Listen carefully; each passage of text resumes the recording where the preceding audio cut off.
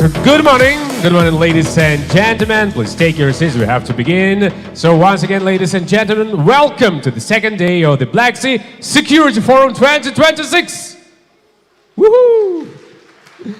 Thank you for coming. So the first day of the forum has already become part of the great strategic partita that the entire democratic world is playing today. And if we look back, then over these hours we have heard genuinely important moves, ideas and decisions in this hall. We spoke about force, about military force, economic force, political force, about how states keep their resilience under conditions of global pressure, about the fact that in the modern world a great power is defined not only by the size of its army or its territory or its economy, but also by the capacity to think strategically, to calculate consequences and to hold resolve in the most demanding historical endgame. And today, ladies and gentlemen, our partita continues. We will be speaking about regional leadership, about alliances, about technologies, and about the future of the international order, about how the global chessboard is changing and which pieces will be defining the rules of the new era. Thank you once again to everyone who was with us yesterday, and of course, thank you to everyone who today continues this important conversation together with us here in Odessa. And our sincere gratitude to our title partners, Konrad Adenauer Stiftung and Hepatica, for their support of the mission of the Black Sea Security Forum and for their contribution to strengthening international cooperation. And before we proceed to the first keynote conversation here on this stage, we have a greetings from the President of the Parliamentary Assembly of the Council of Europe, Ms. Petra Bayer. Pay attention to the screen. Dear friends, Szanowni Druzy, a warm welcome to this year's Black Sea Security Forum in Odessa, a free Ukrainian city that has showed remarkable resilience in the face of Russia's war of aggression. Week after week, Odessa endures drone and missiles attacks and yet keeps its economy moving and its Black Sea lifelines open. Your courage honors the Council of Europe because in defending your homes, dignity and freedom, you are defending the values that define Europe. For more than 4 years now, we have stood with Ukraine in solidarity and support. Our efforts have focused on the instruments of law and democracy, upholding human rights, supporting victims and displaced persons, documenting violations, advancing accountability and strengthening the resilience of institutions and civil society. And still, missiles and drones strike Ukrainian cities. This hard truth reminds us daily that European security remains fragile and that our responsibility is not only to strive for peace, but to help secure a just and lasting peace, firmly grounded in justice and the rule of law. Over these years, Europe and Ukraine have grown even closer. Names that once felt distant are now those of classmates, colleagues and neighbors. This human proximity deepens our political responsibility. Reconstruction will be more than bricks and bridges. It will be humane and institutional, reintegrating veterans shaped by highly intensity war, rebuilding trust in traumatized societies, and ensuring that justice is done without descending into collective revenge. At the same time, Russia's hybrid warfare, disinformation, cyber attacks, manipulation of social media, the exploitation of division, targets our democracy. Yes, our systems are imperfect, but precisely because they enable pluralism, public debate, and accountability, they are the strongest antidote to tyranny and the best guarantee of peace. The member states of the Council of Europe have chosen a model grounded in the rule of law, human dignity and fundamental freedom. This is the model we will help Ukraine restore and renew. Yet no durable reconstruction is possible without durable security. This is why the Black Sea matters so profoundly. It is a strategic artery for trade, food and energy security. What happens here reverberates across Europe. So we face two fundamental questions: how to end this war and how to prevent the next. This forum is part of the answer, protecting sea lanes, strengthening resilience against hybrid threats, advancing accountability for crimes, and deepening regional cooperation that deters aggression. Ukraine will not stand alone. Odessa's light has not dimmed, and together we will ensure it shines in a Europe at peace, anchored in law and secure in its freedom. Ukraina – це Європа. Thank you so much. Our sincere gratitude to this president. And now, ladies and gentlemen, it's my great honor and pleasure to introduce the spotlight keynote conversation of today's program. Joining us is a statesman whose name is inseparable from Ukraine's modern history. A leader who guided his country through some of the most defining moments of its recent past. Please welcome the 5th President of Ukraine, His Excellency Petro Poroshenko.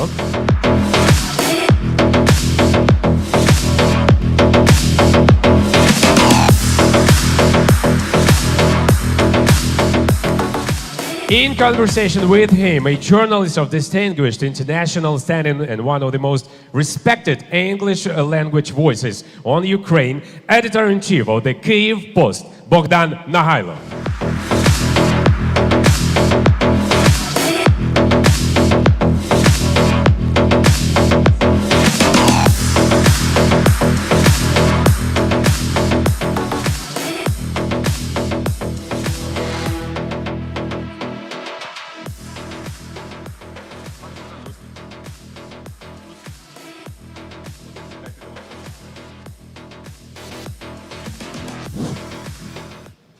Well, good morning, everybody.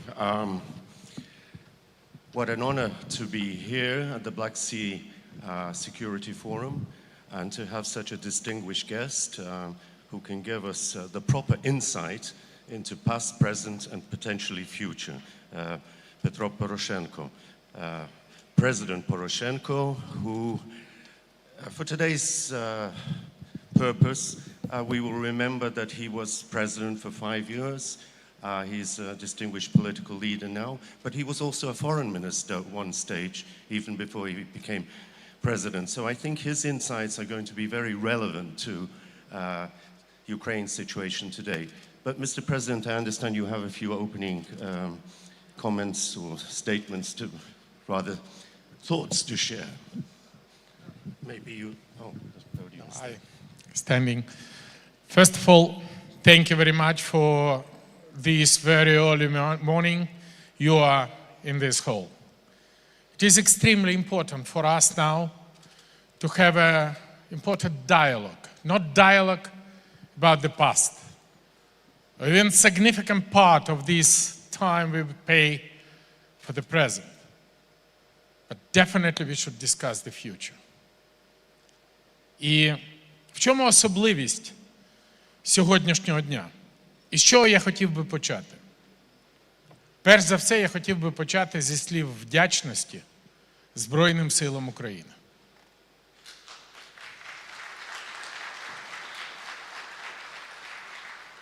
Бо сьогодні вночі, щоб Одеса спокійно спала, Збройні сили України і повітряні сили, і протиповітряна оборона Одеси збила більше 20 шахедів, які Путін спрямував проти Одеси, одеситів і проти нас. Ніхто з вас навіть нічого не почув. Ми вже інші. І я тішуся і пишаюся тим, що розроблені моєю командою засоби радіоелектронної боротьби і засоби протидії технічній розвідці Росії, комплекси Айпетри сьогодні брали безпосередню участь для того, щоб захищати інфраструктуру, енергетику, місто і порт Одеси. Нас з вами. Отже, Я хочу подякувати і представникам оборонної промисловості, які абсолютно інші і змінили цю ситуацію за 5 останніх років. Звичайно, я хотів би подякувати моєму колезі Олексію Гончаренку за те, що він зробив цей неймовірний форум, і питання безпеки обговорюються не лише в Мюнхені, не лише в Галіфаксі і не лише в Києві. Бо я вважаю, що Одеса і ми з вами є одним із найкращих місць, де ми це можемо обговорювати. Дякую, рідна Одеса.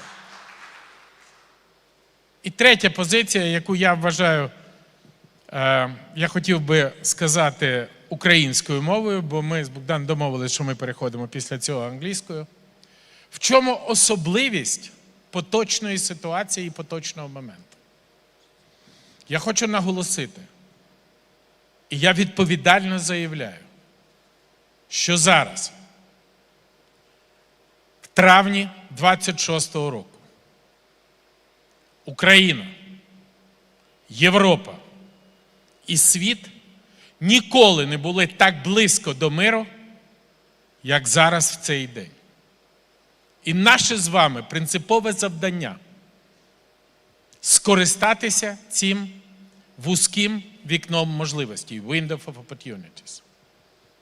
Скористатися для того, щоб використати можливості Збройних сил, українського народу, української влади, Європи, Сполучених Штатів Америки, для того, щоб забезпечити. Путіну колись дуже подобалась фраза «примусити до миру». Ми маємо зараз розвернути і використати все від нас залежне для того, щоб Путіна примусити до миру. І я твердо переконаний, готовий аргументовано надати докази.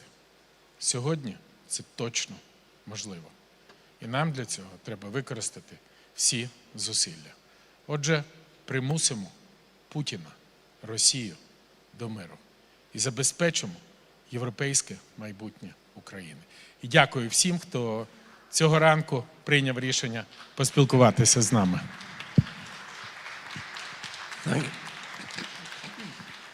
Thank you very much, Mr. President, for setting the atmospheric scene, shall we say, for our discussion.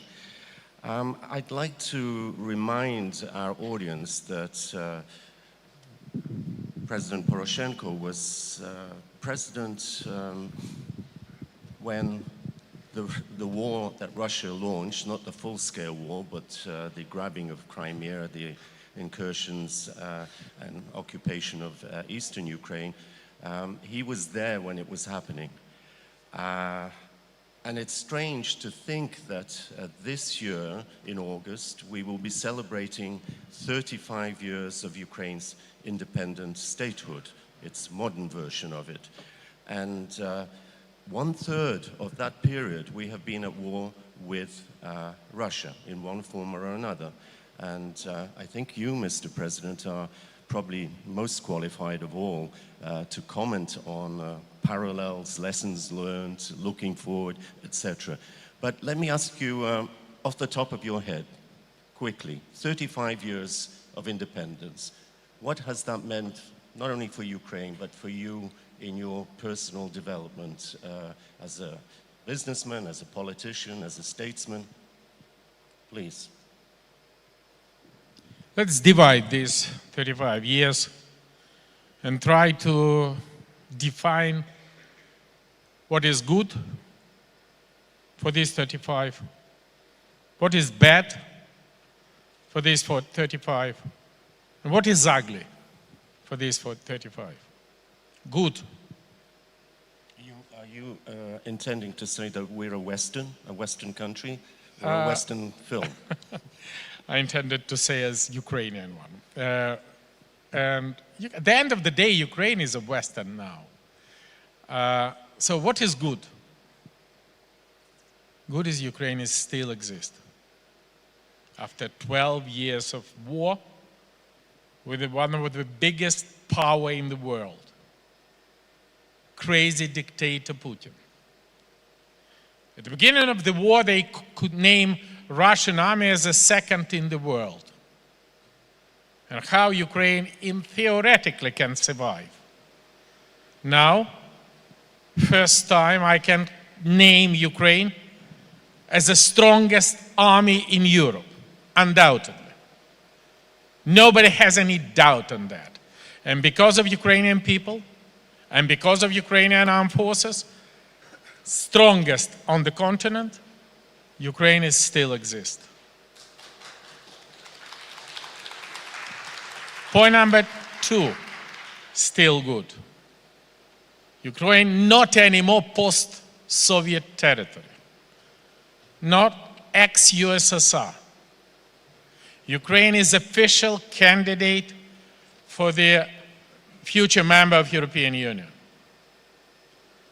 I dream that Ukraine still has a possibility to be the future candidate for the member of NATO, because it's impossible to create the sustainable security situation on the continent without the fact that the strongest armed forces on the continent would be the member of the strongest security organization.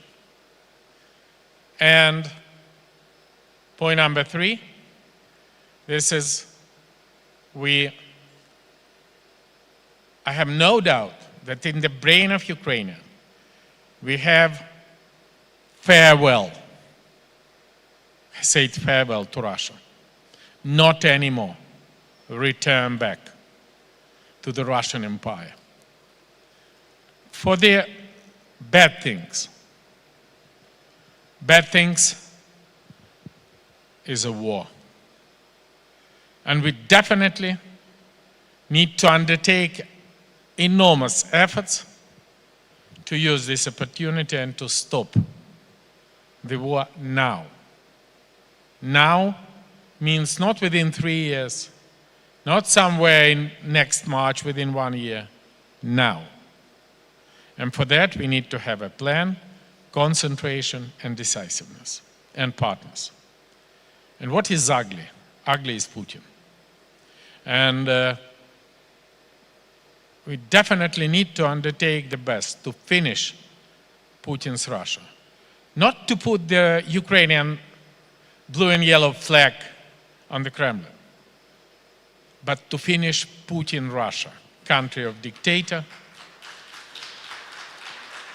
country of terroristic attack, because this is the ugliest thing, not only for Ukraine.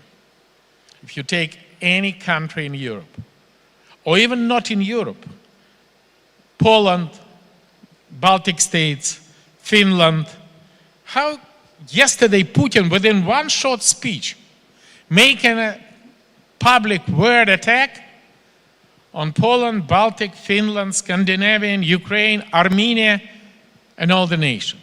But from my personal experience, when I have a visit to Japan, and when I have a meeting with a good friend of mine, great person, Prime Minister Abe of Japan, he said, look, we are on the different part of the planet, but unfortunately we have one ugly neighbor. And this ugly neighbor is Putin. That's why Japan all the time would be shoulder to shoulder with you, Mr. President. Mr. President, thank you for that. A clarification, perhaps. Are we talking about Putin's Russia, or are we talking about Putin, the embodiment of imperialist Russia with its long traditions from the Tsarist period, the Soviet period? Putin is not the beginning of the problem that we're facing. Maybe I say a little bit unpopular thing, but Putin is a beginner. Because Russia under Yeltsin and Russia under Putin is a two different Russia.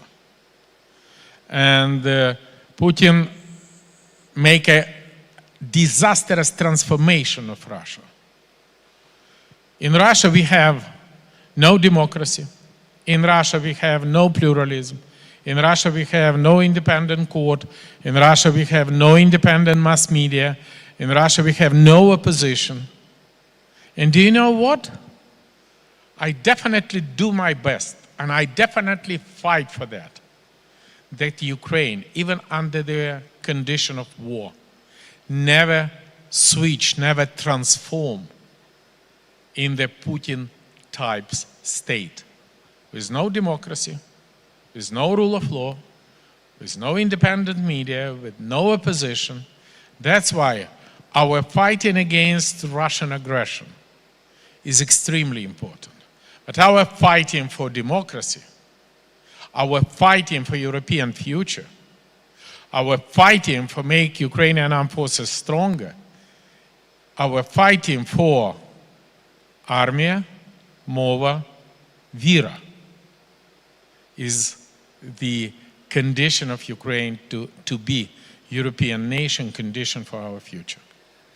Mr. President, I'm just thinking out loud now, Armia Vira Mova. Do you not think that President Zelensky suddenly has adapted your strategy, but now going even further and alienating Poland in the last 2 or 3 days with his emphasis on Melnik and Bandera? Let's separate these two questions. First, I have even rumors that President Zelensky steal Armia Mova Vira from President Poroshenko. This is not true. I give him Armia Mova Vira as a gift. And he definitely use it. Because Armia Mova Vira, this is not now belongs to Poroshenko or Zelensky. This is the condition of the new democratic European, independent from Russia state. And I think that the only way how we can build up the new Ukraine is make a fundamental principle. Now it's not only Armia Mova Vira, it's also Armia Mova Vira, EU and NATO. And all these 5 factors means, again, final farewell to Russia. That's why that make Putin so crazy. Creation of our independent church make Putin crazy. He is already defeated. Protecting and development Ukrainian language with a quota of Ukrainian films, with a quota of Ukrainian radio program, with a quota of Ukrainian TV program, with a Ukrainian internet segment. This is second powerful strike on Putin. And our army. Our army is so different. And it's so powerful because if you ask me, as a former Minister of Foreign Affairs or 5th President of Ukraine, what is the key and very powerful factor of Ukrainian diplomacy? My answer would be armed forces. And now, from the diplomacy of partnership, strategic partnership, we also add diplomacy of drones. You should notice how big transformation make drones. At the 2014, they called drones as a wedding camera. No necessary for the armed forces. And today, we talk that this is finish on the existence of the tank brigade of Russia or in the whole world. In the 2024, we have a tank column moving to Kiev. Believe me, not anymore. Era of tank of Russia would be finished by drones of Ukraine.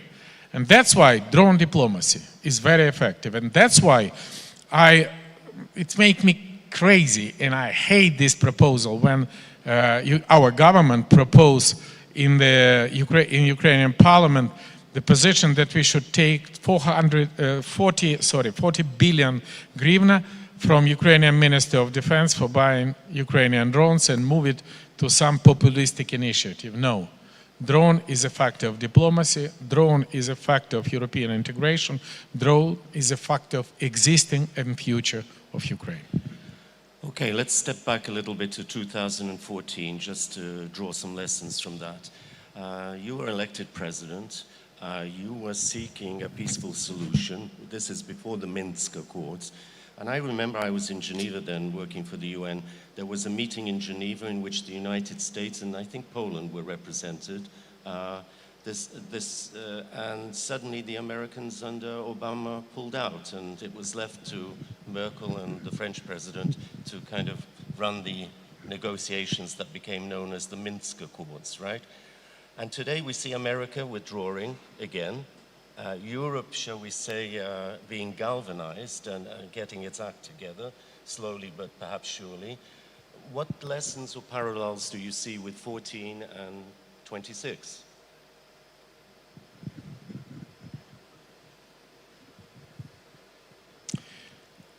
Look, definitely, immediately when I was elected as a president, based on my promises on the election campaign, I do my best to stop the war. In year 2019, candidate of President Zelensky said also that he make not stop the war, not peace deal. If you listen to his message, that was ceasefire, immediate ceasefire. I declare that I give Putin 7 days, 1 week, to make a ceasefire. It's not happened. I never said that things, but already in September, I don't have even one single battalion outside of the front line to stop Putin troops. Why? Because immediately after the fleeing of Yanukovych, we have less than 5,000 troops ready to fight. And that's why volunteers from Maidan directly go to Petrivci and then on the front line. Go using the school buses, sport shoes, and civilian clothes. Not having one single armed jacket. Not having enough weapons and ammunition. And with that situation, it was a miracle that we create the strategy who allow us to provide the ceasefire. Ceasefire start not at the 12th or 15th of February year 2015. Ceasefire, first ceasefire, was started 5th of September 2014. Then memorandum 19th of September 2014. And nobody believed that we can stop Putin from his offensive operation, which he planned. Mr. President, sorry for interrupting. I was working with the UN then, representing the Department of Political Affairs, and we used to come to your office at 2 o'clock in the morning with Under-Secretary General Jeff Feltman. You were very eloquent and honest in describing Ukraine's situation and needs, but you also appealed for blue helmets late in 2014, and there was no real serious response to that. What about today? Who will monitor any ceasefire line if we ever get to that stage? Hopefully we will. But what lessons do you draw from that? Is it feasible to demand that allies, not some people who are disinterested in Ukraine, actually take the role of peacekeepers for a while? In the year 2014, 15, and 16, that was definitely possible. And when I make an appeal in year 2014, everybody has very big doubt about that. But I can tell you, on my negotiation with the President Xi, in year 2015, 2016, I received the firm guarantee that China will support on the Security Council United Nations voting for the blue helmet in Ukraine. Can you imagine that on my meeting in White House, meeting not only with Obama or Biden, but with the President Trump, and you can confirm that, who hate United Nations. He definitely stands in the position that this is just wasting money of United States taxpayers financing United Nations because of its inefficiency. But after 2 hours we spent together in the Oval Office, Trump asked immediately to connect him with the permanent representative in New York and said, I instruct to support proposal for the blue helmet in Ukraine. This was what year, sir? That was in year 2016, 2017. And in the Berlin summit, with the presence of Putin, Hollande, Macron, and Merkel, Putin said that yes, it is acceptable. We have a discussion, does it should be police mission? Does it should be blue helmet on the border between Ukraine and Russia? But blue helmet is working. Now, I doubt. Do you know why? Because after wild-scale aggression of Russia against Ukraine, Russia is one of the permanent members of Security Council of United Nations. Russia is simply destroy the most efficient security mechanism in the world after World War II. And that's why we are not, theoretically that would be good. Theoretically it's still possible. But now, the security guarantee for Ukraine should be in the form of boots on the ground. And that's why now, undisputably, we should demand not peace deal of 28 points, not peace deal of 20 points, not Anchorage, not 41 security guarantee. No, forget about that. The only thing we need to demand now and urgently is comprehensive, immediate, unconditional ceasefire.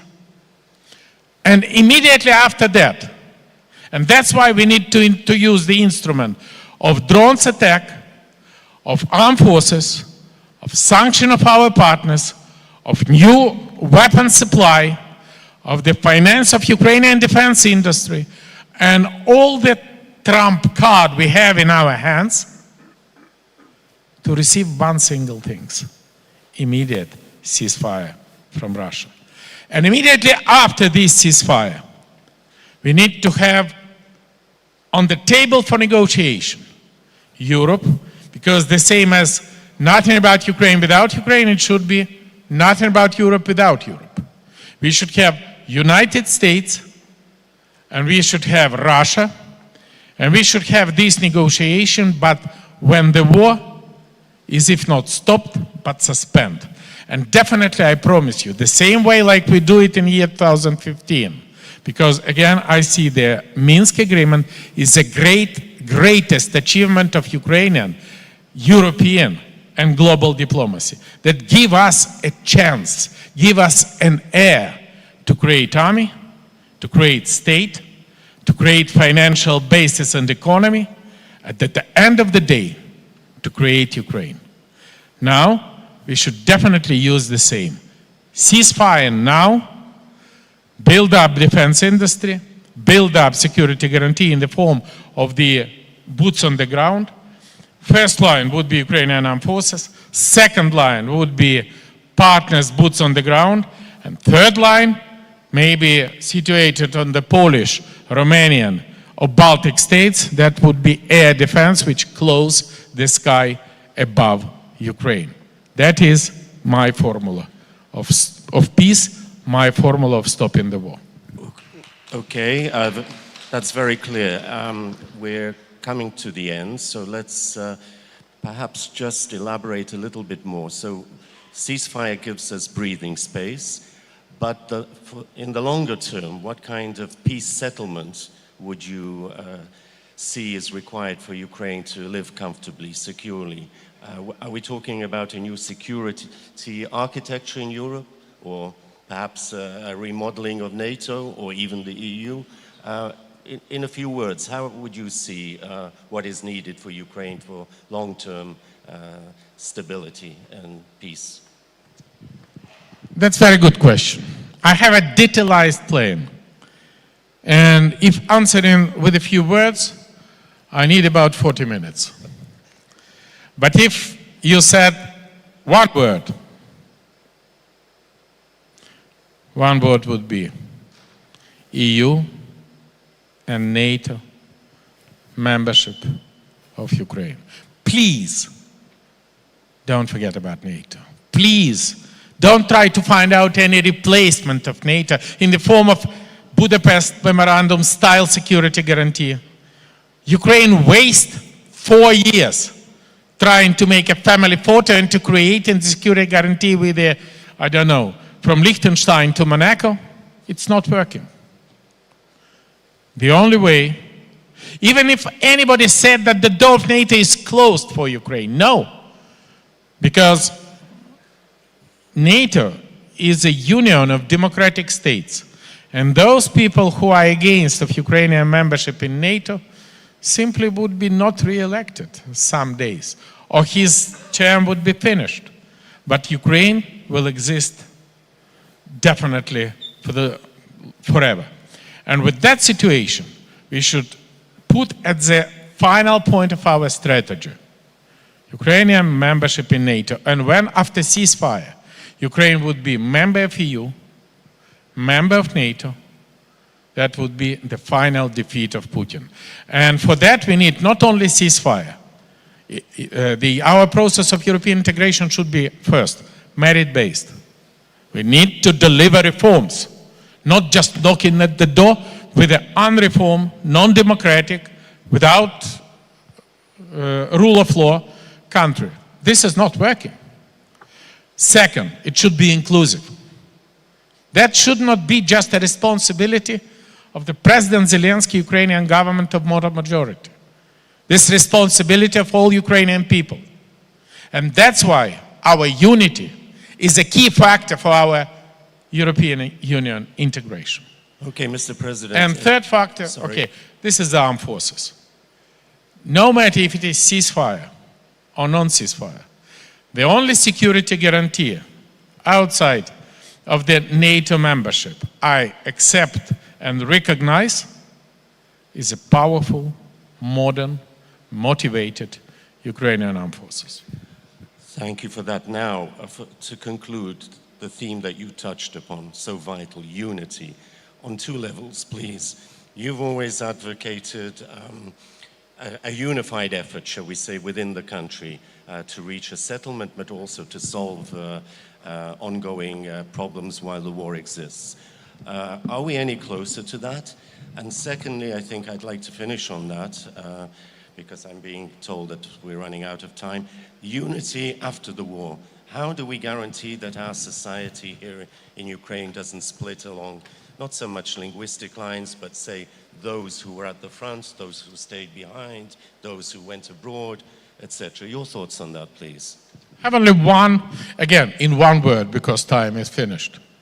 How we can keep the unity after the war. One word: democracy. What does it mean, democracy? Free, fair, and democratic elections should be recognized by the whole world. By the way, not only presidential, because presidential election give a strategy but do not give a unity, but parliamentary election. Because in the new and future Ukrainian parliament should be represented all the forces and all part of Ukrainian people, from the military person to the pensioner, from the businessman to the public activist, should be represented in the parliament by democratic mechanism. And when we will have a democracy, when we will have an election, all the discussion would provide not on the street of Ukraine, but in the parliament. A real parliament of the parliamentary presidential republic of Ukraine. Well, I think nobody will disagree with that. Please, a round of applause for President Poroshenko for this stimulating and enlightening session. We thank you, and Slava Ukraini, heroyam, and may the future be kind to us. Thank you very much. Such a great pleasure, Bogdan, to be together with you. Thank you so much, gentlemen. Thank you so much once again, Euroblos. Petro Poroshenko, Bogdan Naghailo, thank you for the honest and very interesting conversation here on this stage. Thank you so much.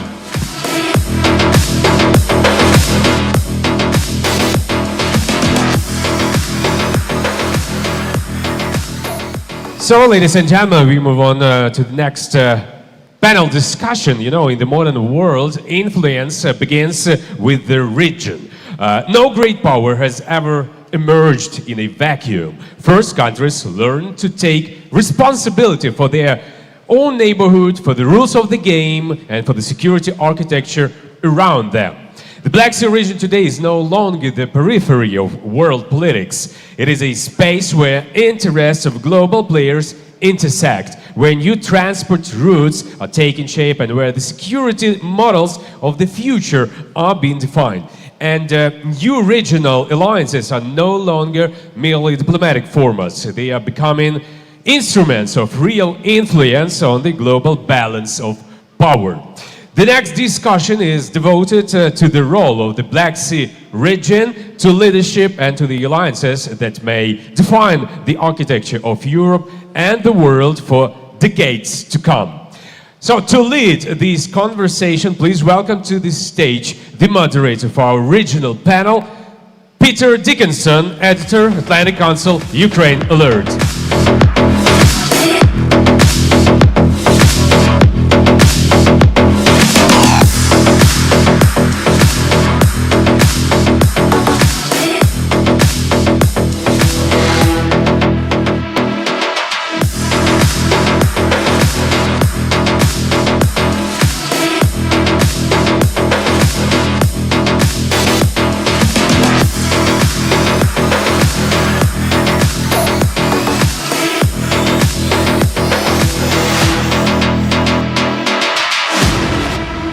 Yeah, dear friends, we need just a couple of minutes to gather all the panelists. We're going to use this time, as usual, to thank our partners and sponsors. At this moment, we would like to extend our sincere appreciation to the partners whose trust, generosity, and shared belief in our mission make the Black Sea Security Forum 2026 possible. So our title partners, our deepest gratitude goes to our title partners who help shape the vision and the international voice of the forum. Konrad Adenauer, Stiftung, and Hepatica, thank you so much. Our strategic partners, we also wish to recognize them for their leadership and their unwavering commitment to democratic resilience and international dialogue. Lord Ashcroft, Tropilian, and Chris Fosner, thank you so much. A special word of thanks to our knowledge partner, RAND Europe, for the expertise, analytical depth, and intellectual leadership they bring to every discussion of our forum. Thank you so much. Our sincere thanks to our side program partner, Hans Siedel Stiftung, a German political foundation that has stood with Ukraine for years in strengthening democratic resilience, the rule of law, and the security of our societies. And finally, our warmest thanks to our partners who stand with Ukraine and with the mission of our forum, GEFEST, Interhim, Odessa Business Club, Ukrainian Agri Council, and VST Bank. Once again, thank you all for your partnership, your solidarity, and your belief in a secure and democratic future. And now let's get back to the regional panel, and once again, your applause to Peter Dickinson, editor, Atlantic Council, Ukraine Alert.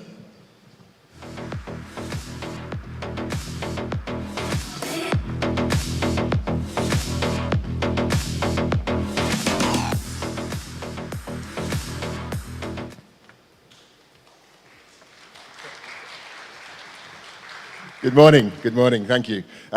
We've got a very interesting panel for you this morning. We're going to explore Ukraine's place in the world, Ukraine's nation-building journey as it pertains to the country's international position.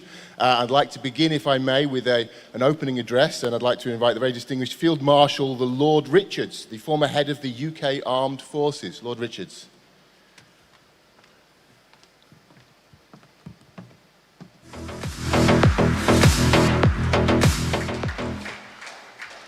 Good morning, everyone. The forum owes me. I was expecting to do a panel, and I've just been asked literally 2 minutes ago if I'd make some introductory remarks. This is the versatility of a modern soldier on demonstration. But it's, first of all, if I may say, what a pleasure. I've never been to Odessa before. I'd like to start by saying how much, as a professional soldier, I admire and respect the Ukrainian armed forces. What they have achieved is quite remarkable. And when the history books are written, which they are beginning to be written, would you believe, their achievements will be poured over in the way that I did Marlborough's and Napoleon's campaigns and many others as ways of doing business as a soldier, being fantastic to watch, albeit, like all wars, there's been a huge cost in body and money in the process. But I just want to say, as a professional soldier and as the head of the British Armed Forces, how much we all admire your armed forces. Thank you very much. Thanks. If I have a criticism of what is a great conference that I've enjoyed hugely, it is an over-concentration on the tactical and technical at the expense of the strategic. It was the Chinese soldier philosopher Sun Tzu who correctly and memorably told us that strategy without tactics is the slowest route to victory, but that tactics without strategy is merely the noise before defeat. I'm not saying this is a huge risk, but in my judgment, Ukraine and her allies must avoid falling into that trap. As a soldier conscious of all the sacrifice that's been made on behalf of Ukraine by its people, that would be a disaster and a breaking of faith in those people that are right now out on the front line, fighting in the belief that there is a better Ukraine, a better world is going to come out of their great sacrifice. What is today's war leading to? What is the long-term goal? And crucially, because that's what a strategy is, how does one get there? My proposition is that Ukraine needs a much better understood and properly supported and coherent grand strategy. One cannot have a coherent defense or military strategy without a synergistic grand strategy in which they nest, importantly, obviously, including a matching economic strategy. Now, you might say, why does a country need a grand strategy in this day and age? They need to veer and haul as new events determine. But I would argue that that is wrong. You need a long-term path, somewhere that you hope your country is leading to. If you think about it, China has a very coherent long-term grand strategy in the shape of the One Belt, One Road initiative. You might think only big countries need grand strategies. That is most certainly not the case. Singapore, hugely successful little country, thanks to a great visionary statesman, Lee Kuan Yew, had and has a grand strategy. But it doesn't even have to be coherent in the way Singapore's is. Switzerland, funnily enough, has a very clear idea of what the Swiss want it to continue to be. That is a variant of a grand strategy. Most European nations and many, many other states do not have such a strategy, and it's a huge omission. Whatever strategy is chosen, ends, ways, and means must be aligned. And consistently, states fail to achieve this alignment. There's lots of disconnected activity that amount to little more effectively than tactical level stuff. Without that hard-headed coherence, their strategy is often little more than wishful thinking disguised as policy. And a policy is not strategy. Strategy is a plan to deliver policy in which ends, ways and means are aligned in a very realistic and hard-headed way. It might mean that your policy goals are unattainable, in which case the strategist will amend his strategic end state. Now, inferred in our task here for this panel is the suggestion that there may be routes for Ukraine other than Europe. Europe is not perfect, but it is the best Ukraine has for now. Grand strategy might see it morphing into something else, but not for many, many years. By all means, start charting that route, but either way, it must start with Europe. I commend an article in Monday's Foreign Affairs, which I'm sure many of you might have read, called The Middle Power Illusion, Not Choosing is an Option, by Michael Beckley. I'm just going to quote from it. He wrote, "The path forward then is not endless coalition shopping to route around Washington and Beijing. It is alignment, choosing the great power system that offers the best shelter from a country's gravest threat, building national strength and using that strength to bargain for influence inside the coalition. This rules out the fantasy of free agency, but it preserves something more valuable, the ability to survive and thrive in a more dangerous world. Ukraine must make itself an indispensable part of a new Europe. It must help Europe become something equivalent to a great power. The problem in part is that it's not a unitary sovereign state. The countries of Europe, the EU, need to work through that. They need, though, either way, a new defence and security organisation within or in the short term that might have to operate alongside NATO. Now, Ukraine must accept that whilst Europe is by no means perfect, it is the only show in town at this time. Exploit your strengths to help Europe move more quickly and coherently in what it must become in this new great power era. An entity with all the trappings and practical application of a great power, even if it does not possess yet the legal basis for such a status. At its heart must be the strongest, most battle-hardened army in Europe, i.e. Ukraine's. As the Finnish president has rightly observed recently, Europe must understand that it needs Ukraine at least as much, if not more, than Ukraine needs it.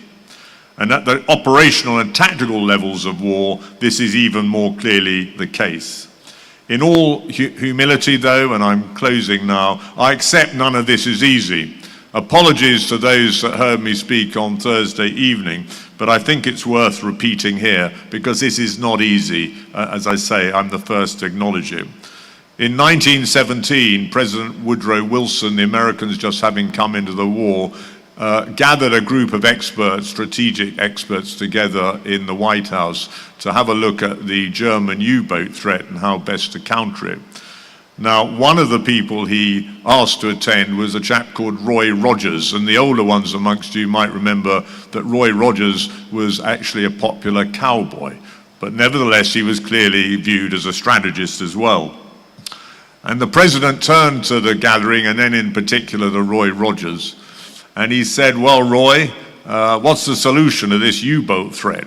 And Roy Rogers said, "It's simple, Mr. President, you drain the Atlantic." And they looked and thought and said, "Well, that's fine, Roy, but how do you do that?" "It's very simple, but I'm a strategist, that's for tacticians." Ladies and gentlemen, I hope those are a few pertinent opening remarks, and thank you, Ukraine, for what you're doing on behalf of us. And believe me, many, many people throughout Britain and Europe are fully on side and want to do much more with you, but also because of you. Thank you very much. Thank you, Lord Richards. Thank you very much.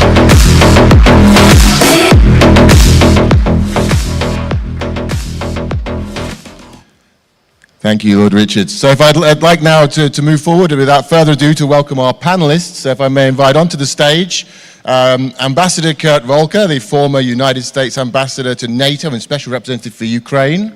Good morning.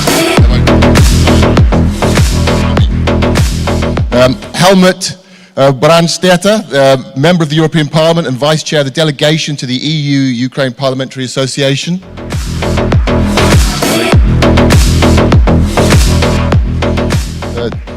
David Arakamidia, leader of the Servant of the People parliamentary faction in the Ukrainian Parliament.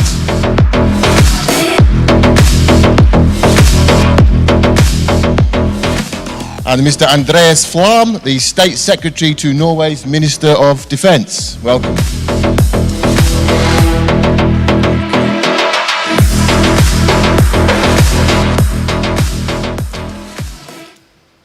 So welcome to all our panelists. Again, thank you for joining us. Now, I think we have a really fascinating panel today and a very important topic, because in my opinion, a lot of people still misunderstand or misinterpret what we're seeing here in Ukraine, what this war is all about. There's a tendency to view it through the prism of perhaps outdated Cold War ideas, or Russia against the West, democracy against authoritarianism. And well, there's an element of truth in that. For my money, what we're really seeing here is the latest stage in a long process of Ukraine emerging from hundreds of years of imperial domination and finding its place in the world. And Russia's increasingly violent response to this process, this desperate Russian attempt to try and derail or stop this process. But the process continues, and it's a nation-building process, and there are domestic elements to that, and there are international elements to that, which is all about Ukraine finding its position in the world, building relationships and establishing itself on the international stage. So this is what I'd like to address today with my fellow panel members, to explore different aspects of where Ukraine is going. It's a nation-building journey, and it's an ongoing journey. It's far from over. We're in a critical stage now, but a lot still lies ahead. So this is what I'd like to address today and explore. And if I may begin with the key relationship of Ukraine and the United States of America. Of course, I think probably this is the most talked about international relationship Ukraine has now. We hear a lot about the personal relationship between Presidents Trump and Zelensky, the clashes they've had, the warmer meetings they've had, Trump's personal position to Ukraine. And I think there's no getting away from that. But at the same time, we also see a lot of support coming from America. The polling data consistently shows that Americans broadly support Ukraine. We see the American establishment, the political establishment, and the military establishment showing a lot of support for Ukraine. And in this hall as well today, we see an extremely strong American delegation coming here, crossing the ocean, coming all the way to Odessa to show their support. Again, so something really meaningful and very noticeable, I would say, about this particular forum. So, Mr. Volker, if I may invite you to explore this relationship a little bit more at the personal level as someone who served with Trump during his first term, and where you see this now more broadly today and tomorrow as well, going forward. Well, thank you very much, Peter. So first off, I think you are absolutely right to highlight that there is extraordinarily strong and broad support for Ukraine in the United States. As you mentioned, public opinion, Republicans, Democrats, the House of Representatives, Senate, national security experts. It is really very widespread, very broad, very strong. No real lack of clarity there. But President Trump has chosen to position the United States as a neutral arbiter in trying to get a negotiation between Russia and Ukraine to end the war. And I think, thinking that, he thought it would be rather quick, that as he said during the presidential campaign, I'm going to end the war in a day. Well, it turns out that several assumptions were not right. One of them was that Russia wanted to end the war. It doesn't, because as you said, this is really about the collapse of the Russian Empire. And they're reluctant to let go of that idea of a Russian Empire. And so they're going to fight to hang on as much as they can. Another assumption that was wrong is that Ukraine is the weaker party. It's not as big as Russia. It doesn't have as much natural resources as Russia. It doesn't have a large population as Russia. But those are not the only factors. Ukraine has people who are determined, resilient, they're defending their homelands, their lives, their families. Russia's not under that kind of threat, so they're viewing this as Putin's folly, his expeditionary mission. Very different motivation.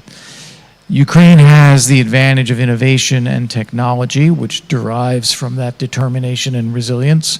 That has gone very well. And so the reality is that where we are today is the war went from a swift Russian invasion that lasted a few days and was pushed back to a stalemate for a long time to one where Ukraine now appears to have a decisive advantage. That is very significant. Now, where things go with the relationship with the United States, I personally think that the effort to have a negotiating format is a good idea. And that's something that President Trump and Steve Witkoff and Jared Kushner have done. But I also don't think that's going to produce any results. And it's not because of Ukraine or because of the U.S. position, it's because of Putin. Putin doesn't want to end the war, and he doesn't want to accept that Ukraine is a sovereign, independent country, that President Zelensky is the legitimate president of Ukraine, or that there's an international border between Russia and Ukraine that needs to be respected. So I don't see him agreeing to any of these things, and that's what would be required for an agreement. But I do see the Ukrainian effort to bring the fighting inside Russia, so they are feeling the pressure of the war. They are losing oil generation and export capacity. I see that leading to a necessity at some point for Russia to have a ceasefire. And that, I think, is where we are headed. We heard that from President Poroshenko just now. I was speaking with David in the corridors just before this. I think we are getting to that point where there will be an effective ceasefire. And that is the best we're going to get. We shouldn't expect more.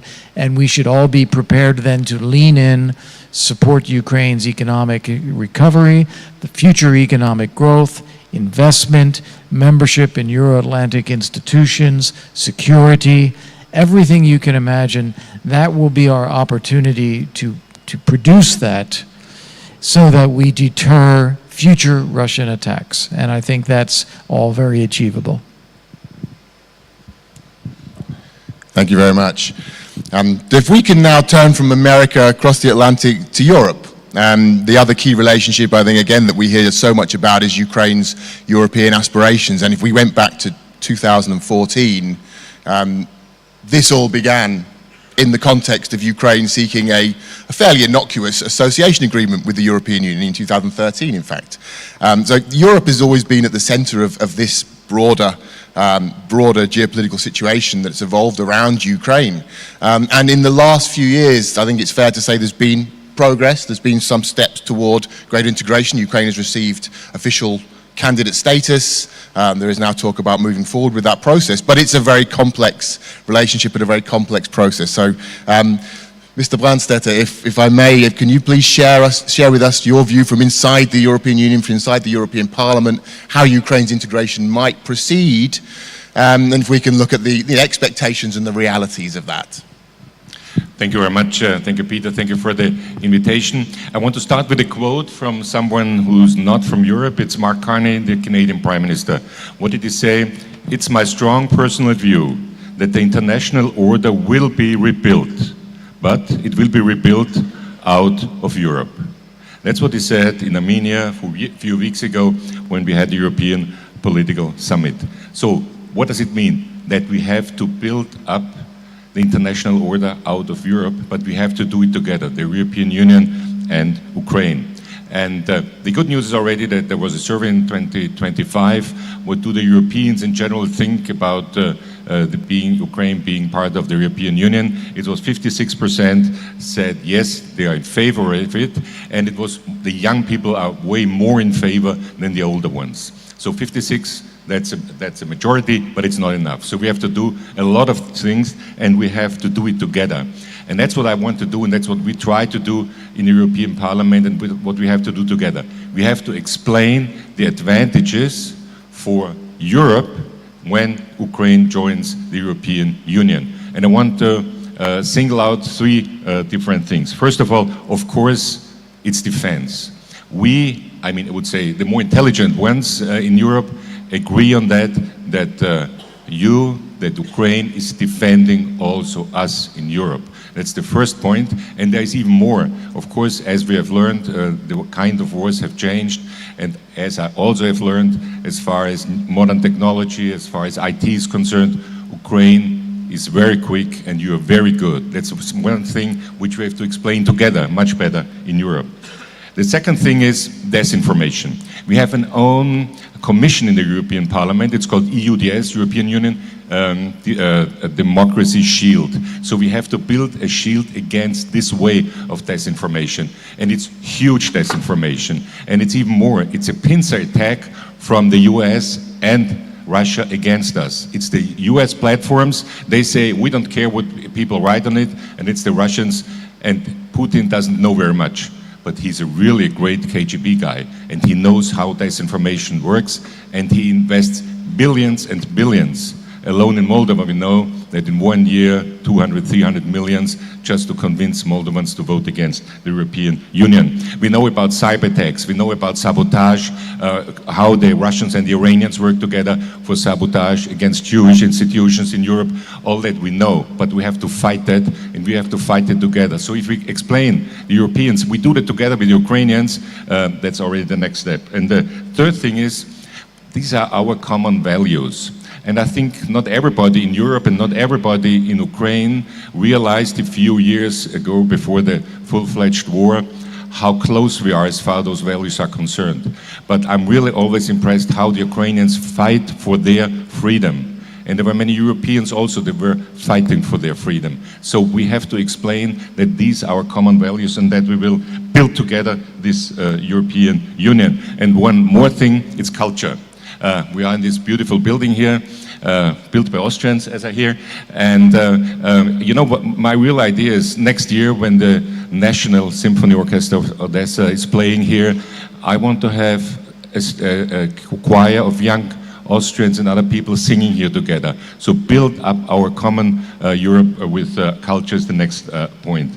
But there is a clear procedure how Ukraine or other countries can come into the European Union. You know there are 6 clusters. I would say within the next weeks, the first cluster will be opened. It's very important. It's about rule of law, it's about justice system, it's about fundamental rights. And then in fall, when the Irish have the presidency, I would expect 2 to 6, so the other clusters will be opened. It's interior market, competition, climate, agriculture, and foreign relations. But as you know, this is a procedure that can take a very long time. So there came the idea from Mr. Merz, and it's not only his idea, it was already discussed in Europe a few years ago, kind of Ukraine as an associated member.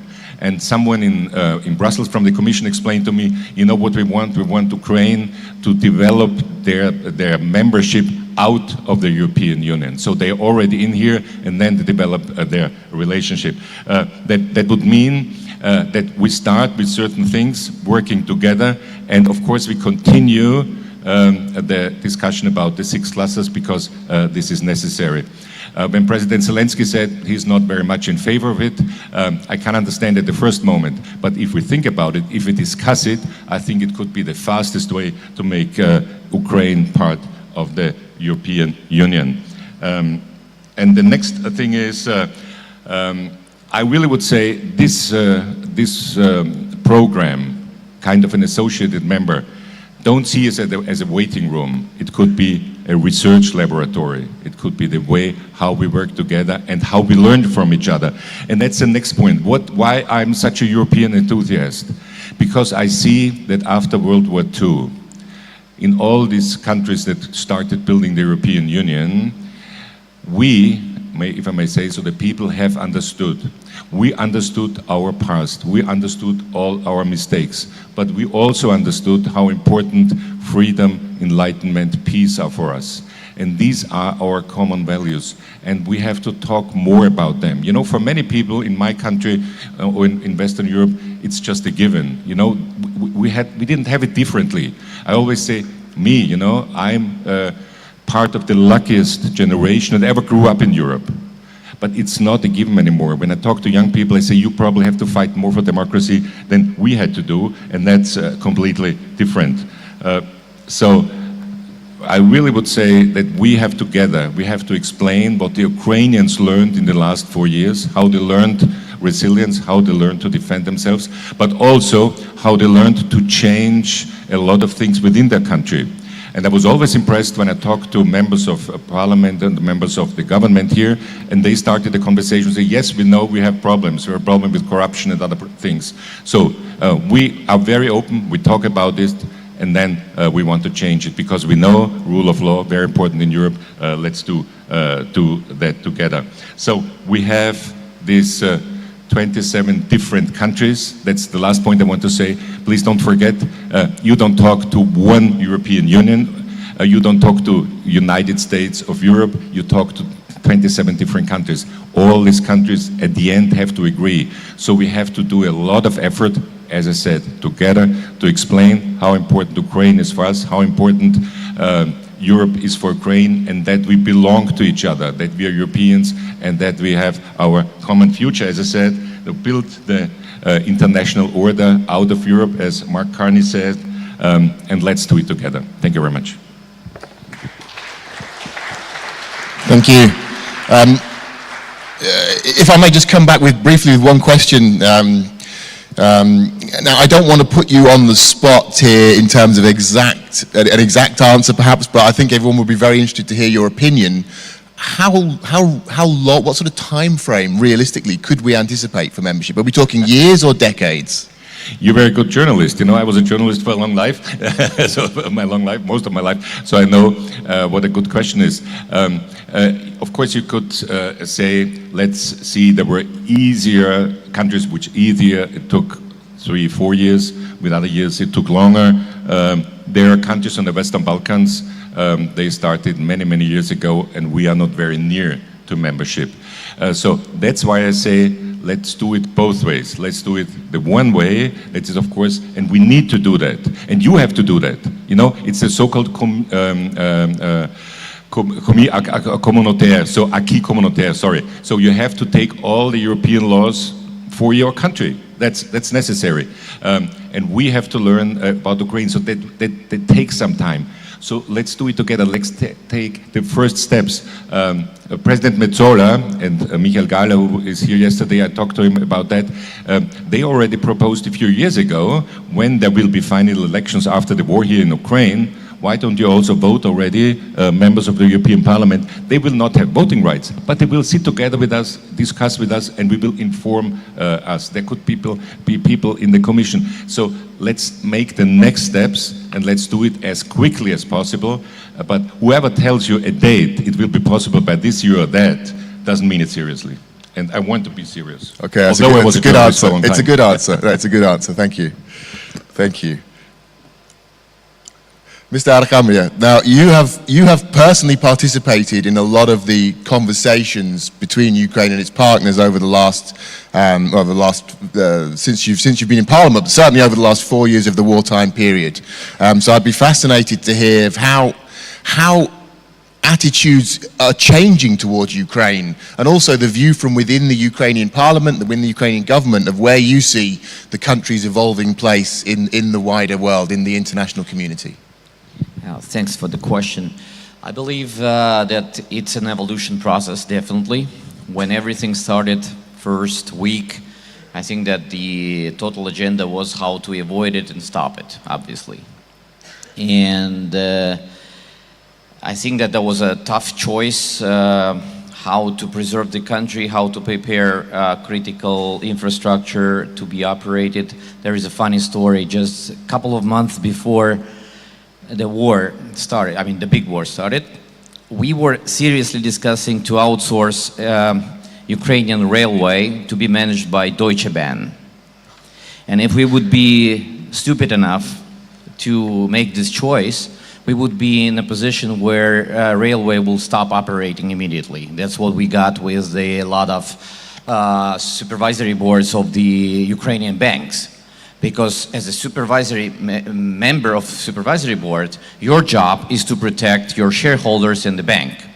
So when the ATM machines are on the war line, the common scenario is you say you close everything, you move people out, and you stop operating until the situation clears, right? But if you are a government, you have different view because you have to sustain the critical infrastructure to continue to operate.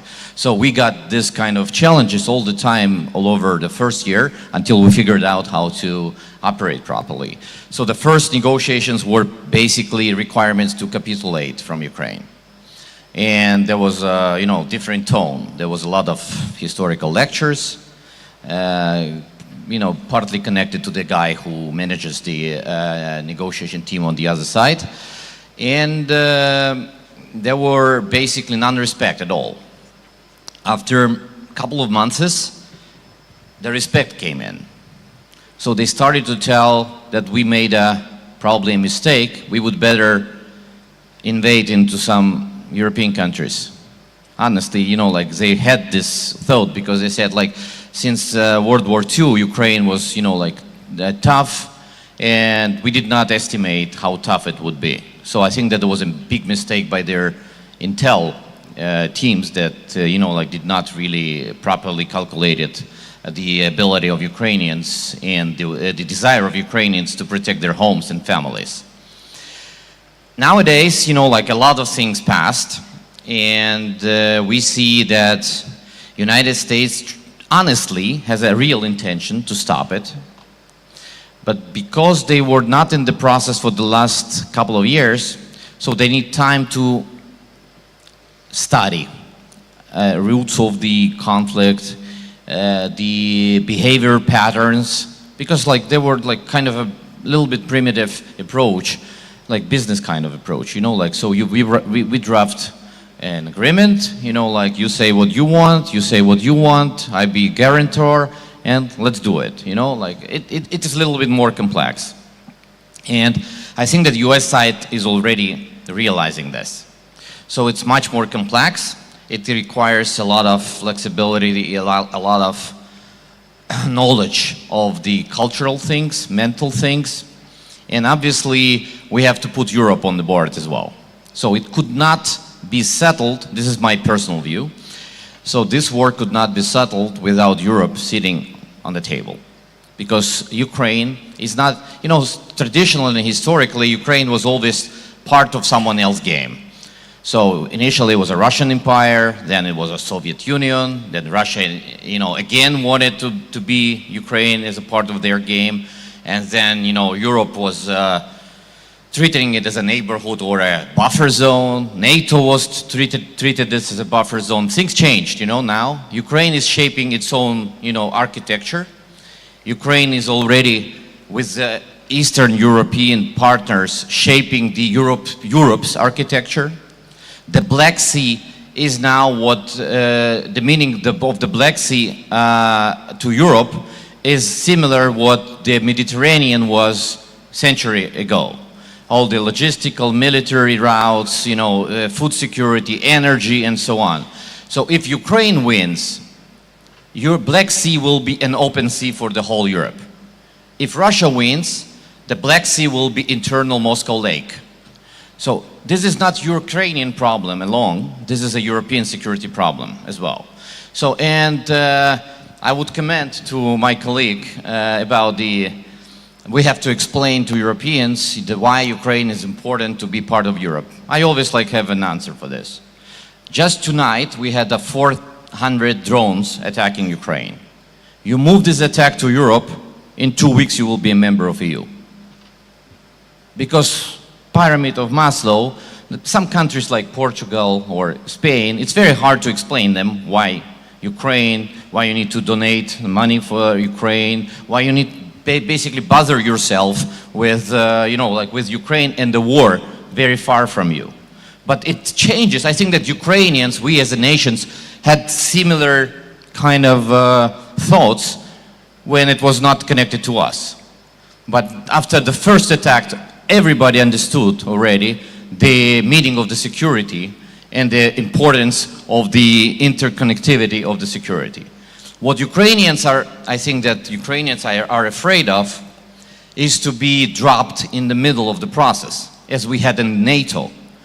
As a parliamentarian, I know for a while that we voted and adopted more than 100 laws called NATO laws in our way towards NATO.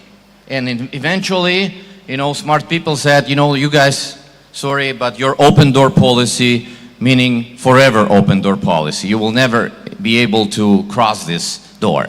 So we are afraid to have the same with EU, because EU pass is not easy. The EU pass is tough for the politician. You have to explain a lot of difficult things for the sake of the future, bright future in EU. And people are asking us on the streets, you know, like, what's the percentage of probability that we decrease the quality, or maybe not the quality, but at least we decrease the, you know, like our regular, so we have to change our habits for something that is not achievable. So that's why our president, for example, is sometimes very emotional about it, because he feels these emotions of the nation, especially during the war. All other countries, like member states, I mean, potential candidates, have same emotions, but you add on top of that the war, a lot of stress, you know, like a lot of fear, and so on. So it is much, much harder for a politician in Ukraine to explain to an ordinary Ukrainian that the open door policy of EU membership is different from open door policy of the NATO membership. So that is why, you know, I'm not complaining, obviously, you know, like we have to define the proper way to do it. That's why we are very, very conscious about this associated membership, because by default it looks prominent, but the risks is that it will stay forever. So that's why, you know, like we have to work together and jointly establish the joint vision on this. So to conclude, I believe that I agree, by the way, with the President Poroshenko, who previously said that Ukraine needs ceasefire for now to sit down with its partners and allies and figure out what's the best and the quickest and the most secure way to settle the peace. So I don't believe that the peace agreement will come immediately like this, you know, like by one paper. It's a very complicated process, but it has to be started with stage one. And every war in the world, the stage one is always unconditional ceasefire, and then negotiation teams sit together and find the proper, secure solution for the long-standing peace. Thank you. Thank you very much. Fascinating.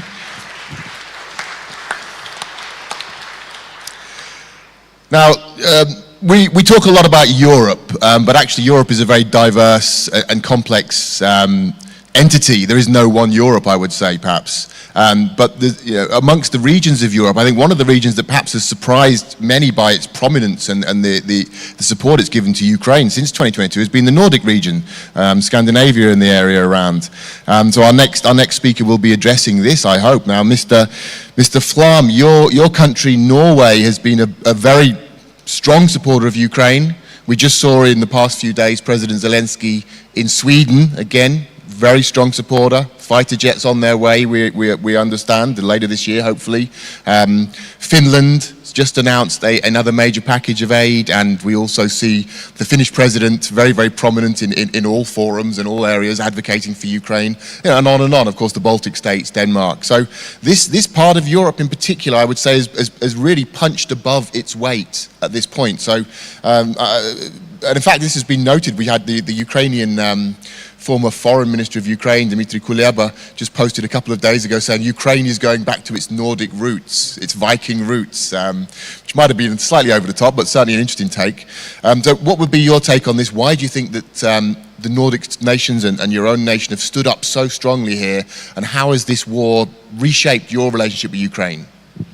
Thank you for the ability to be here today. No, well, as you said, there's 6 countries that has a maritime and a land border with Russia, and Ukraine, Norway, and Finland is 3 of them, right? And we do have different history with Russia as a neighbor, but more or less we all see Russia as a malign actor, right? And that is kind of one of the answers to your question, right? And we also do see that the invasion, the full-scale invasion, really was a wake-up call for Europe, but definitely so also for the Nordics. And with the Finns and the Swedes as part of NATO, it's kind of it's a big change for us up in the Nordic countries, but also from our sake, we this year we spend $7 billion for military support for Ukraine, and it's a lot of money. But it also tells the story of it is important for us. We don't do this just to be nice. It is what happens here in Ukraine is definitely very relevant for our security as well. And I think that's kind of why the Nordics and the Baltics, I would say, but also kind of the northern part of Europe has responded the way they have done. But having Russia as a neighbor, we up in the north have the Northern Fleet, which is one of the most vital parts of the Russian military. We see with what have happened in the Black Sea and the Baltic Sea, the Russian fleet is more interlocked in these two sea areas, theaters, and then the Northern Fleet has become even more important for Russia. So there's really a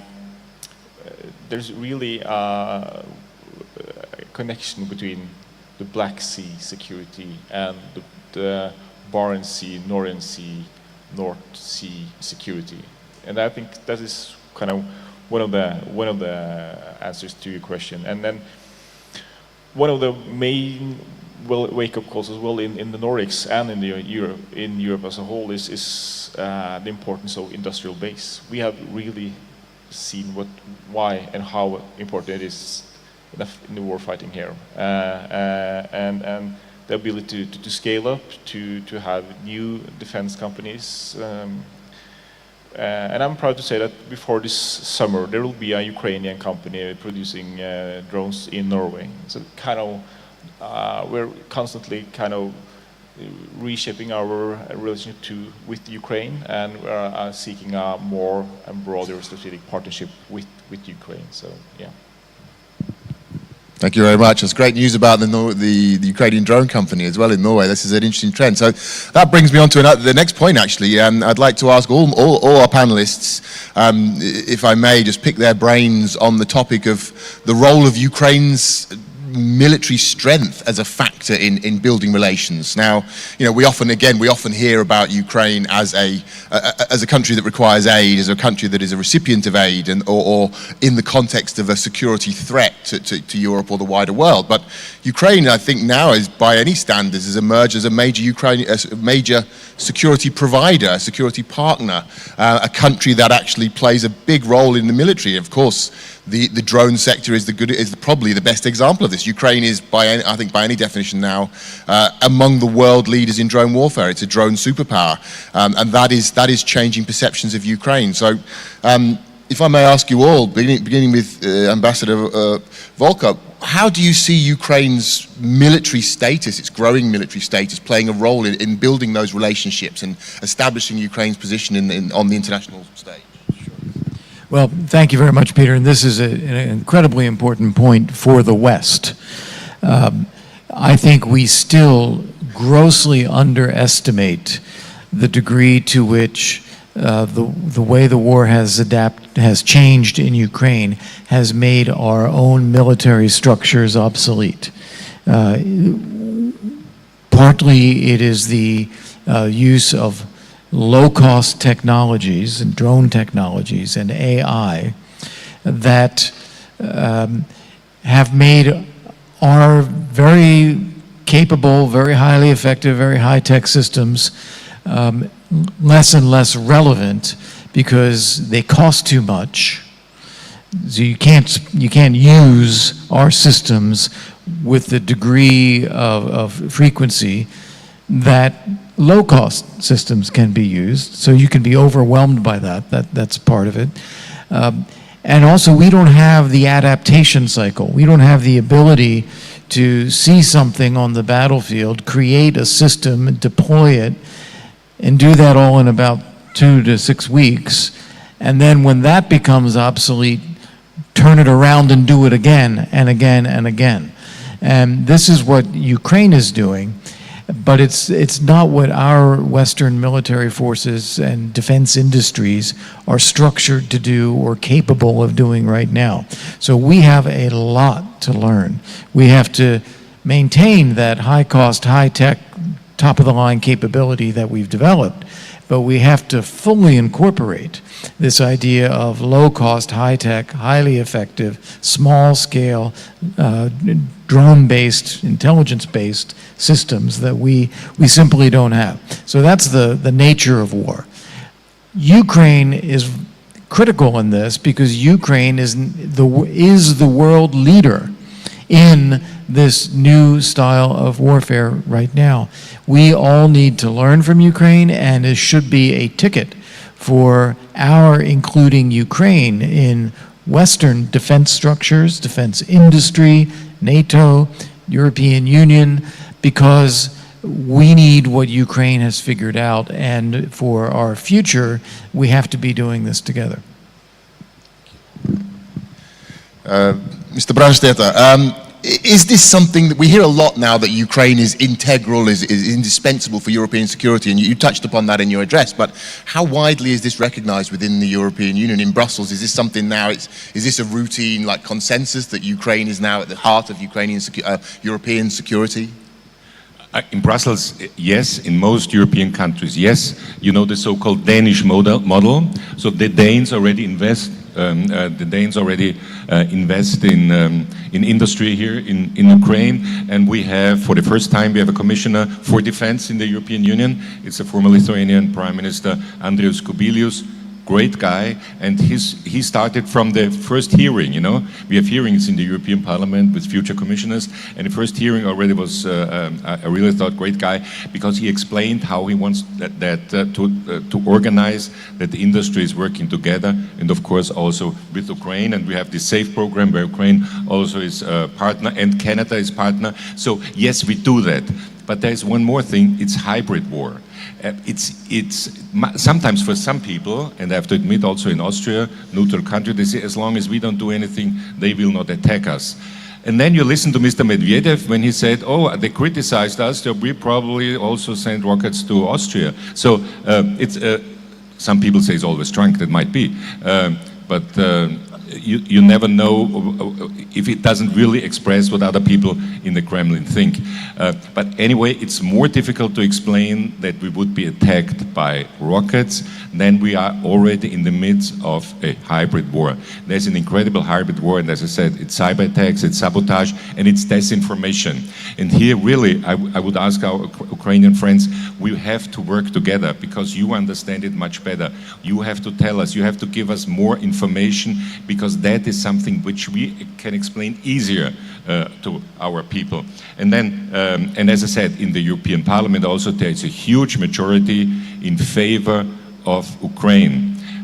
Some left-wing people are very critical about everything, but left-wing people from the Balticum, they always support Ukraine.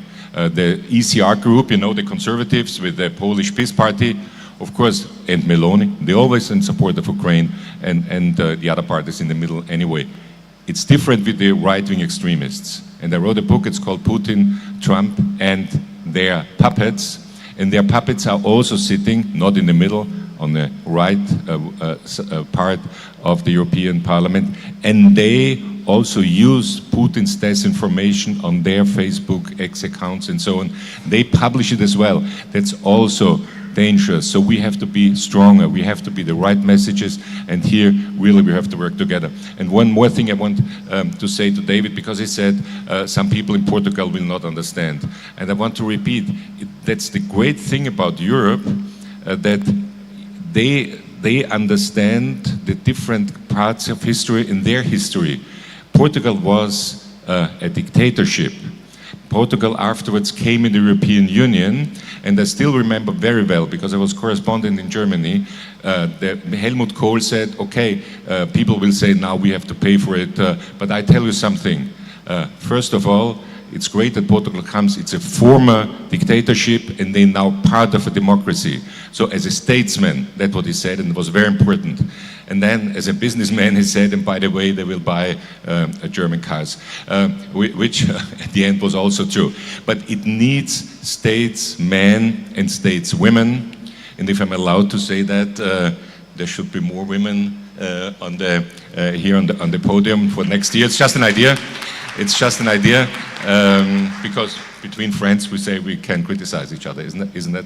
I take any criticism if it's real, no problem.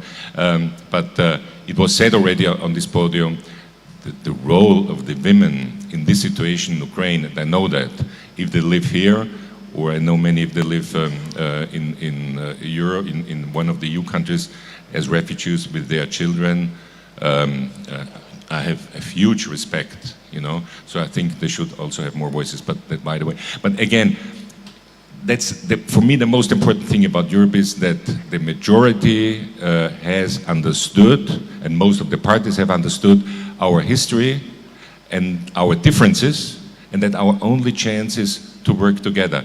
And there on the right wing, there are groups, they are dangerous. They want the same as Putin. They want to destroy our European Union.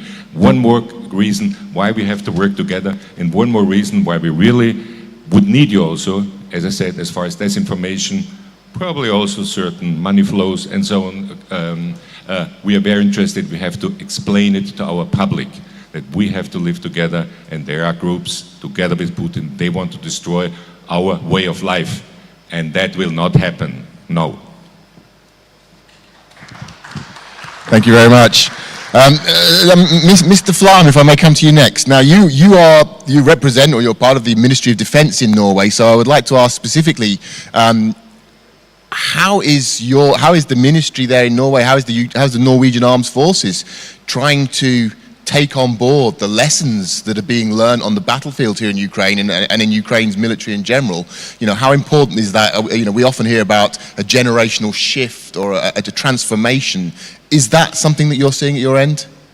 It's a good question. I mean, these are questions that we are discussing every day back home in Norway. And I mean, when the full-scale invasion started 4 years ago, I mean, there was a lot of donations, but nowadays, I mean, it's really a two-way street. Our child was here in Ukraine last week just to learn more what happens on the battlefield, both on the battlefield on land, but also in the Black Sea, right? So we fuse more and more of the information and what happens on the battlefield with different weapon systems and all that back home to Norway. And I mean, this is of great importance for us. And we also see what happens with the AI revolution, right, in the warfare. We are constantly learning from what is happening here in Ukraine with the defense companies and the military. So it's really, as I say, a two-way street for us. So, yeah. Thank you. Mr. Arakamia, now we've talked about America, we've talked about Europe, we've talked about the Nordic region. One area we've not talked about is the Middle East. But we've seen over the last few months Ukrainian diplomacy making, I would say, very significant progress in the Middle East, building bridges, signing strategic partnerships based on Ukraine's military strength. What role do you see that playing in Ukraine's geopolitical standing in the coming years, and how important is the military component in that relationship? Yeah, Ukraine, I think that wants to be kind of a new Israel in terms of defense and security provider to the globe. We believe that traditionally Ukraine GDP was three main contributors. Number one was agriculture, the second was metal industry, and the third one was IT. So now obviously with the migration of the Ukrainians, IT is going a little bit aside, and many of the IT companies transformed to be defense companies. So we believe that in metal industry, because of the logistical issues, electricity issues, and so on, is going down as well. Agriculture stays pretty much the same, but still has a lot of challenges, obviously, because of the war. So our idea that in the next 10 years, Ukraine is going to be #1 contributor to the GDP would be defense and security, both as an industrial component and as a human component. So we, not only with the Middle East, but we also talk to Europeans about doing a lot of in Africa, but on bilateral basis, because like, like Africa is a tough continent, like there's a lot of interconnections and geopolitical interests over there. So we have to be conscious, like to properly manage this route. As far as Middle East, I think that it ties up to the energy. Ukraine needs a lot of energy resources, and the Middle East needs our expertise and our technologies in terms of protecting themselves from their enemies. They also have big neighbors, very aggressive, very similar, by the way. Like I never expected, but like I flew to Middle East for the last 3 months, probably more than 10 times. We had a lot of in-depth discussions. It's very similar historically. So we believe that, like Middle East is the key partner for us for this region. And we would definitely want to encourage more in-depth interrelations between European and primary, like Nordic and Baltic countries to interconnect their military industries. Because Ukraine could be seen for the smaller technologies, we are a technology provider. For the bigger technologies, we're a scalability partner. We have a lot of ventures already where large European corporations want to scale because of the high, spikes in demand, scale the production, and they are very limited in terms of the unions. Like they cannot even sometimes put the second shift. I'm not talking about the night shift. Like not possible at all in EU. So that's why we have to utilize our non-EU status yet, like to do some stuff that is not available for Europe to do it, but it's needed, for everyone. So same actually happens with the US. When we're talking about scaling the Patriot missiles, like they have a real trouble. It's not, so there is a political will, there are money, but you cannot really do it physically. So I think that Ukraine is even, like with our attacks, with our missiles and so on, somehow managed, like to make it happen. And I think that that's our advantage that we have to utilize for the benefit of everyone. I think that the great nations, they never choose where they're going to be on the map. The great nations actually draw the map. So Ukraine wants to start drawing the map. Thanks. Oh, thank you. That is a fantastic quote, I think, to end on. We could talk here all day. I'm sure it's a fascinating topic, but unfortunately we're running out of time. So, sorry, one more comment. Yes, sir, please. I want to say it again. I think it was Jean Monnet, one of the founders of the European Union. He said, if I had to do it again, I would found it on culture. And it's probably strange now in the situation here in Ukraine and with all the war. But that's something which really brings us together in Europe. And I think it's so important, and I say it again, and my daughter is part of the youth choir of the Vienna Staatsoper, and they were singing in Brussels together with the young people from Brussels, and it was normal. And I really would love to have a situation where it's normal when they come here next year in peacetime and they can sing together, and we see all the other ways of culture, because there is such a rich European common culture. Let's see all the things that are in common, and people will probably understand it even better that this political or that defense issue. So I really would love, and I would love to organize that actually, but of course we need peace for that. But let's not forget the culture, let's not forget everything which we have in common, all our values. It's so wonderful and it's so unique in the world, and great when the Canadians and others say we want to do it together with you, because we see we are not alone, and that's also very important. Thank you. Thank you, and I'm sure that we can all say we'd love you to organise that as well, and here in the Opera House would be the perfect venue for that. So I'd like to thank my panel members, Ambassador Volker, Helmut Brandstätter, David Aranhamia, and Andreas Flam. Thank you very much for your very important comments, and thank you all for your attention. It's been a pleasure.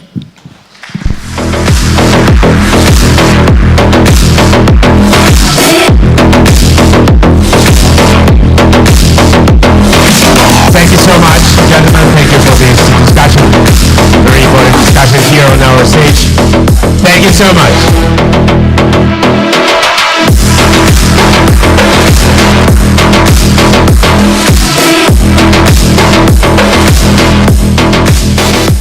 And we continue. You know, dear friends, in time of war, journalism becomes part of historical memory, and of course, journalists become those who write the first draft of the future history textbooks.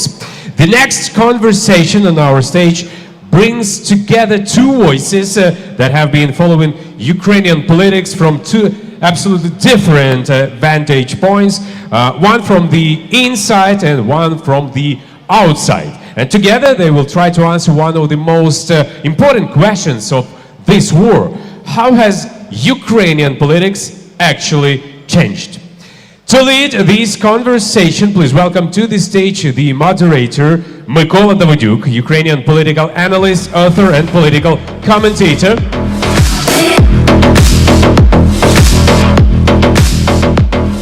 And please welcome Simon Schuster, staff writer at The Atlantic and author of The Showman, a book about President Volodymyr Zelensky and the war. And Roman Romaniuk, political columnist for Ukrainska Pravda, podcaster and writer, one of the most informed voices on the inner workings, politics and the office of the president.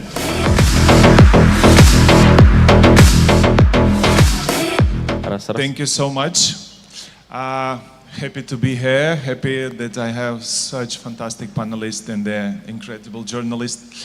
And I think I take one more mic for Simon, and we're gonna to talk. And I would like to start from dreams. Putin had a dream, and he dreamed about bilingual Odessa and bilingual Ukraine. So here we are. Today that may happen. I propose to organize our panel in two languages, Ukrainian and English one, and to speak about leadership, about institution, and mostly in the current time. So Roman, my first question to you, how did Ukraine political system appear in 2022 at the outset of the full-scale invasion, and how has it transformed by 2026? What are the most significant shifts, visible or invisible, that the past 4 years have brought to Ukrainian politics? По-перше, доброго дня. По-друге, давайте привітаємо Миколу. Він останні дні доживає в статусі звичайної людини. Скоро він стане народним депутатом, отримає статус ПЕПа і всі проблеми з цим пов'язані. Тому це останні дні волі. І дурних запитань задавати не буде, да? І сам стане об'єктом, кому буде задавати ці запитання, і частиною політичної системи. Але момент, в який Микола входить в цю політичну систему, він досить цікавий, тому що насправді ми зараз переживаємо, може, навіть більшу політичну трансформацію, ніж пережили її в 2022 році. Тому що в 2022 році в нас, в принципі, політична система була готова до того, щоб спрацювати так, як треба було, тому що будь-яка військова ситуація потребує жорсткої і швидкої централізації влади. А на 22-й рік, в принципі, в Україні вже відбулася централізація влади, і вона була досить керована і плюс-мінус ефективна. І тому в перші дні, і місяці, і навіть роки великого вторгнення, в принципі, ця система дуже швидко адаптувалася до прийняття швидких рішень. Можливо, там частина з них були поганими, але вони швидко ухвалювалися, швидко давали результат, і їх можна було коригувати вже по ходу п'єси. Єдина проблема цієї системи полягала в тому, що вона дуже швидко повірила в свою якусь обраність і непогрішимість, і перестала рефлексувати на реальні загрози і на світ поза собою. Це інший поганий наслідок будь-якої централізації влади, те, що вона замикається сама на собі і перестає бачити землю під ногами. Їй здається, що те, що зараз ця екстраординарна ситуація, яка склалася, що вона якби і є нормальною ситуацією. І коли ситуація поза системою починає стабілізуватися, то система або повертається до якихось попередніх налаштувань і разом з країною стає, відкривається, демократизується і все інше, або вона входить в конфлікт з цими процесами загальної якоїсь демократизації, вимоги суспільства на демократизацію, на відкритість, на прозорість і на інклюзивність, що важливо, всіх політичних сил і якихось центрів впливу. Якщо система на цю вимогу не реагує, то вона входить з нею в конфлікт. Власне, це і сталося фактично останній рік. Це якась така глобальна ілюстрація цього процесу, коли демократичні якісь громадські інститути мають певний конфлікт якраз власне за вплив і за можливість впливати на ухвалення державних рішень з системою Зеленського. І зараз ми перебуваємо в стадії такої, ми підходимо до точки біфуркації, коли, буквально я тільки що пив каву з президентом Порошенком, а тут сидів на панелі перед нами Давид Арахамія, і буквально минулого тижня відбулася перша з 22-го року, тобто за фактично вже 4 роки, перша зустріч Зеленського з Порошенком. Тобто сама по собі змістовна частина цієї зустрічі для нас не дуже важлива. Важливий сам факт того, що здається, центральна влада і влада Зеленського усвідомила, що вона сама не зможе перемогти, сама не зможе потягнути ті навантаження, яких вимагає нинішній етап війни і геополітичної ситуації. І це дуже цікавий момент. Незрозуміло, чи влада зможе зменеджерити цей процес, і той же ж Давид Георгійович, чи він зможе забезпечити інклюзивність всіх політичних гравців, але сам факт того, що влада про це думає, це вже позитивний результат, і, мені здається, наслідок того, що горизонтальні українські політичні інституції показали свої можливості і те, що ніяка війна, ніяка централізація не може їх нівелювати. Thank you. Simon, the question to you. You wrote a book, Showman, about President Zelensky in the early first day when the war started. It's like a global... that is the book which you may buy globally, and many people know about that. And you live in the US and they write in a lot of, sometimes even critical articles. Sometimes. Sometimes critical and...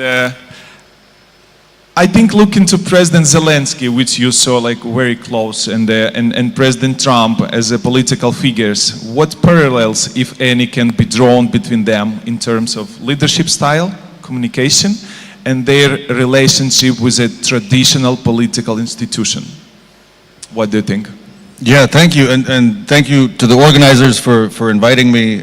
And I just wanted to say, before I answer the question, it's a real honor to share the stage with Roman.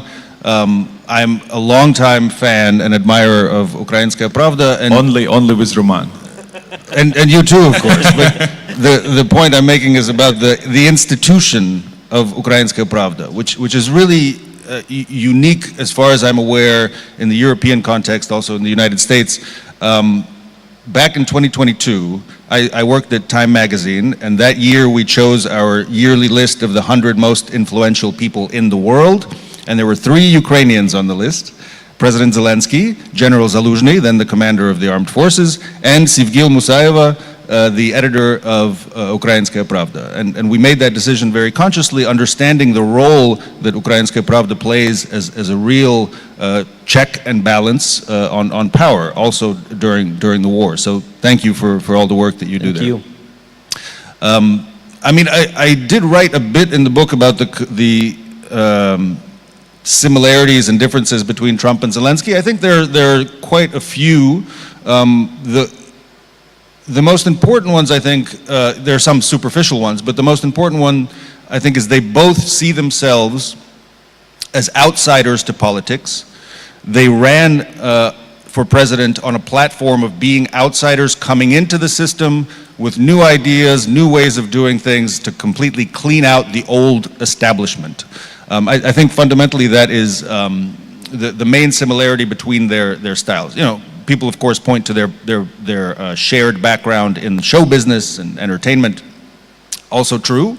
I think that is a similarity, that they both really understand political showmanship in a way that is rare among politicians.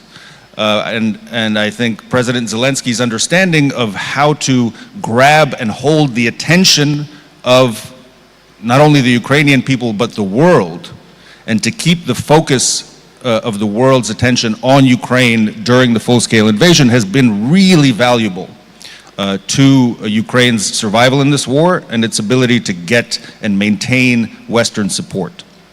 Of course, whatever similarities exist between Trump and Zelensky has not led to a smooth and friendly relationship. We saw that most clearly in February of last year when they had that famous fight in the Oval Office. And I met with President Zelensky about 3 weeks after that, when he took a bit of a pause after that argument with Trump. And then he agreed to meet me to talk about it. And there I understood the real difference between the two men. Because President Zelensky explained to me, look, Simon, I was trying in that meeting to appeal to Trump as a human being, to reach him on the level of empathy, human understanding of the war.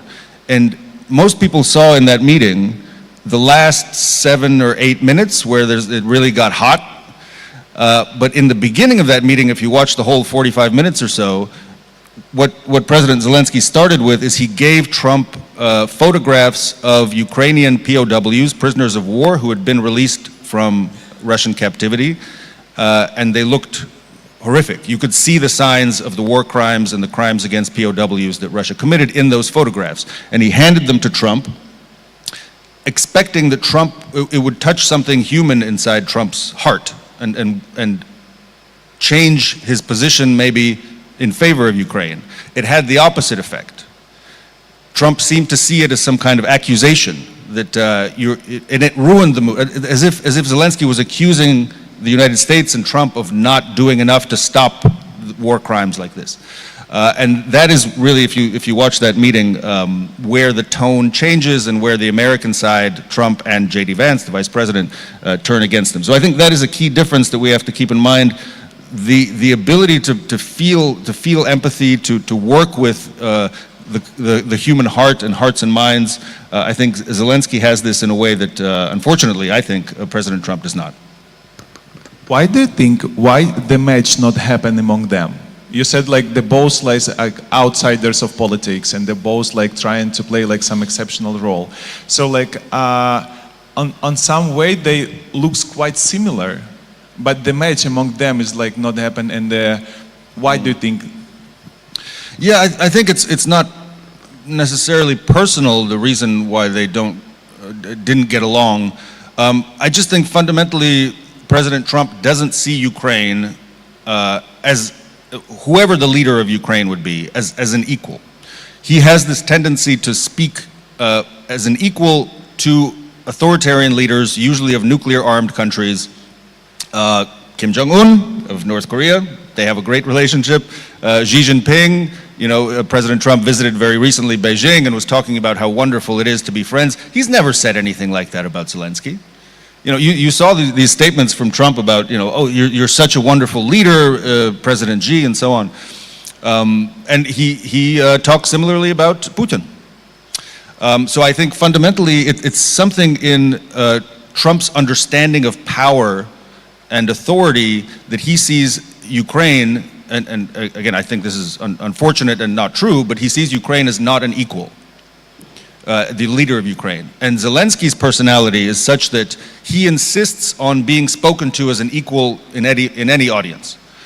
Whether he's looking sort of up to the President of the United States, a far more powerful country, or if he's meeting with a soldier or someone on the street, you have the sense when you talk to him that he does see you. He wants to talk to you as an equal.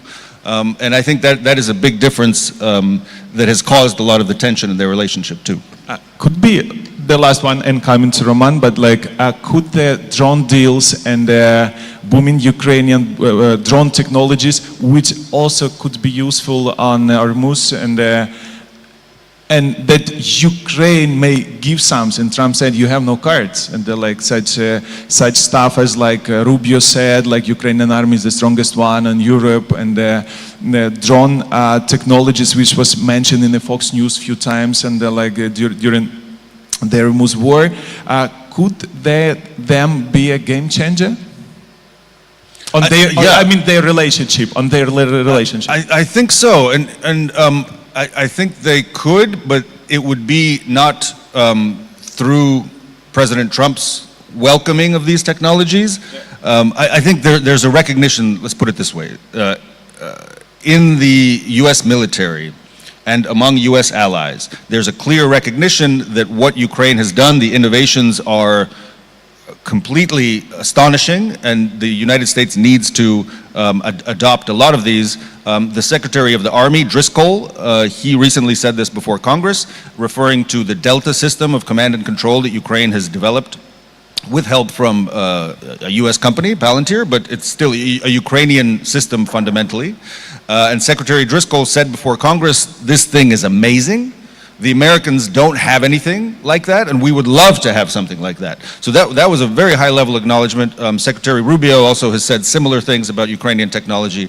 But when the war in Iran started, and the Americans and their allies in the Gulf faced the threat of Shahed drones that Ukraine is very good at shooting down, Ukraine offered its help. But the response from President Trump was, he said publicly, we don't need anything from the Ukrainians. We don't have anything. We have everything we need.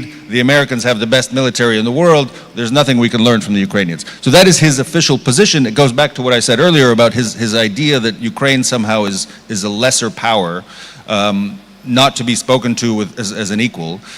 But I think lower down in the military and in the government hierarchy, there's a clear understanding that we need to adopt very fast what the Ukrainians have done. Thank you. Roma, I have a question to you. To what extent does Ukrainian resilience and trajectory depend on the figure of President Zelensky personally? Is the foundation of today's Ukraine, or is the country's strength rooted in something broader? That is like direct question, like personal leadership or institution, and why people. Я думаю, що на український спротив треба дивитися як от на систему Дельта, про яку говорить Саймон. В тому плані, що немає там багато шарів, які ти можеш, в залежності від рівня доступу, ти можеш отримати до них, переглядати ці шари і розуміти, тут такі сили, тут там повітряний простір, тут наземні операції, тут дрони, тут все інше. Так? І український спротив України як держави, він дуже схожий на це. Тому що не може бути там сприйнятий весь український спротив і українська боротьба як чиясь персональна боротьба. Але так само без чиєїсь персональної боротьби цей спротив не був би таким ефективним і не був би, можливо, не тривав би так довго. Тобто рішення конкретних людей в конкретних ситуаціях, вони дуже важливі. Я написав книжку про нову українську зброю, про великі бомбери, які росіяни називають Баба-Яга, про морські дрони, про українську артилерію, якої не було на початку вторгнення, якої зараз виробляється найбільше в світі в місяць. Ми випускаємо 40 самохідних артилерійських установок. У Франції, в Європі, в принципі, я думаю, сумарно ніхто точно такими обсягами її не випускає.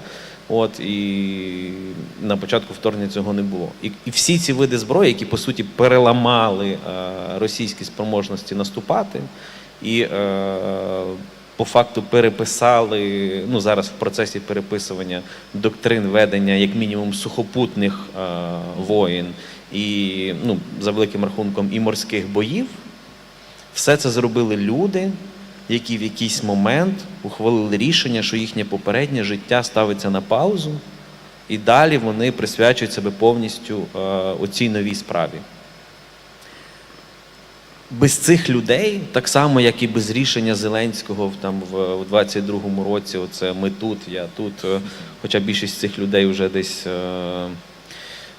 розбіглися з тих, хто там на тому відео були, але ну, глобально от, опинитися в ситуації вибору екзистенційного і сказати, що я в Україні, я тут залишаюся, і всі, хто хочете, можете тікати, але я буду тут, так, як той же ж Давид Георгійович розказував нам в інтерв'ю про таку сцену в бункері у Зеленського, коли Зеленський, ну там вже якісь останні моменти, коли фактично було замкнене кільце навколо Києва, і він зібрав всіх, хто там в бункері, і каже, дивіться, от така ситуація, що завтра, ну, сьогодні може бути останнім днем, коли можна виїхати з Києва. Тобто я нікого не засуджую, всі, хто хочете, можете виїжджати, я залишаюся, але я нікого не засуджую. Всі можете поїхати. Тобто без таких дій його, і відповідно, які вплинули на його команду, очевидно, що українського опору не було б такого, як він був.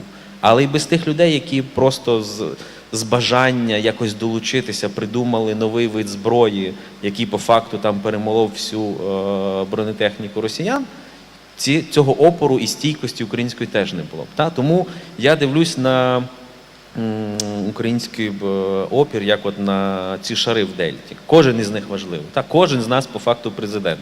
Коли Зеленський в своїй промові казав, що кожен з нас президент, як казав класик. Так, він інавгураційний. І, можливо, він навіть сам не розумів, наскільки глибоко і архетипічно правильно він відзначив от сутність українського народу. Що кожен з нас президент. Так, якщо хтось один, той, який формально зараз президент, би десь зник, знайшовся хтось би інший з цього кола інших усіх президентів і став би на чолі і очолював би цей спротив. Так? І, можливо, це найбільша якась сутнісна різниця між нами і росіянами, яку вони так і не осягнули досі. Так? Тому що вони думали, що тут як спецоперація Америки в Венесуелі. Ми залетіли, захопили керівника, вивезли його в іншу країну, і все. І вся ситуація змінилася одразу. Я даю 200% гарантії, що якби таке сталося там 22 лютого в Україні, нічого б не змінилося. Опір би так само чинився. Але, слава Богу, цього не сталося. Я бажаю президенту Зеленського довгих років життя, хай продовжить Аллах йому дні, да? Але і щоб він знайшов своє місце в історії, залишився там в цих підручниках, але я так само певен, що український опір, він не персональний, він екзистенційний, тому що народ розуміє, що росіяни, вороги прийшли не за конкретною людиною. Так само, я так само думаю, що навіть там смерть Путіна так само не розв'яже цю велику екзистенційну біду. І ті люди, які кажуть, що це там війна не росіян, а війна Путіна, я у них запитую, а в Бучі, типу, Путін персонально ходив тут, всіх убивав, там, гвалтував цих людей, відрізував руки, кастрував, і всі ті жахи, які ми пережили. Це Путін зробив? Тобто в якомусь сенсі так, це провина Путіна. Але цих Путінів мільйони. І коли зараз нам засновують якісь трибунали, щоб потім колись покарати там політичне керівництво, я дивлюся як на останній інструмент справедливості в цьому глобальному світі на Збройні Сили України. Щомісяця 30 тисяч військових злочинців відходять, по факту проходять через страту, і за рахунок того, що ця страта відбувається за рахунок дронів, то можна сказати через публічну страту. У нас є відеофіксація всіх цих там 30-35 тисяч страт в місяць, які в тій самій системі Дельта повністю відображені. Мені здається, що оце розуміння того, що ми і є власний інструмент досягнення справедливості і покладання на власні сили, тому що іншого нам не дано, воно і є природою цього українського спротиву, який і тоді в 22-му році допоміг нам зібратися, і зараз, коли там ситуація зовсім інша, теж нами керує. І коли зараз днями вже публічно про це було оголошено, що зараз, по факту вже 4-й місяць поспіль Україна відбойовує більше територій, ніж росіяни завойовують, при тому кількість територій, які росіяни захоплюють, стабільна, а кількість відвойованих територій росте від місяця до місяця. І це вже публічна інформація, і це теж наслідок того, що ми розуміємо, що якщо ми не зробимо цю роботу, то ніякі мирні домовленості, ніякі великі гравці світові, які дивляться на нас як на певну екзистенційну загрозу своєму світосприйняттю. Тому що який зараз світовий порядок, на чому він тримається? Він був влаштований після винайдення ядерної зброї і розписаний по факту як сфери впливу між ядерними гравцями. І вони живуть досі в цій парадигмі, коли головна задача будь-якої дипломатії – не допустити ядерного зіткнення. В принципі, дякуємо їм принаймні за це. Але головне, що ми, про що треба подумати, осягнути і спробувати зробити якісь дальші ментальні кроки і якісь роздумування про те, що ми вже, глобально кажучи, якщо дивитися, виходити з доктрини оцього ядерного розподілу світу, чи може вона застосувати ядерну зброю у відповідь на щоденні систематичні атаки на свою територію? Путін зараз намагається сказати всім, що він має на це право, але буквально зустріч Трампа і Сі Цзіньпіна говорить про те, що це інший світ. Ядерна зброя не може і не має бути застосована. І виходить, що ми винаходимо такий інструментарій для тотального знищення потенціалу ядерної держави в світі, коли це ядерне стримування по факту перестає бути стримуванням. Чи стримує нас ядерна зброя росіян від ураження їх? Не стримує.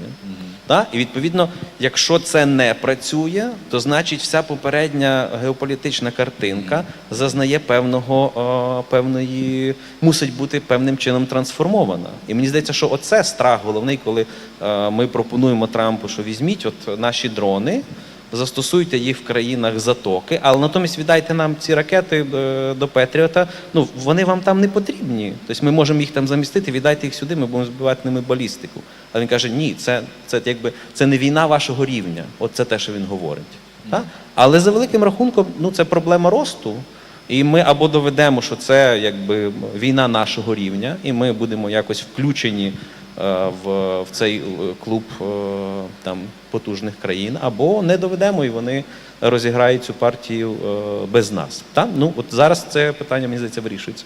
Ми зможемо створити технологію, ти як автор книги про дрони, створити технологію, яку покладемо на західний стіл. Зараз є різні оцінки компаній, капіталів, порядка 10 юнікорнів, які виготовляють дрони, тобто це з капіталізацією в мільярд. Але поки що ми не можемо сказати, що ось це наш Uber в зброї, це наш Google, це наш Apple. Зараз є класні стартапи, чи стане хтось із ним, рівня Nokia, чи є Естонія, Skype, чи покладемо ми щось ось для західної цивілізації, за що вони скажуть, так, ми готові взяти Україну, тому що ось вони це поклали на наш стіл. Бо зараз є філософія швидше Ренеєр, ми зробили перельоти дешевшими. Ми кажемо, дивіться, ядерну державу, яка супер, має великі бюджети, багато людей, ми знайшли технологію нелінійну, як дешево їх можна знекровлювати. Але чи покладемо ми, окрім технології, ще ось ці великі компанії, які Захід скаже, так, заради них ми готові їх забирати? Я думаю, що є така перспектива. Тобто наша задача як держави скористатися цією можливістю, але ти правильні аналогії навів, ти не сказав, оце наш Ford, оце наш General Electric, а це наші інші компанії, які продукують, власне, вироби. Бо наша перевага, яка буде, мені здається, експортована і яка може бути покладена на стіл західним безпековим гравцям, це не вироби, а екосистеми їх застосування і технологічні рішення. Тому що немає сенсу купувати дрон, класти його на склад, тому що через 3 місяці він буде абсолютно неактуальним. Наша перевага в тому, що ми збудували екосистему застосування, ми написали нові доктрини, які уже зараз, сьогодні ми вночі спали, і люди, зброї якої не було 2 роки тому, за допомогою, яка координована програмами, яких не було 2 роки тому, збивали дрони десь в морі, і ми навіть про це не дізналися. Так? Буквально це от сьогодні вночі відбулося, ви всі прийшли виспані, тому що якісь люди використали технологічні рішення, яких не було буквально там кілька років тому. І це наша перевага, це те, що ми будемо продавати. Екосистему застосування, готове, комплексний сектор безпеки. Ми будемо казати, дивіться, ми можемо прийти і повністю вирішити для вас там питання захисту від дронів. Ну там, якщо це якась невелика країна, то для неї це буквально буде коштувати недорого і буде комплексно працювати. Мовно, якусь Естонію, я думаю, якщо нам зупинити війну, то через там 2 місяці ми повністю закриємо там якусь Латвію чи Естонію від можливості зальоту дронів там, і навіть, я думаю, крилатих ракет. Думаю, недалекий час до того, що ми будемо працювати системно проти цього. Якщо подивитися на застосування росіянами зброї, ну такої компоненти цієї повітряної, то застосування крилатих ракет експоненційно падає, тому що фактично тотально неефективне їхнє застосування. Ми їх або засобами радіоборотьби відхиляємо від цілі, або збиваємо досить і складними, і не дуже складними технологіями. І експоненційно росте балістика. Так? Тому я думаю, що ми будемо експортувати сектори безпеки. Так? Не якісь засоби, а технологічні рішення, засновані на знову ж, ми цілий день говоримо про цю дельту, цю панель, але от це серце того, і наша перевага конкурентна перед усіма, в принципі, гравцями в світі. Дякую, Романе. Simon, I have a question to you, not opening the secret, but just to share some information. I know that you're working on the topic about drone technologies and the future war, and you're traveling globally, and you have fantastic connection and with the top leaders on this direction. And how do you see the role of Ukraine, such as like Roma mentioned, after Soviet Union collapse appeared some gray zones. Unfortunately, we become one of them, such as and now we're trying to reach a Western bank, but we're still fighting, and we're looking for the Ukrainian role, what we may give to the West. We appreciate what West give to us. We appreciate all the support, all the donation, and but in the same time, we also want to be equal on the Z family, and also wanted to give something. How you see Ukraine on the future? Yeah, thank you for the question. And I think in answering, I'll disagree with something that Roman said. Generally, I agree with your analysis completely, especially about the change in the geopolitical order in terms of nuclear weapons ceasing to be the kind of deterrent that they were for decades. But I would disagree with one point that I thought a lot about when writing the book about Zelensky and the war. What would happen if there was this Venezuela-Maduro situation, right? Of course, it was Putin's dream to send in whatever his Chechen Spetsnaz, kill or capture Zelensky in the first days of the war. And we don't know. Luckily, that didn't happen. And we don't know what would have happened if Zelensky had been killed or if he had run away. But I don't agree that everything would have been the same. I do agree that the Ukrainian people's role and the role of the military was first and foremost the most important part of Ukraine's defense. That's true. But in terms of his role as a leader, if we take him out of the picture and we imagine a world where he was not the head of state and the commander-in-chief, the missing piece of Ukraine's success would be the diplomacy. And that's really the part that I think is so important in understanding the answer to your question, Ukraine's role. Alliance building, building those relationships. You can have the best weapons in the world, but you cannot stand alone still. And President Zelensky has been extremely good since the very first days of the full-scale invasion at forming those relationships on a really human level with some of the most powerful leaders in the world. As we talked about, unfortunately, he's not been that successful in building the friendship with Trump. But his relationships in Europe have been extremely valuable. His relationship with President Biden in filling that moment in the full-scale invasion when Ukraine did not yet have the ecosystem that you were talking about, when it wasn't yet able to sustain its own military power. And those alliances were built in many ways on the endless marathon of trips, meetings, phone calls that President Zelensky undertook on behalf of the country. And I think that is going to continue to be a very important role.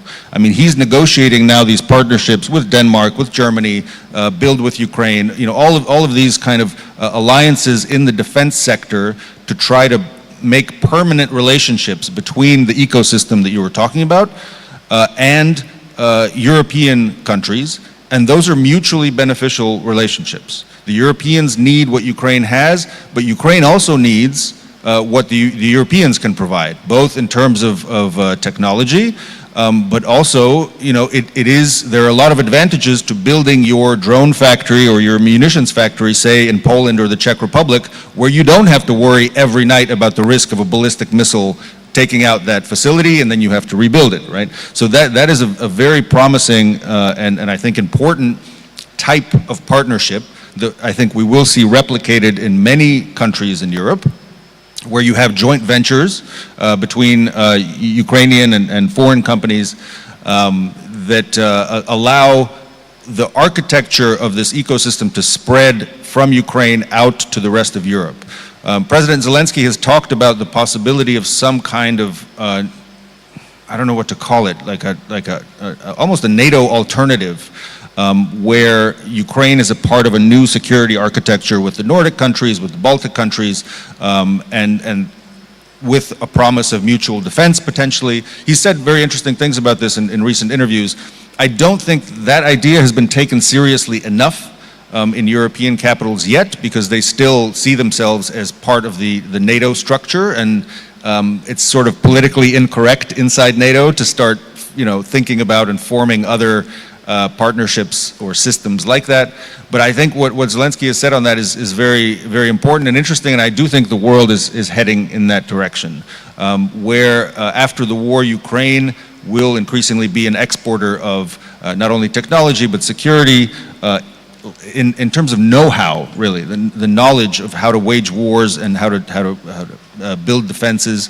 I think it's also important to imagine the opposite scenario where, for whatever reason, the diplomacy between Ukraine and its current partners in Europe does not work out well. For example, if they don't allow Ukraine to have a path to EU membership or even NATO membership, and Ukraine becomes this kind of military powerhouse, but without alliances and without partnerships. I think a lot of the people I talk to in Europe, in the West, worry about, okay, well then if Europe doesn't make a home for Ukraine in the European Union, what will Ukraine do with the power that it's built? Who will it form partnerships with? Who will those companies that are now so successful at defending Ukraine, who will they do business with? You know, and that might actually work quite strongly against European and Western interests in the future if Ukraine becomes this military powerhouse that is left alone. And that is a strong and important motivator for Europeans. I hear that a lot from them, that we need to bring Ukraine in because we also can't afford, for those reasons, to leave Ukraine outside of the European family. That's a good political message, and I feel your Odessa roots, and so thankful you for that. And thank you so much. I have one question for both of you. We're gonna to finish like 1 minute. And does a great power require a great leadership? What Simon mentioned, is charismatic personality-driven leadership and precondition for a nation to rise, or can strong institution and a system carry a country to the status on their own?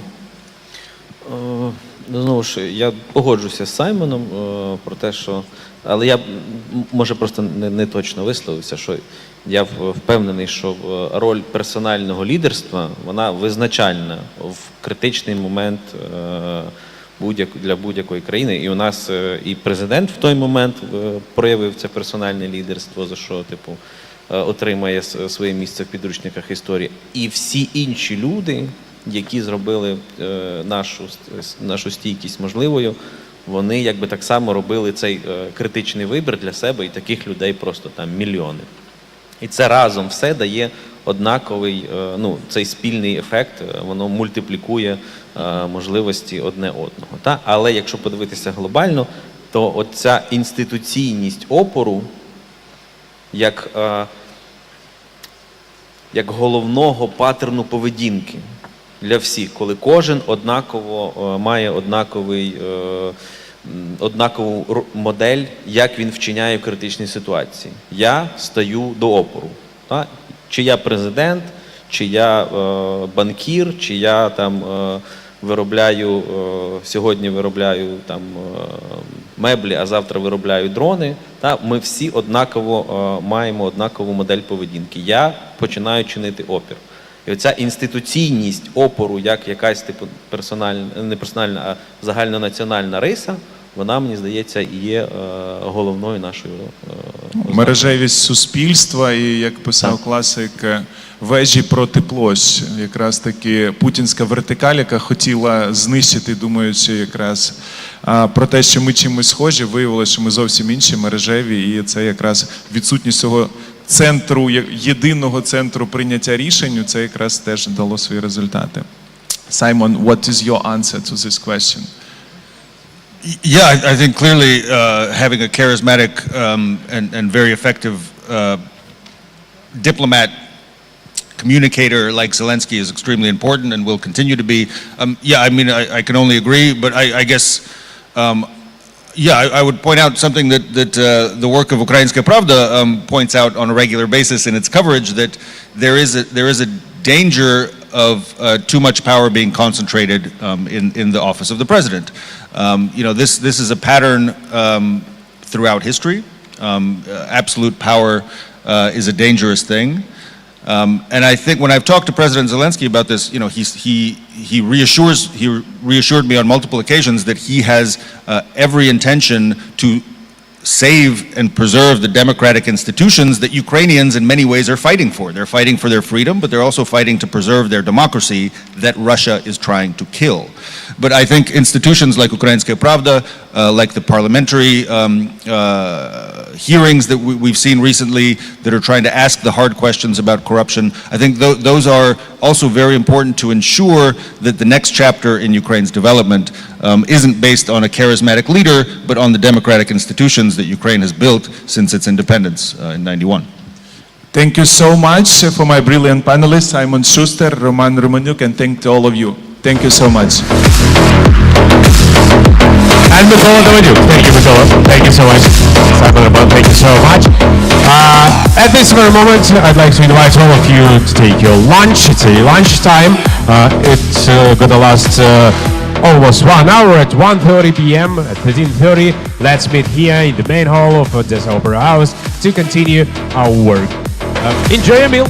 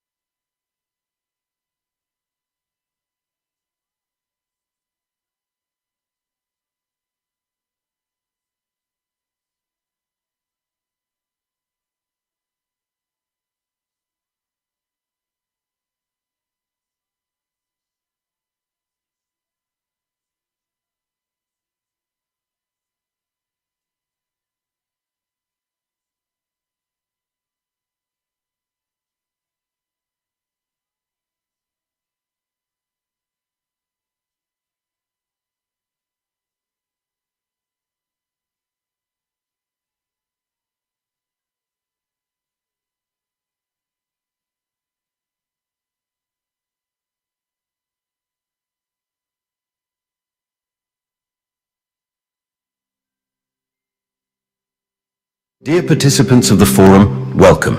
Please take your seats in the main hall. We are starting soon.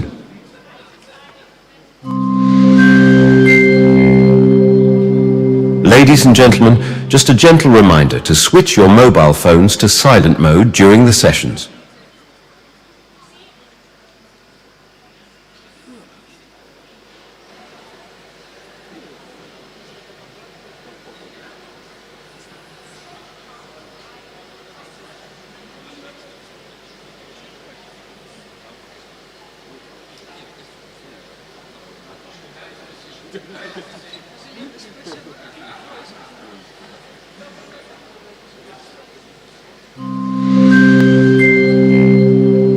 Dear participants of the forum, welcome. Please take your seats in the main hall. We are starting soon.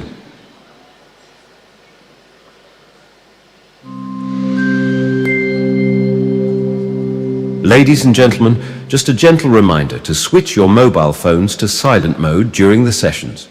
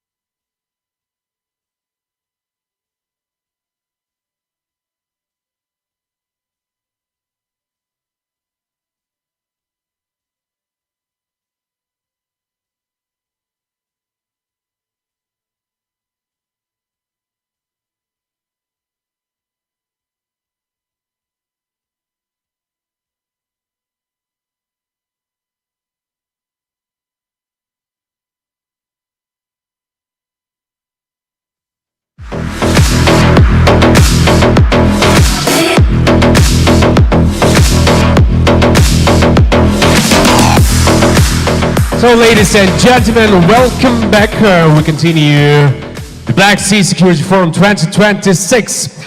For the past couple of hours in this hall, we've spoken in big words about strategy, about leadership, about the architecture of European security, and of course, those words matter.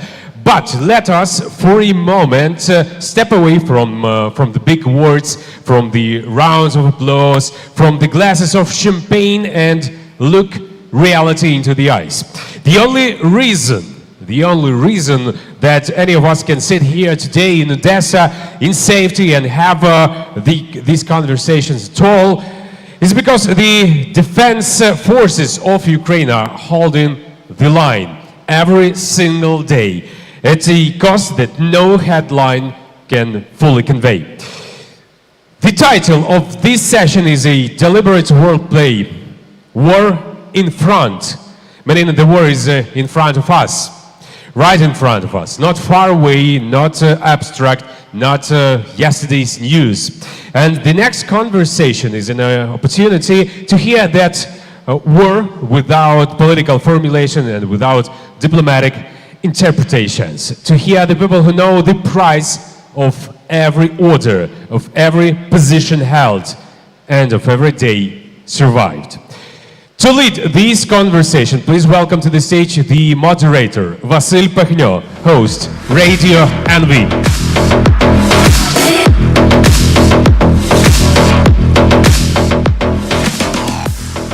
Good afternoon, ladies and gentlemen. For me, that's a great honor to conduct purely military discussion right now, because during last 2 days, there were a lot of talks about Ukrainian army, but not so many militants could tell you everything what they see during their duty on the front line. So, with great honor and great pleasure, I invite to this stage Colonel Sviatoslav Palomar, Deputy Commander of the 1st Corps of the National Guard of Ukraine, Azov.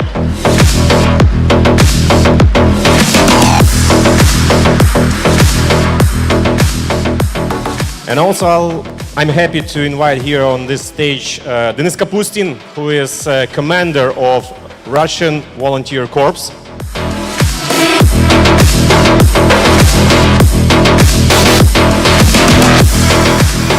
So, for the very beginning, as I told, we've talked a lot about Ukrainian army, yes? But not so many people who directly serve and making their duty on the front line were on this stage. And for the very beginning, I would like to ask all of you to make a round of applause to Ukrainian army and for those representatives of it here on stage.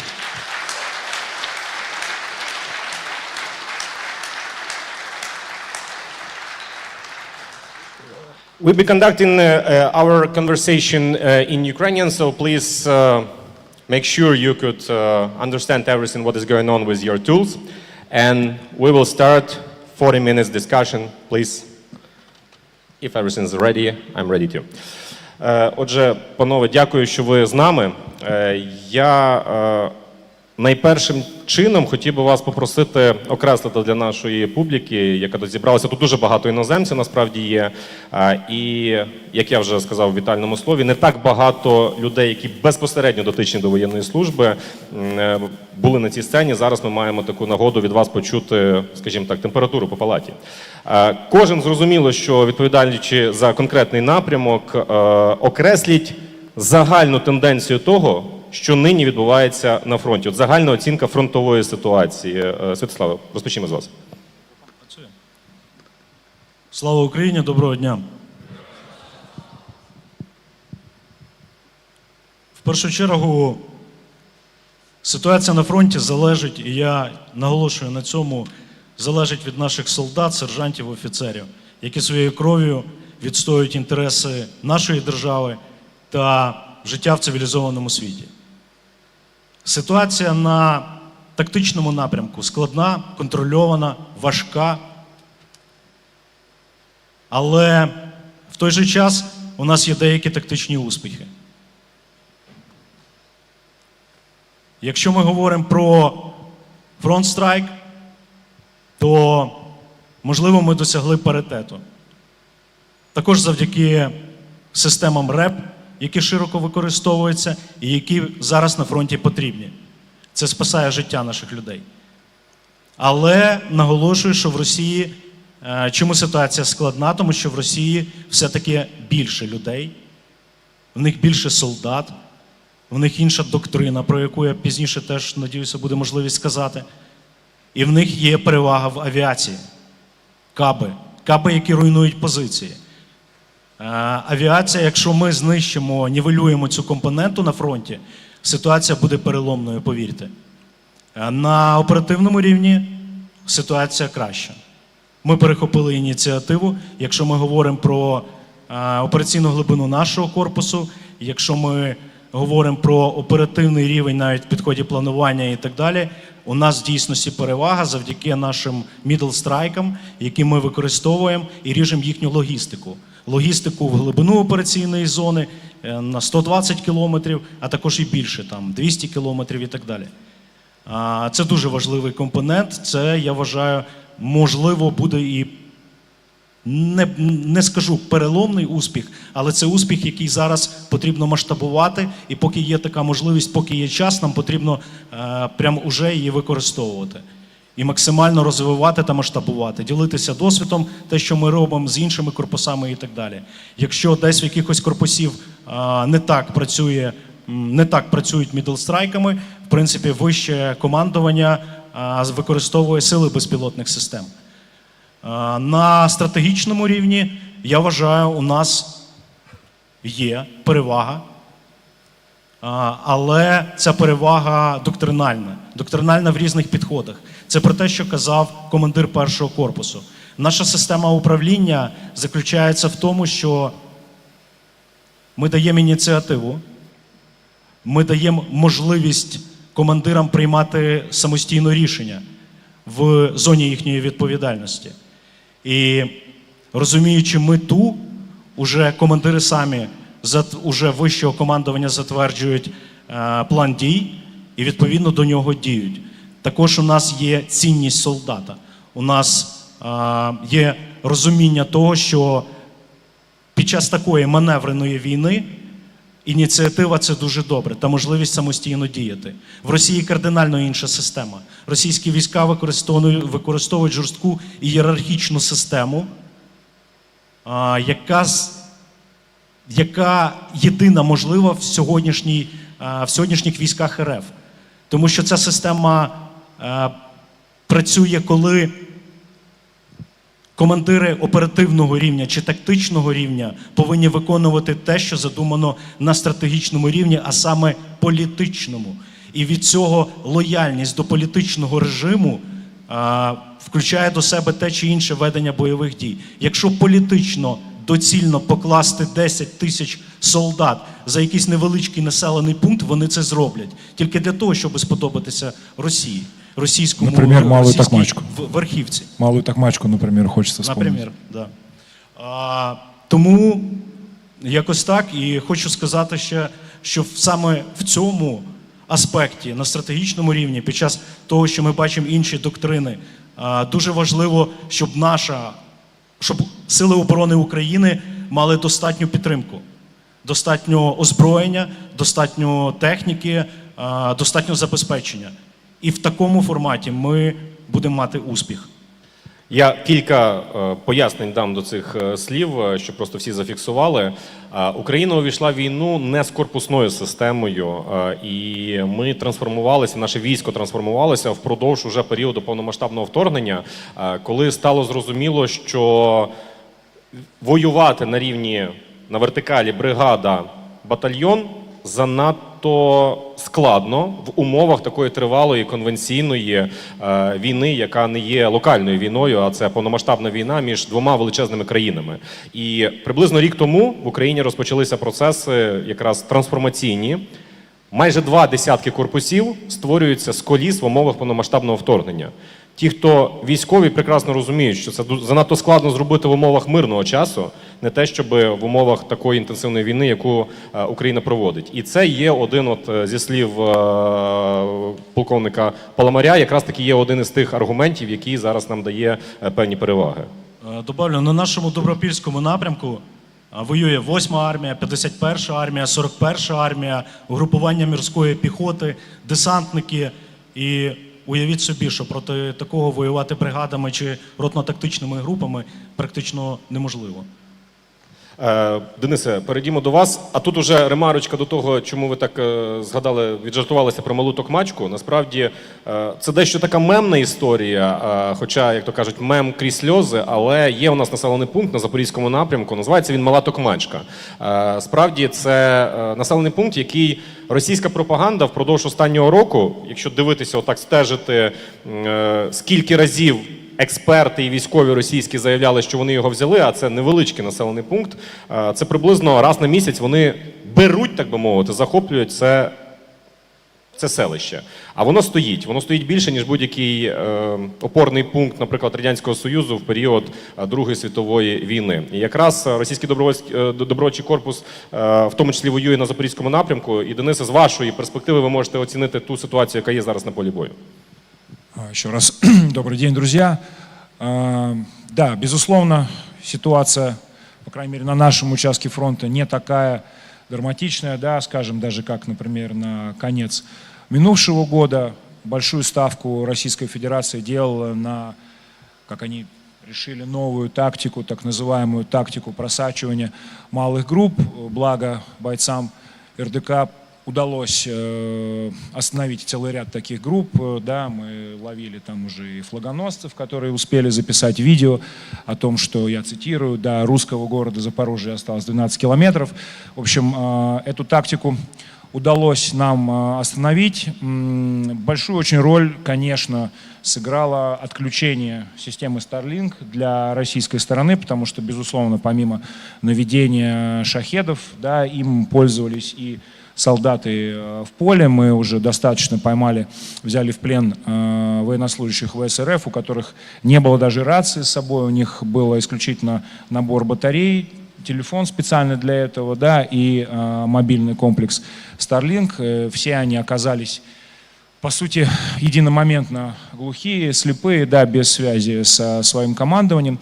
Мы глобально можем довольно много говорить о техническом превосходстве украинской стороны, о измерении морали, мотивации, но одно из основных по-прежнему преимуществ армии России заключается в том, что цена человеческой жизни в Российской Федерации и тем более цена жизни российского солдата, она практически стремится к нулю.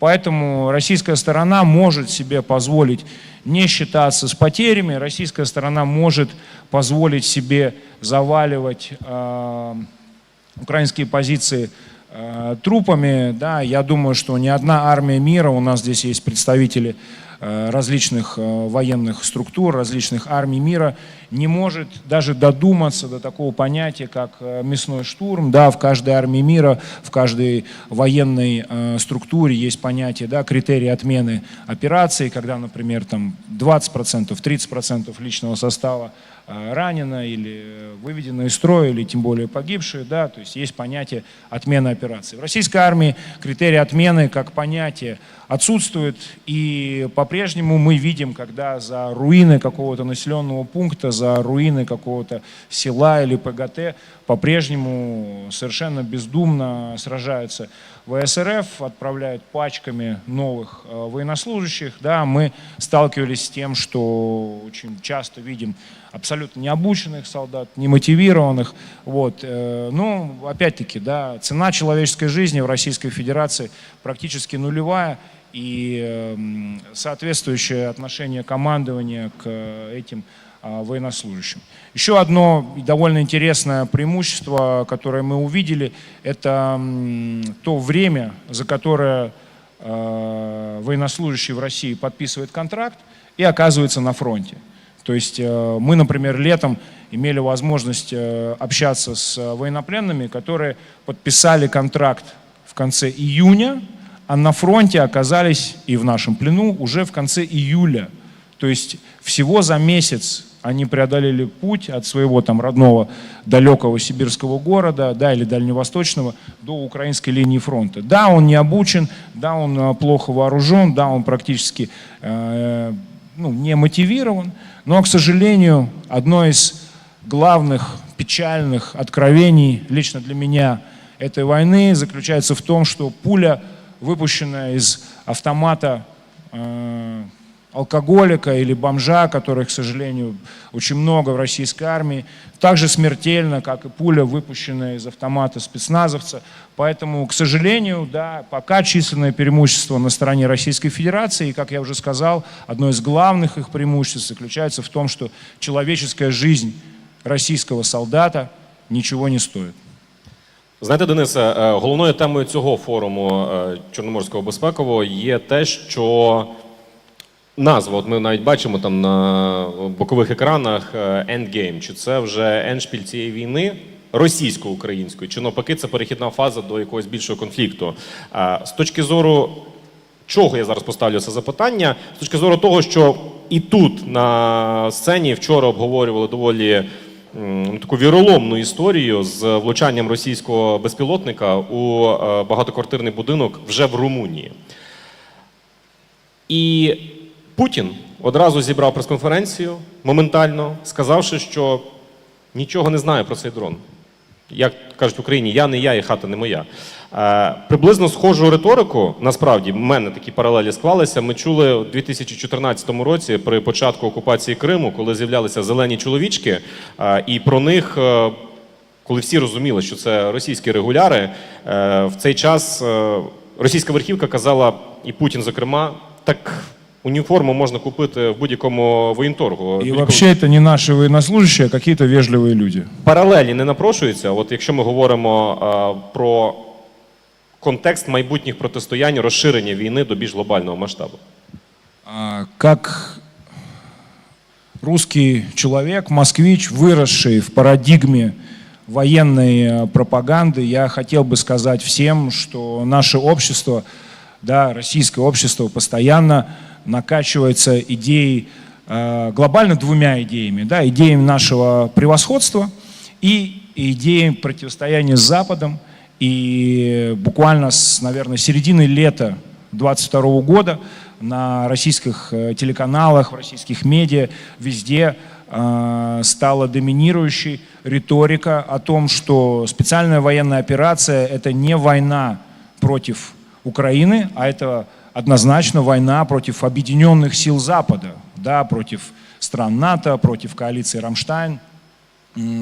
И в России постоянно муссируют эту тему, да, говорят о том, что вот смотрите, танки НАТО горят, леопарды горят, да, нету ни одной какой-то оружейной системы, которая не может противостоять российской армии. Наша армия в состоянии на равных противостоять лучшим армиям НАТО, лучшим образцам вооружения. На каждый образец западного вооружения у нас есть наш ответ. То есть о том, что эта война является предтечей какой-то большой войны, большого противостояния уже вооруженного с Западом, в российской медиа-среде говорится постоянно. То есть никто не собирается останавливаться ни на Малой Токмачке, ни на Славянске, да, и Краматорске. То есть цели декларируются по-прежнему. Это Лондон, это Париж, это Вашингтон, это Варшава. То есть ресентимент по восстановлению Советского Союза, по его реставрации, это идея фикс Владимира Путина. Я думаю, что многие из вас вспомнят его цитату. Он сказал, что самой большой геополитической катастрофой 20 века является падение Советского Союза. То есть у этого человека в голове глобально одна мечта, да, войти в историю как правитель, который восстановил Советский Союз в его прежних границах. А это, как мы все с вами прекрасно понимаем, сильно дальше, чем территория Украины. Поэтому российское общество живет ожиданием побед. Побед нет. А вот какая-то быстрая, молниеносная война с НАТО, Вот это было бы очень здорово для России, потому что там можно быстро показать победу, можно быстро показать наше величие.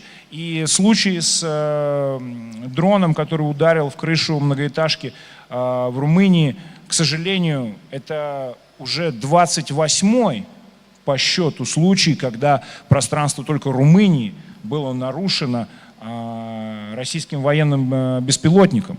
И просто когда мы видим эти новости, очень аккуратно так сообщают, что вот пространство, воздушное пространство Евросоюза или воздушное пространство стран НАТО было нарушено, да, violated airspace. Хотя нужно понимать, что нарушено оно было беспилотником с боевой частью в несколько десятков килограмм взрывчатого вещества. То есть, ну, когда мы будем говорить о каких-то прямых атаках на пространство НАТО и Евросоюза, что должно случиться?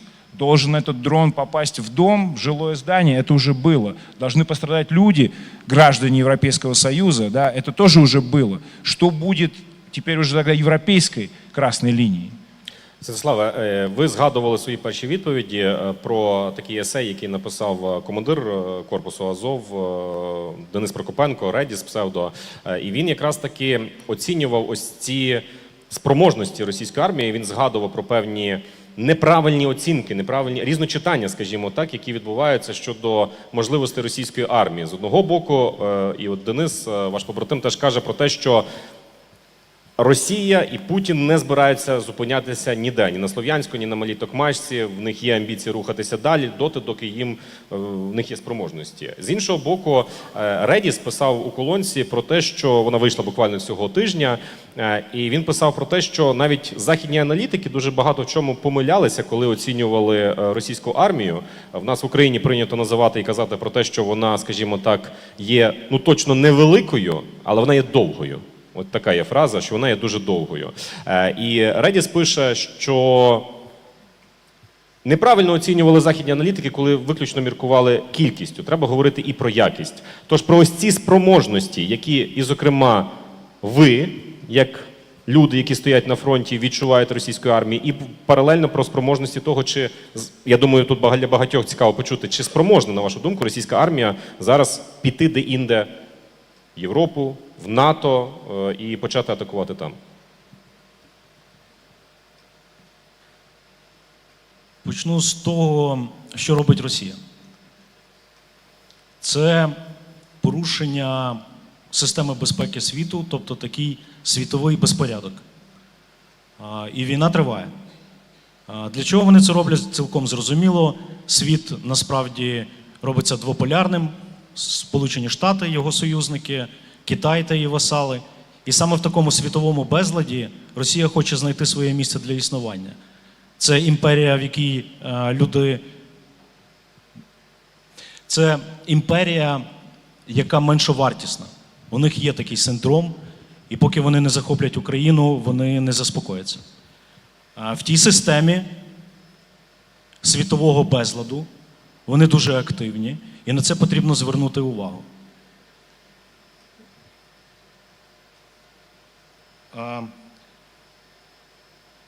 Чи Росія готується до війни? Вона готується, вона не припиняє цього робити. Про це говорять цифри мобілізації, про те говорять, що вони створюють резерви, про це говорять дуже багато речей, що робить Російська Федерація. І давайте говорити відверто, населення це підтримує. Тому подальша війна цілком ймовірна. Питання в тому, якою вона буде. Чи вона буде такою, як ми собі уявляємо, повномасштабною, з військами, артилерією, літаками і так далі, і так далі. І питання в тому, коли вона на це наважиться. А вона на це наважиться. Тут дуже важливо зафіксувати деякі речі про готовність. Я вчора повернувся з Фінляндії, де спілкувався з військовими, з політиками, з цивільними, з українцями, які проживають в тій країні. І дуже цікаво і дуже правильно перейняти їхній підхід до тотальної оборони. От в Фінляндії треба брати приклад. Це перше, на що потрібно звернути увагу. Друге, на що потрібно та необхідно звернути увагу, і тут, будь ласка, запам'ятайте, Росія нападе тоді, коли вона буде готова. Якщо європейським країнам кажуть, от ви готуєтеся, от ви створюєте свою армію, ви робите якісь укриття, лінію оборони, розвиваєте військове ВПК і так далі, саме тому ви перші почали і ми на вас нападемо. Ні. Вони нападуть тільки тоді, коли Росія буде готова напасти. І не нападуть, коли вони не будуть готові. Також важливим третім фактором є когнітивна війна, їхні речі, які вони використовують. А саме, якщо армія європейських країн буде добре озброєна, з сучасними технологіями, але не мотивована, на що саме б'ють їхні там громадські деякі активісти і так далі, тоді ця армія програє. І вони вишукують слабкі місця і будуть нападати тільки тоді. Чи будуть нападати? Ну, війна вже триває. Я би в цьому контексті хотів додати, неодноразово від військових високого рівня я чую таку характеристику, що в принципі всі бойові дії тримаються на 3 стовпах. Це спроможність країни, суспільства стояти за своїм військом. Друге – це економічна спроможність країни. І третє – це так звана летальність армії. Наскільки армія здатна завдавати ударів по противнику. І ось тут я би хотів у вас обох почути оцінку щодо цих характеристик Денисе, в російському суспільстві, тому що ми чуємо зараз постійні розмови про те, що Росія готується до мобілізації в тому чи іншому форматі. Цифри змінюються. 300 тисяч, зараз останнє вже з'явилося 100 тисяч. Про Росію, тому що Руський добровольський корпус – організація, яка точно має велику мережу всередині Росії і розуміє, які процеси там відбуваються. І тут, Святославе, до вас буде вже після Дениса наступне питання. Оцінити наші українські спроможності щодо недопущення найгірших сценаріїв. Тому що, з одного боку, тут зі сцени я чув багато позитивних оцінок.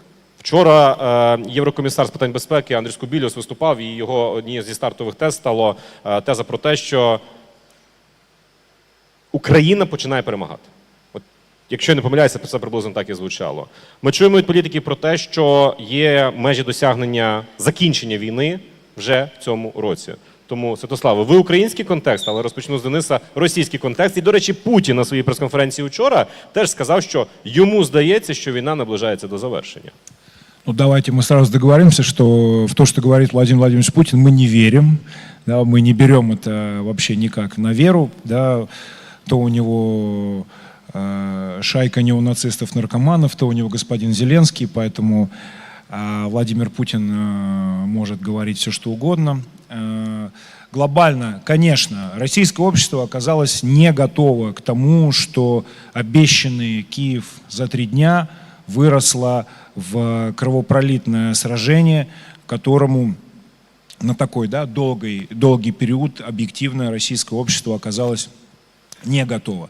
Один из факторов, который позволяет нам, да, или европейским чиновникам говорить о том, что наступил некий переломный момент в российско-украинской войне, безусловно, это то, что получается все активнее переносить военные действия на территорию Российской Федерации, когда дроны летят по престижным кварталам Москвы, когда дроны долетают до Урала, когда на Ямале за 4000 километров от Украины объявляют ракетную тревогу, конечно, это пробуждает, да, это такой wake-up call для многих граждан Российской Федерации, которые думали, что их война останется исключительно на экранах мониторов или телевизоров. Да. К сожалению, российская мобилизационная модель контрактная оказалась довольно эффективной. Что говорить, да, правительство Российской Федерации сделало классный ход, задавив в тотальную нищету населения Российской Федерации и предоставив им возможность взять билет из нищеты, отправившись на СВО, да, заработать 200 тысяч рублей в России современной, в Москве и Санкт-Петербурге можно, но в глубинной России это цифры запредельные. Поэтому, как мы знаем, воюет в основном провинция.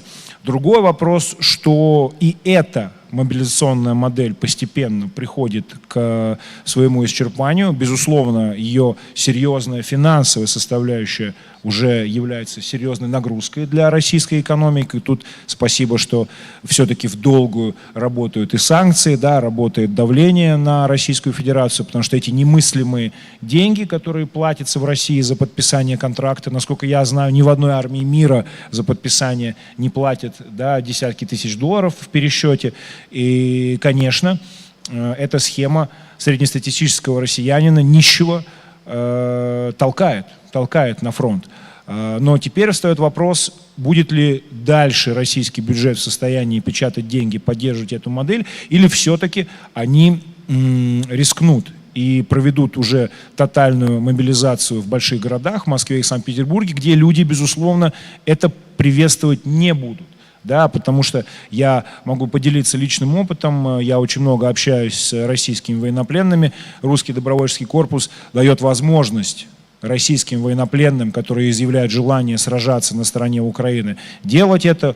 У нас в корпусе есть достаточно историй, где бывшие военнослужащие ЧВК «Вагнер», бывшие представители российских силовых каких-то ведомств переходят на нашу сторону, да, и достойно максимально себя проявляют. Так вот, тут важный вопрос, да, будут ли еще российские регионы поставлять военнослужащих для ВСРФ, или они уже, точнее, да, этот ресурс исчерпали и придется обратиться к Казани, да, Новосибирску, Москве и Санкт-Петербургу, потому что каждый раз, когда я общаюсь с военнопленными, все они являются уроженцами каких-то небольших городов, небольших населенных пунктов, о которых там даже я, да, как житель России, бывший, никогда в своей жизни не слышал. Так вот, судя по всему, регионы выгребли, да, уже достаточно крепко, и теперь вопрос, согласятся ли жители российских миллионников на то, чтобы стать пушечным мясом в армии Владимира Путина. Другой вопрос, насколько эффективна его же машина террора, да, чтобы, соответственно, не спрашивать согласия их, да, увидим ли мы кадры, подобные кадрам с некоторыми, да, перегибами на местах, как говорится, с ТЦК. Увидим ли мы такое в Москве и Санкт-Петербурге? Да, большой вопрос. Но объективно текущих сил на то, чтобы сдвинуть ситуацию на фронте, в Российской Федерации нет. И там действительно наблюдается определенная пропасть между воюющей армией Зазначаем, на и украинском тылом. фронте. А? На украинском фронте. Да, безусловно. Безусловно.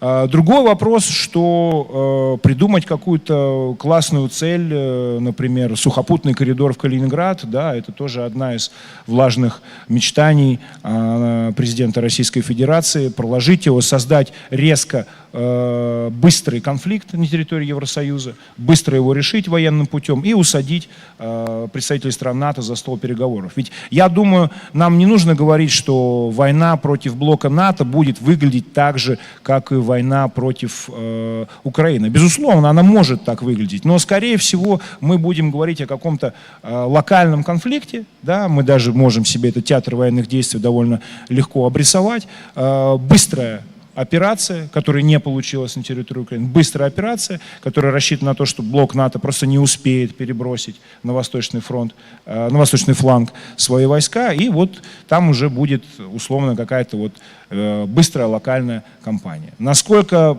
Евросоюз, блок НАТО к этому готов, ну, наверное, мы узнаем довольно скоро. Святославе, тобто тепер запитання про нашу стійкість, так, до вас, про спроможності українського війська, як вони зростають, тому що стартова відповідь, яку ви озвучували, я теж хочу аудиторії просто донести до відома цю інформацію, в Україні справді зараз дуже активно розвивається ураження, яке здійснюється корпусами, такими нашими більш децентралізованими, скажімо так, військовими угрупованнями, які завдають мідлстрайкових уражень на дистанцію від 100 кілометрів і більше. Це дуже болісні ураження по логістиці. І от корпус Азова, заступником командира якого є Святослав Паламар, він є одним із лідерів, насправді, цього процесу, тому що на відстані 100-160 кілометрів тисячі російських вантажівок горять. Якщо ви звернете увагу на зведення Генерального штабу Збройних сил України, в щоденному зведенні з'являється 200, 250, 300, 350 подекуди навіть, якщо не помиляюся, саме стільки сьогодні, 360 вантажівок, які були уражені легкоавтомобільного транспорту російського, яке уражається впродовж однієї доби, впродовж 24 годин. Це ті інструменти, які українське військо, вочевидь, знаходить. Питання наших спроможностей, питання нашої стійкості, Святославі, питання тих інструментів, які і з нашого боку, за підтримки партнерів, можуть відвертати найгірші сценарії. Давайте почну з того, що насправді у нас є деякі успіхи на тактичному, на оперативному рівні, але не варто будувати собі ілюзій. Російська армія все-таки велика машина, і вони становлять загрозу. Я не хочу, щоб завтра хтось говорив, що ми вже ситуація на фронті змінилася, і ми все перемагаємо Росію. Це помилкова і хибна думка. Тому від допомоги Заходу буде дуже важко. Окрім мідл-страйків, окрім того, що ми уражаємо на глибину операційного противника, ми також зробили ще одну деяку реформу. У нас інтегрована система ППО в нашому корпусі, яка інтегрована з державною системою ППО. І наші військові роблять так, щоб шахеди, які літають, не могли пересікти лінію фронту і не вбивали цивільне населення, а також не знищували наші спроможності до виробництва. Це теж дуже важливо зафіксувати, і це ще одна така позитивна і хороша тенденція.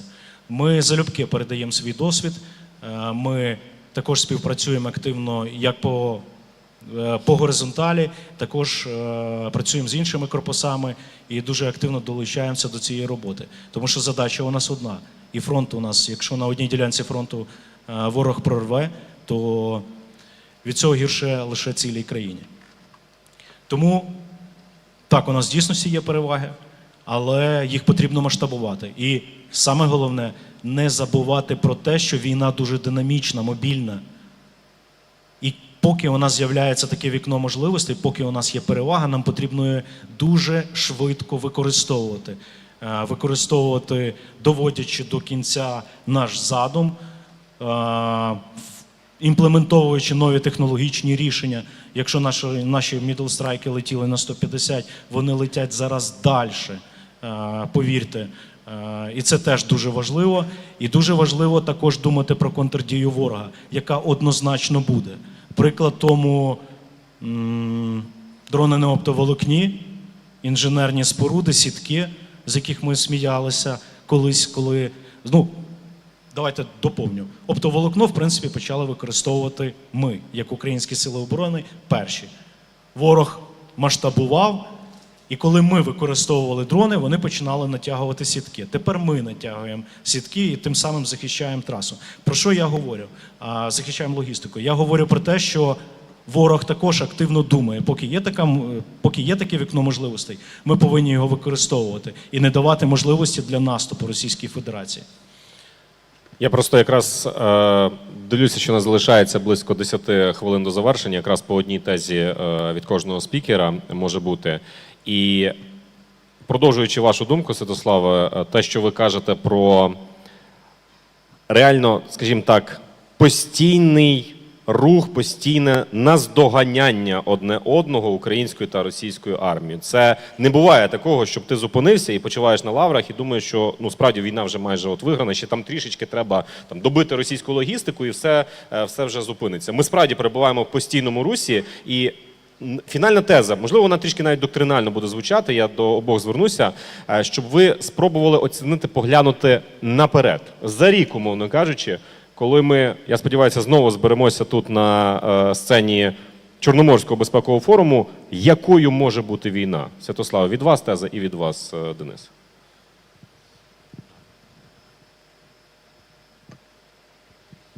Треба дивитися з плином часу, я скажу так.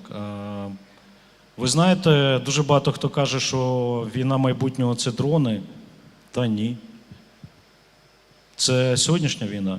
Це вже війна практично минулого. Якою буде інша війна, покаже час. те, що сьогодні відбувається взагалі в фронті у світі, це, знаєте, дозволю собі сказати, що, можливо, за плином часу деякі історики назвуть це 30-літньою війною Російської Федерації проти цілого світу, де вони включать війну в Придністров'ї, війну в Чечні, війну в Абхазії, війну в Грузії та в Україні. І, можливо, це буде називатися якась 30-літня війна. Тобто вона вже триває. І зрозуміти та спрогнозувати наперед, для цього потрібен деякий план, з плином часу, я так скажу. Денис.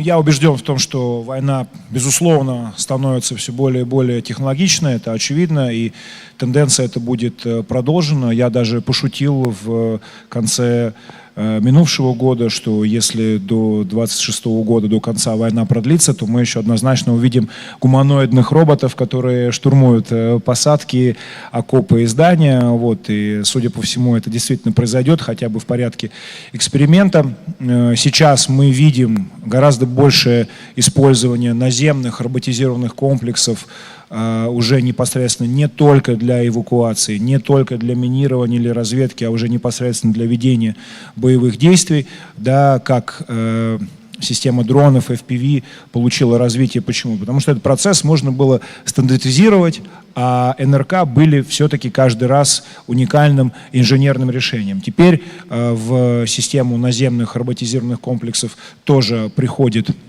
некий единый стандарт, понятно, несколько стандартов, и мы видим резкий рост в развитии новой тактики, да, в тактике применения НРК с тяжелыми крупнокалиберными пулеметами. Есть определенные эксперименты, которые каждый военный организм тоже практикует. Да, кто-то ставит огнеметы на эти системы, кто-то использует их как камикадзе.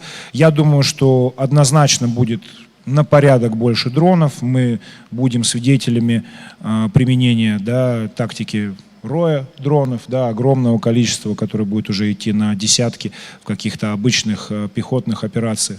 Я думаю, что будет усложняться экипировка обычного штурмовика. Мы видим, как постепенно даже российская армия отказывается от использования техники, потому что в современном мире техника на поле боя живет буквально несколько минут, она уже даже не работает как средство доставки пехоты. Мы видим, как из военного обихода, в принципе, довольно стремительно уходит само понятие линии фронта. Мы теперь говорим о киллзоне, да, о какой-то территории между, условно говоря, двумя враждующими сторонами, на которые очень сложно закрепиться. Я думаю, что нас ждет еще более серьезное развитие систем логистики, потому что сейчас появилось понятие, да, средний тыл, там это 20-50 километров, территория, которая всегда считалась неуязвимой для артиллерии противника. Теперь это та самая территория, где дронами украинскими уничтожается как раз российская система логистики. То же самое, надо признать, происходит, пытается противник сделать и с украинской стороной, да, система, вот тоже стоит добавить, к сожалению, именно военнослужащие системы «Рубикон» стали первыми, кто стал атаковать вот этот пресловутый средний тыл, то есть да, где-то логістика на лінії 20-50 кілометрів. Для розуміння, це Рубікон, це один із російських підрозділів, який перспективні подекуди навіть технології тестує безпосередньо на фронті, скажімо так. Це підрозділ, передовий підрозділ БПЛА російської армії. Да, Министерство обороны, как целый такой отдельный проект. Вот, то есть нас однозначно будут ждать какие-то новые логистические решения, системы доставки. Я возьму на себя смелость похвастаться. В русском добровольческом корпусе мы решили попробовать экзоскелет для наших военнослужащих. Сначала для доставки полезного груза. Вот, все сначала тоже над этой историей смеялись. Оказалось, что базового бойца можно на 30% разгрузить, да, иметь на 30% больше полезного груза благодаря системе экзоскелета, которая буквально там 1,5 килограмма весит. Я думаю, что их да, экзоскелетов будет больше, мы будем видеть больше современного высокоточного оружия. Мы видим, что отмирают целые профессии, больше не нужны снайперы, больше не нужны легкие минометы, да, на глубину там, в 4 километра спокойно работают дроны. То я думаю, что мы увидим еще не один виток эволюции не только военной системы, да, военных каких-то средств поражения, но и новой тактики, которая будет нужна для этого. Дозвольте додати, стосовно того, про що я казав, що у нас мало часу, Росія реагує. Вони проводять оргштатні зміни в структурі своїх підрозділів. Вони створюють батальйони безпілотних систем. І це відбувається прямо зараз. Тобто є хибним думка про те, що у нас так, що Росія довга, там машина і так далі. Ні, вони реагують, вони створюють підрозділи, вони в себе створюють оргштатні зміни, вони теж будуть впроваджувати уже окремий рід військ. Це говорить наша розвідка, і це в дійсності так. Ну і фінальну точку, так, пане полковнику, напевно, варто поставити в тому сенсі, що ми, перебуваючи на безпековому форумі, скажімо про роль та значення України в цій подальшій структурі, аби уникнути, скажімо так, найгірших наслідків. От якою має бути роль України, щоб вся наша шановна аудиторія теж це почула в цій архітектурі безпековій? Скажу так, що для політиків аргументом для подальших перемовин і так далі є сила нашого солдата. Це і раз. Два. Я не знаю, як закінчиться ця війна, і структура світу буде такою, як після Ялтинської, чи буде єдина система НАТО. І дуже важливо, щоб українські військові не були донорами своїх військових знань, своїх навичок, вмінь і так далі. На багатьох навчаннях НАТО, це не секрет, що ви розумієте, що люди, які воюють тут, у нас, неодноразово показували, що вони вміють, і показували, що треба вчитися, так? Важливо не лише, щоб вони були донором військового досвіду, а були вбудовані в архітектуру європейської безпеки. Це дуже важливо, тому що лише від цього залежить спокійне, подальше життя наших громадян. Дякую. На цьому ми поставимо крапку. Я представляю ще раз учасників цієї дискусії. На сам кінець Денис Капустін, командир Руського добровольського корпусу.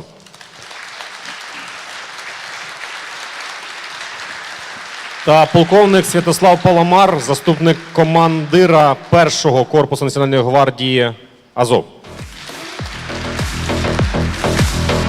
Дякую всім і слава Україні!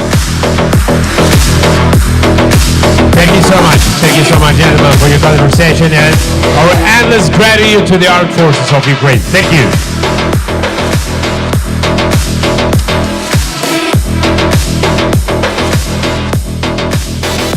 So, ladies and gentlemen, we are moving on, and leadership does not always start in politics.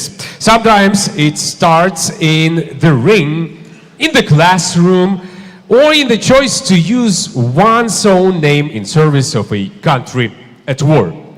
To guide our next conversation, please welcome to the stage the moderator of this keynote, Vadim Denisenko, political analyst and member of the Parliament of Ukraine 2014-2019, in conversation with Dr. Volodymyr Klitschko, Ukrainian athlete, entrepreneur, academic and philanthropist, a person who has carried the name of his country onto every stage he has ever stood on.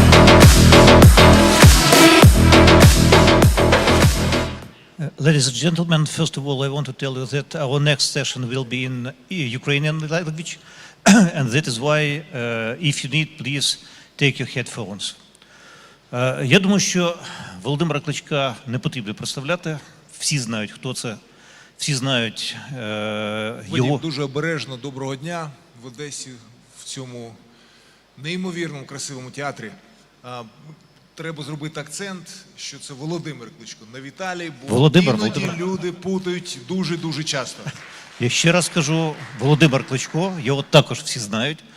Але я хотів би, в принципі, перш ніж задати перше питання, сказати, що є іще один аспект, про який, може, не так багато людей знає, діяльності Володимира Кличка, особливо після 2022 року. Володимир Кличко є один із ключових амбасадорів України. Це людина, яка всі ці роки допомагає Україні, веде велику частину переговорів, про які мало хто, може, навіть чув. До прикладу, в перші, по суті, тижні війни Володимир Кличко був тією людиною, яка першим українцем виступила в Бундестазі і закликав давати Україні зброю. Володимир, перше питання до вас. Ви всі ці роки працюєте як людина, яка є амбасадором України. З вашої точки зору, 2026 рік, 5-й уже рік війни, що змінилось в ставленні до України, якщо ми говоримо, перш за все, про європейців і про американців? Я трішечки відкоригую ваше питання та інформацію, яку ви надали. Це в 22-му році був не виступ в Бундестагі, це була зустріч з Олафом Шольцем, з канцлером Німеччини на той час. Ми знаємо, що зараз в Німеччині інший канцлер Фрідріх Мерц. Але ж тоді з канцлером Олафом Шольцем це був кінець березня 22-го року, коли російські війська оточували місто Київ, та після конкретного завдання президента України Володимира Зеленського з проханням, завданням, що Кличко повинен зустрітися з Олафом Шольцем. Мер міста Києва, уявляєте, місто в оточенні, якщо мер поїде чи в іншу країну, поїде на зустріч та домовлення якісь, це виглядало дуже не дуже, але ж який Кличко повинен зустрітись, це було вже пізніше фактом. Зустрівся на Віталій, зустрівся я. Я пам'ятаю, що тоді ще був один шлях через напрямку Білої церкви, бо все інше було просто в оточенні. Якраз Одеська траса. Тому це була особиста зустріч та прохання допомоги, прохання надання зброї, бо то, що нам Крістіна Ламбрехт, це міністерка оборони Німеччини на той час, яка хотіла нам надати шоломи та подушки, я думаю, що це було в принципі ставлення, до речі, в Німеччині. Я Німеччину знаю дуже. Та щоб Німеччина надала зброю, чи надала леопарди, чи гепарди, які будуть направлені проти російських військ, це в розумі німця було неможливе.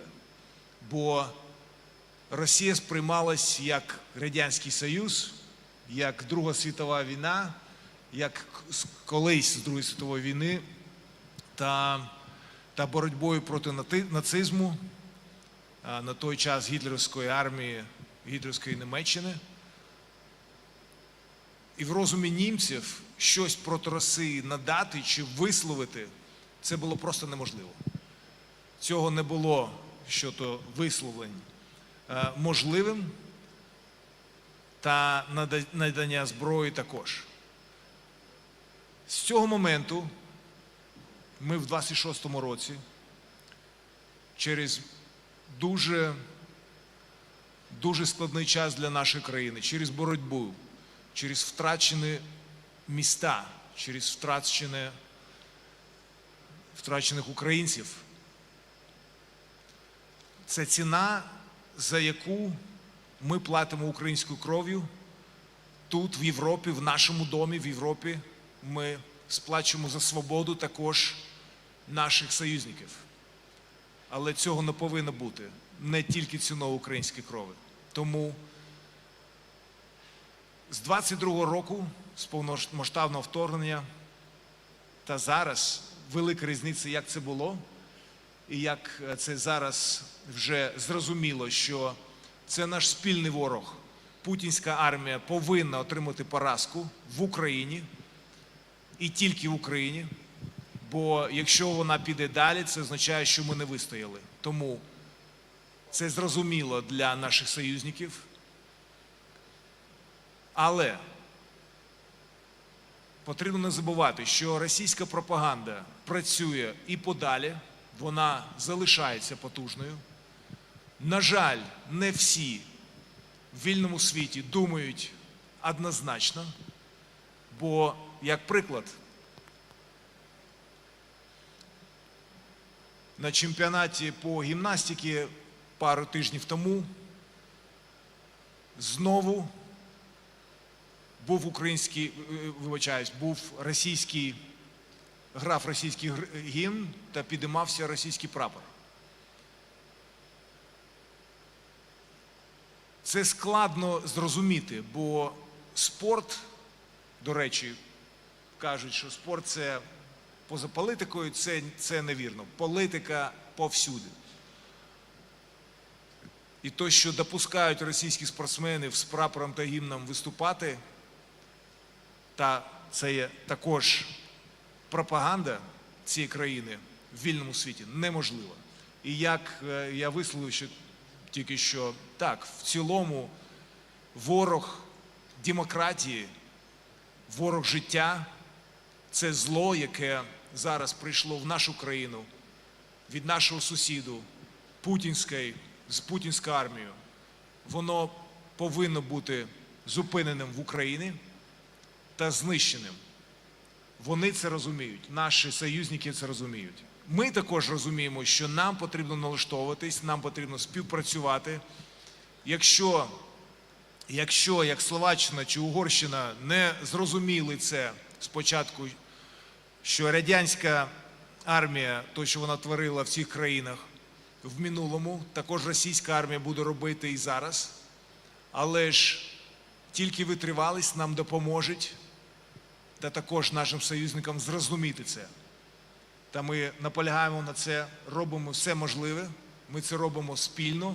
Я не хочу казати, що я це роблю, але ж ми робимо це спільно на різних напрямках. І також, якщо ми це плеч-оплеч будемо робити, та не сваритися, наприклад, внутрі країни, але ж змінювати її сьогодні, не чекати на відбудовлення. До речі, якщо ми кажемо відбудовлення, іноді це може сприйматись як повернення до минулого. Минулого не буде.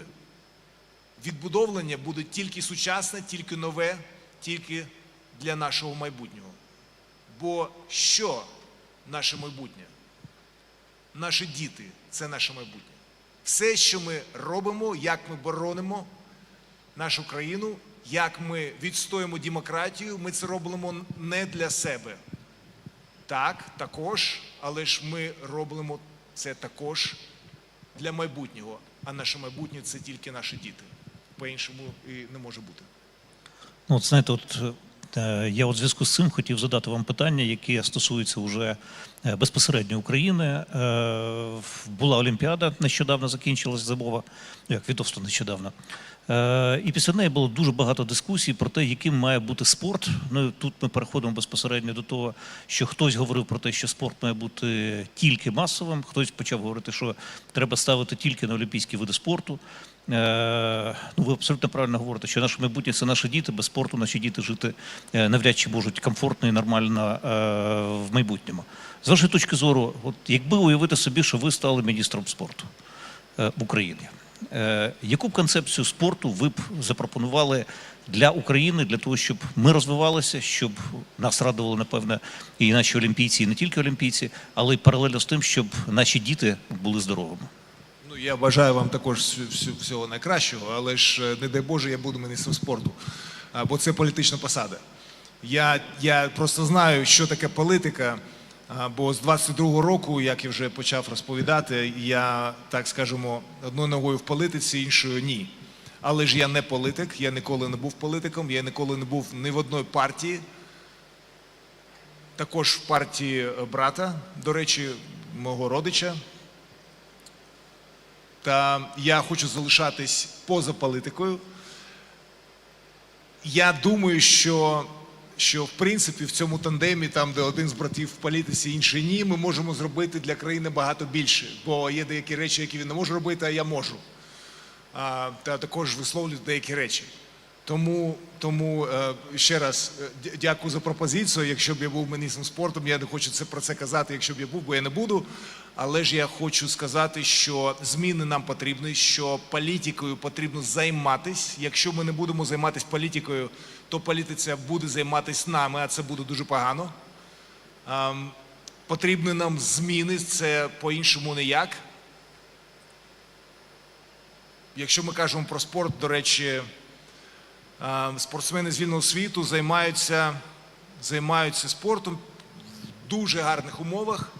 Наші спортсмени, згадаючи про спортсменів, 3000 спортсменів знаходяться на лінії зіткнення, на передовій. До 1000 спортсменів та тренерів загинули, були вбиті, закатовані.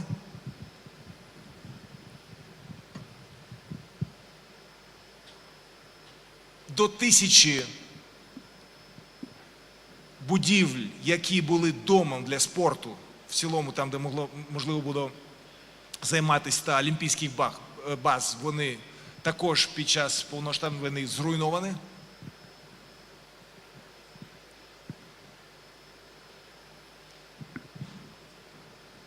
І при таких умовах займатися спортом, ще показувати гарні результати дуже складно. Тому нам потрібні зміни. Нам потрібні зміни в спорті. Спорт – це така ж складова.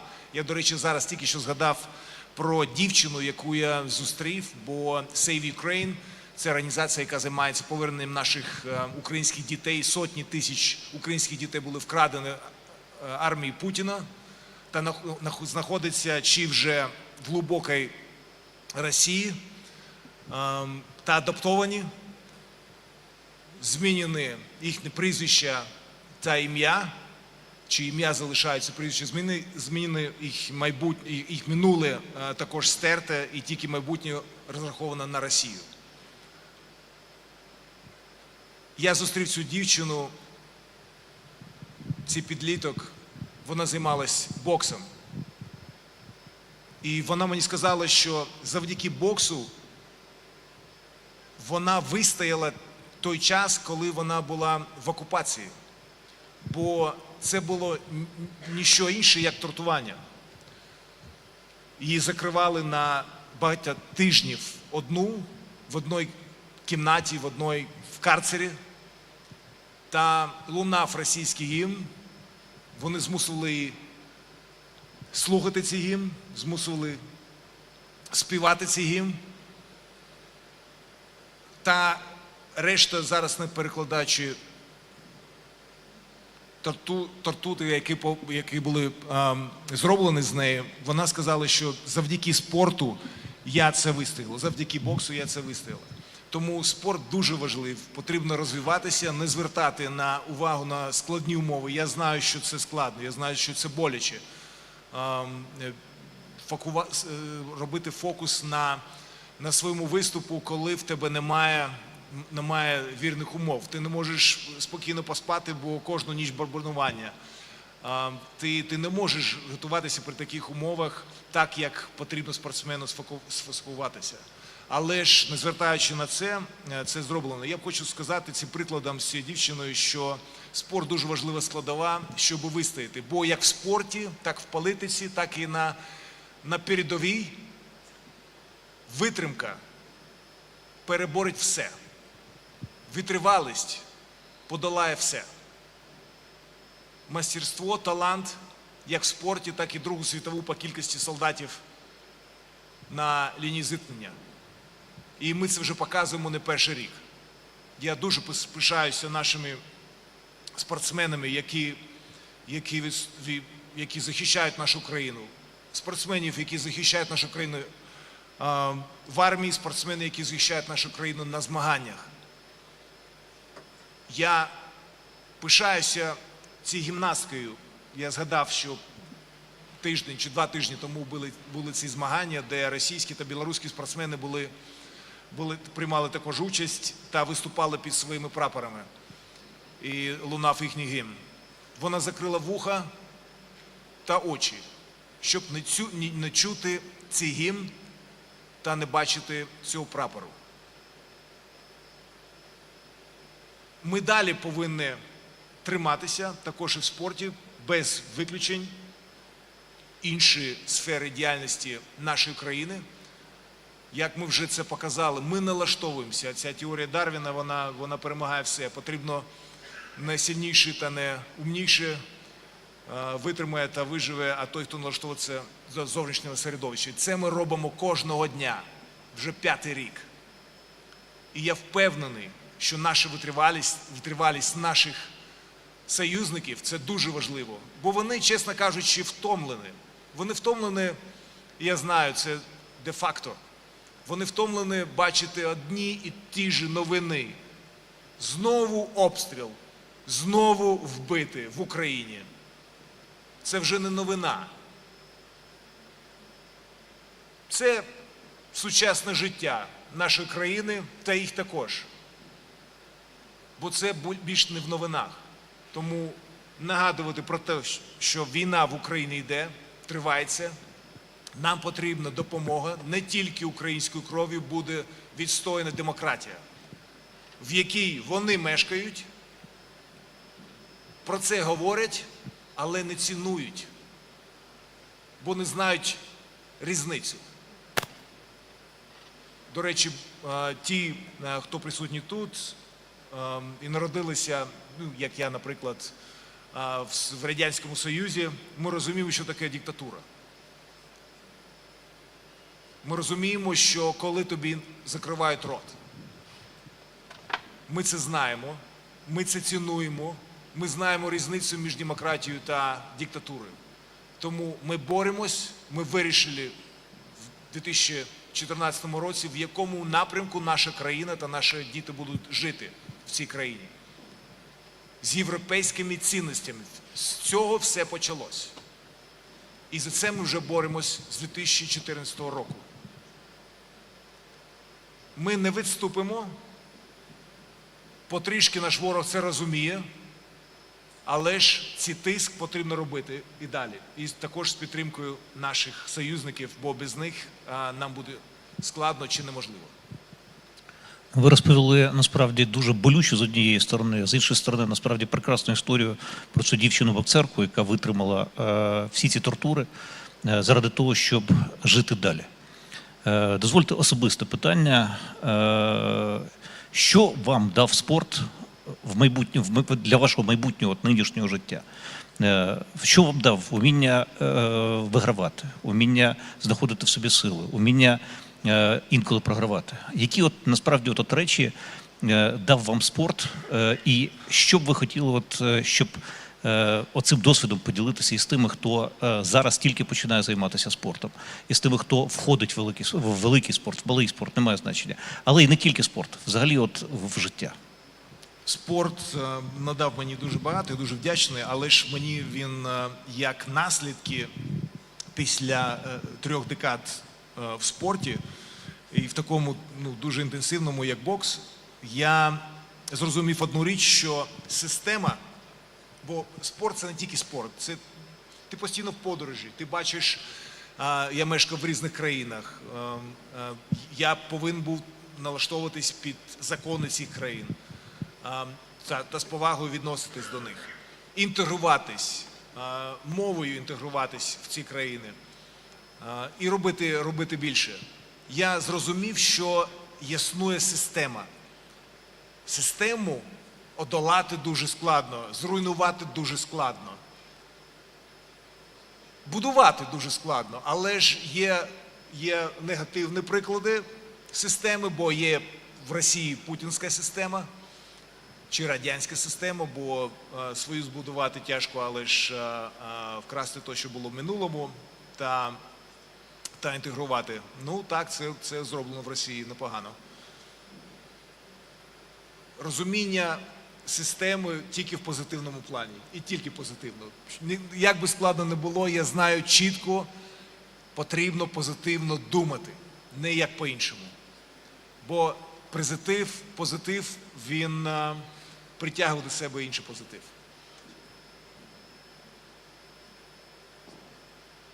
Полагаючись на свій досвід в спорті та розуміючи також зовнішнє середовище і знаходячись в цих країнах, я зрозумів, що потрібно збудувати систему, яку я можу передати та свої знання, хто б це не був. Чи це військовий, чи це бізнес, чи це політика, чи це виховання дітей. Це називається методологія.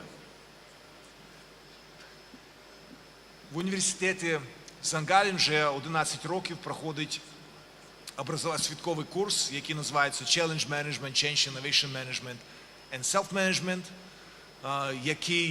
який я почав 11 років, та під час цього курсу була зроблена методологія Face the Challenge з 4 принципами, які допомогли мені бути успішним в спорті, мати успіх в спорті. Це фокус, гнучність, координація та витривалість. Focus, agility, coordination and endurance. FACE, FACE. Покажи обличчя виклику та ні в коєму разі спину.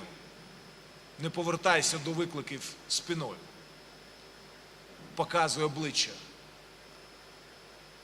І тому бо кожний виклик, якщо ти його візьмеш, це точка рісту, змін. Тому повертатись в минуле нашої країни не потрібно, і ми цього не будемо робити. Ми будемо показувати обличчя нашим наступним викликам, які б вони складні не були.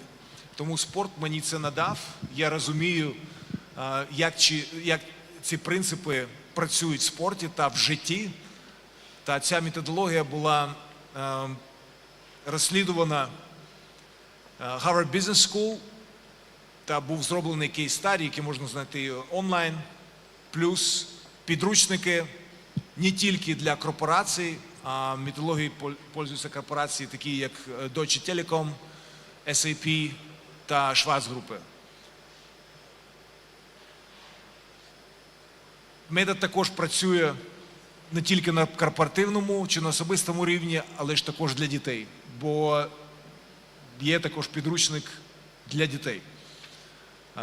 Щоб дізнатись, що це таке, для англомовних можна замовити ці підручники та дізнатись більше про Face the Challenge як метод. Це вже англійською, японською, німецькою, словацькою, польською та іншими мовами. Ці підручники були перекладені, але ж також в цьому році вийде та українською мовою для україномовних. Бо підручник це читається, скажімо так, не навскидку і швидко, як історії з минулого. Підручник – це робота. Ти читаєш сторінку, аналізуєш, записуєш, інтегруєш під свою ситуацію, яка в тебе є, та переходиш до наступної сторінки. Тобто на це потрібно деякий час. Тому це називається не мемуар, а підручник. Ну, будемо чекати на цей підручник. Ви кажете, в 26-му році він вже вийде в Україні, українською мовою. І дозвольте, власне кажучи, ще одне питання. Ми говорили з вами про те, як 2 тижні тому було прийнято рішення відповідною федерацією про те, що російським прапором виступають гімнасти. Протягом останніх кількох місяців це не перший, на жаль, випадок, коли російський прапор повертається, російський гімн повертається на різні змагання, в різних вікових категоріях. Але починається певна така повзуча історія, коли російський прапор починає повертатися в спорт. Що має робити держава Україна з вашої точки зору? Що може зробити держава Україна для того, щоб, ну, як мінімум, призупинити цей процес? З цим потрібно боротися, бо Росія використовує це як частина пропаганди, як це було до 2014 року, після 2014 року, після 2022 року. Це використовується як пропаганда. Немає такого, що спорт поза політикою. Спорт був політичним, аполітизованим, і він залишається таким. Боротьба – це складна річ, але ж не боротися – це не для нас, це не для українців. Я також розумію, що не все буде не все буде зразу. Та як ми бачимо, після жаху війни, яка Росія робить, вона все одно залізла на п'єдестали та грає їхній гімн, та їх прапор підіймається, коли представники Росії чи Білорусі виступають на змаганнях. Я би хотів ні в коєму разі, бо є деякі помилки, наприклад, ви мене тільки що запитали, я вибачаюсь, я повертаюсь до цього, якщо б я був міністром спорту. Але ви не будете, ми це запам'ятали. Так, але ж якщо б я був міністром спорту, то я би не забороняв нашим спортсменам виступати на тих змаганнях, там де, до яких будуть залучені російські чи білоруські спортсмени. Бойкотувати, на мою думку, це невірно. З цим потрібно боротися, про це потрібно казати, висловлювати та також показувати та перемагати їх, де б це не було. Чи в ринзі, як це було зроблено вже мною особисто в Москві, та також нагадую про Олександра Усіку, який тільки пару днів тому переміг знову та лунав знову український гімн та український прапор. Також в Росії в 18 чи 19 році зі спортсменом, з російським спортсменом та перемагати. Так було зроблено, тому якщо я був міністром спорту, я би ні в коєму разі не забороняв нашим спортсменам не їхати, бо там будуть приймати участь спортсмени з Білорусі чи з Росії. Я би підтримував та робив все можливе для того, щоб вони перемагали цих росіян чи білорусів в різних видах спорту, та як би складно це не було. Ну, насправді тут можна тільки згадати Олімпіаду 80-84 років, коли ціле покоління спочатку американських спортсменів не попало на Олімпіаду, а могли б вигравати на тій Олімпіаді. Точно так же і радянські спортсмени на той момент могли вигравати в Лос-Анджелесі, але їх тоді не допустили. І тут, напевне, мало хто може посперечатися з тим, що ви зараз говорите. Але у нас залишилось буквально кілька хвилин.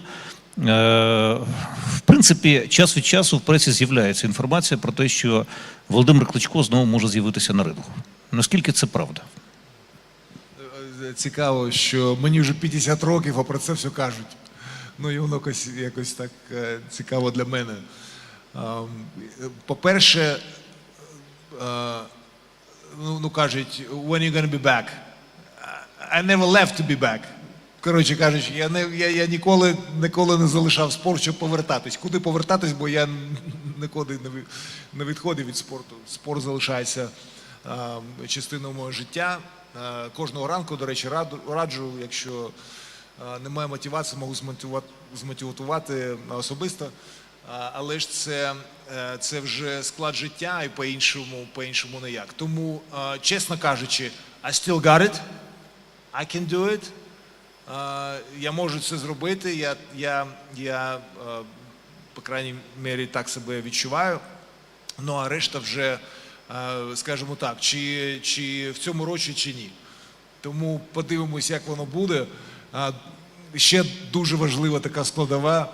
Весь цей час, потрібно не забувати, Олександр Усік завоював та покорив весь дивізіон тяжковаговиків, та всі пояса були в нього. Тому про який бокс ми могли би казати, чи якщо такі думки вслух, якщо боксувати з кимось, то тільки щоб поставити новий рекорд після Джорджа Формана. Бо Джордж Форман був самим старішим боксером, в 45 років він став чемпіоном світу.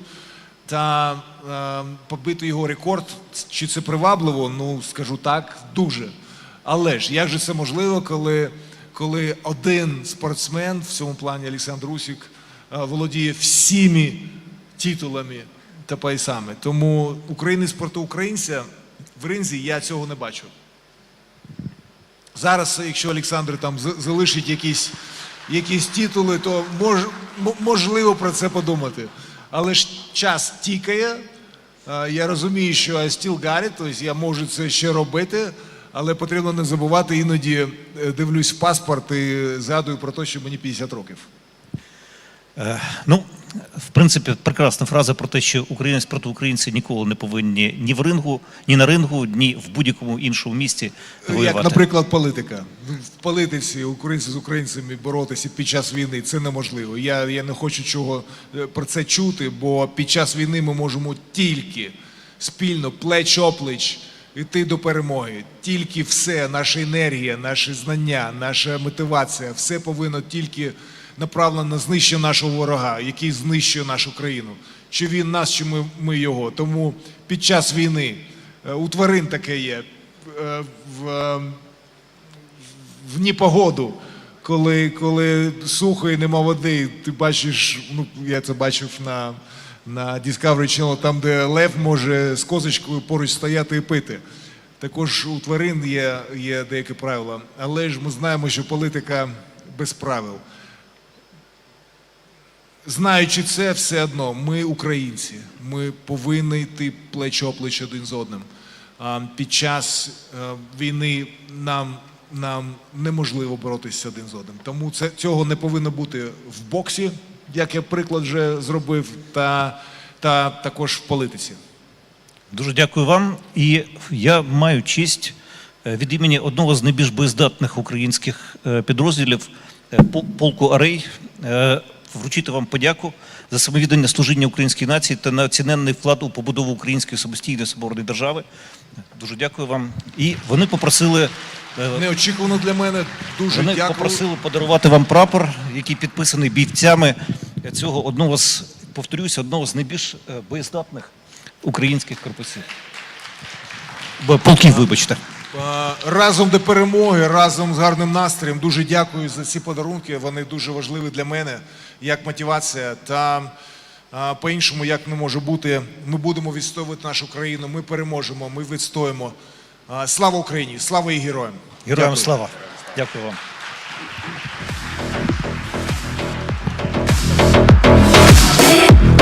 Vadim, thank you so much for your conversation.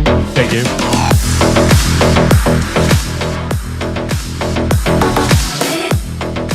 So, dear ladies and gentlemen, dear participants of the forum, technologies are changing the way wars are waged, the way diplomacy is conducted, the way economies function, and the very notion of power.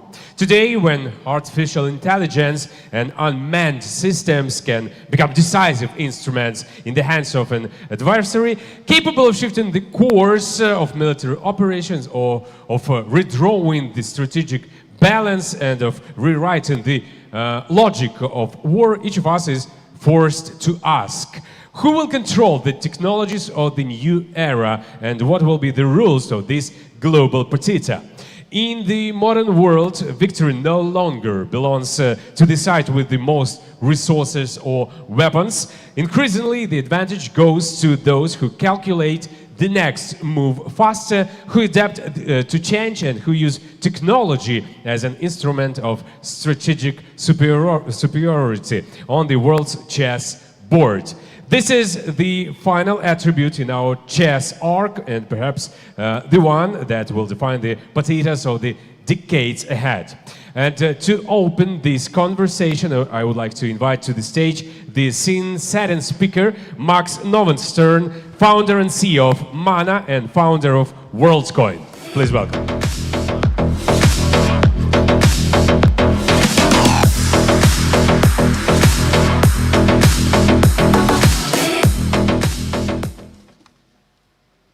So I stand here at the stage, a humble representative of the Silicon Valley ideology, asked to deliver a very simple message, which is that you are not taking artificial intelligence seriously enough. In fact, the cheeky frame is, even if you internalize that you are not taking artificial intelligence seriously enough, you are not taking it seriously enough. This is because we all have deep cognitive biases towards the status quo, are disinclined to extrapolate trajectories to their logical conclusions, and we struggle to understand exponential trends that don't go up by tens of percentages, but by tens of thousands of percentages. So I will invite you for a moment to close your mind's eye and imagine that the Silicon Valley futurists are correct in their most fantastical speculations.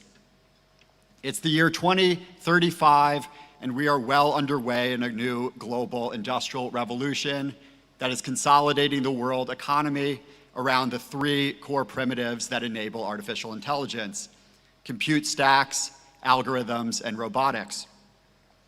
In a high-stakes contest between the Free West and China for the character of these systems. Indeed, philosophers speculate their capabilities, having long surpassed human capabilities, deserve moral subjecthood. Their autonomy represents an existential threat, like any smarter animal in the animal kingdom does to the weaker animals, if only because their plans are indifferent to ours. And every day they unveil the secrets of the nature of reality. Human lifespans are extending by decades, and they're foraging the solar system, uncovering new physics. Any poker player knows that with a pot this big, even small odds justify playing in the pot, and I suggest you should orient to artificial intelligence with the same game theory. Briefly, the reason to believe this could come to pass is the scaling law. It says that as you scale the amount of compute behind an artificial intelligence system, you increase its intelligence. This law has held year after year in pre-training, post-training, runtime, in text models, audio models, visual models, suggesting it is, in fact, a law. It says something about the nature of reality. Like those standing in Plato's cave, there is a reality out there. As the shadows on the cave get more and more high resolution, they converge on the nature of that reality. If the scaling law is a law, it suggests a simple directive to scale. American capital markets have mobilized with remarkable speed. $7.5 trillion is committed to spend over the next half a decade to build compute clusters, larger than the Manhattan Project, the highway system, and the Apollo project combined, promising that 50% of all of the electricity by the early 2030s in America is dedicated to powering AI systems. As such, the capabilities have expanded. In the ancient times of 12 months ago, AI was chatbots. By December, they can do long-run tasks. Knowledge work can be decomposed into subtasks, and those tasks can be executed by writing code. And today, we've entered a third regime, the recursive self-improvement regime, where the AIs are doing AI research on themselves. We are well within the exponential scale-up. What does this mean for Ukraine? Humbly, I suggest that we have entered into a new economic development regime. If the post-Soviet regime was characterized by Adam Smith and establishing laws of free trade, it's a bit provocative to say, but I believe the new one will be characterized by a kind of Marxian insistence on interest in the dynamics of capital accumulation.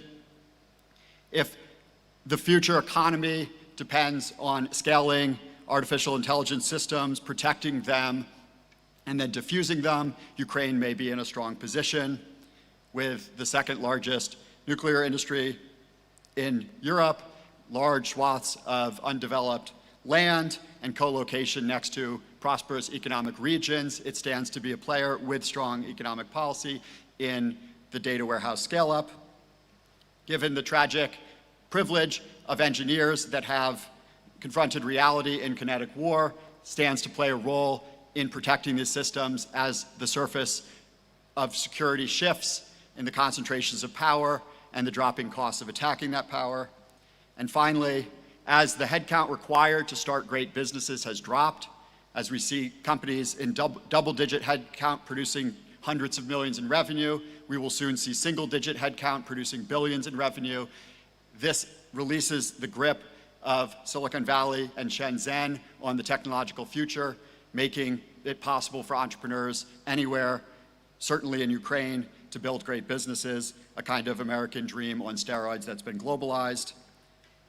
I think the default outcome is abundance, and the biggest threats are anyone, whether they're well-meaning or not, that is preaching degrowth, pulling the abundance from the jaws of victory.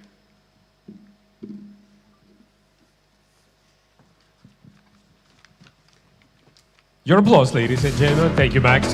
Thank you so much for the opening of this conversation. And now please welcome to the stage the moderator of our AI and Technologies panel, Vladislav Davidzon, journalist and writer, a long-standing chronicler of Ukraine and of the geopolitics of our region. Vladislav, welcome. Please introduce your panelists. Hello. Welcome, everybody. I'm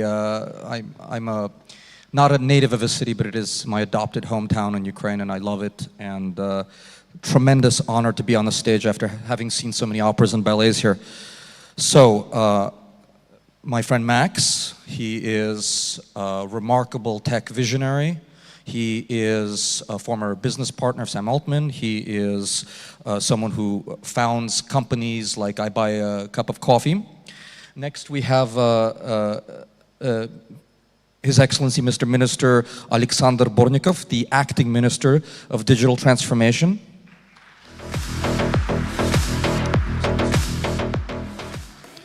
After that, we have Mr. Gildolev, co-founder and CTO Dream. And last and not least is Mr. Artyom Starosek, the CEO of Molfar Intelligence.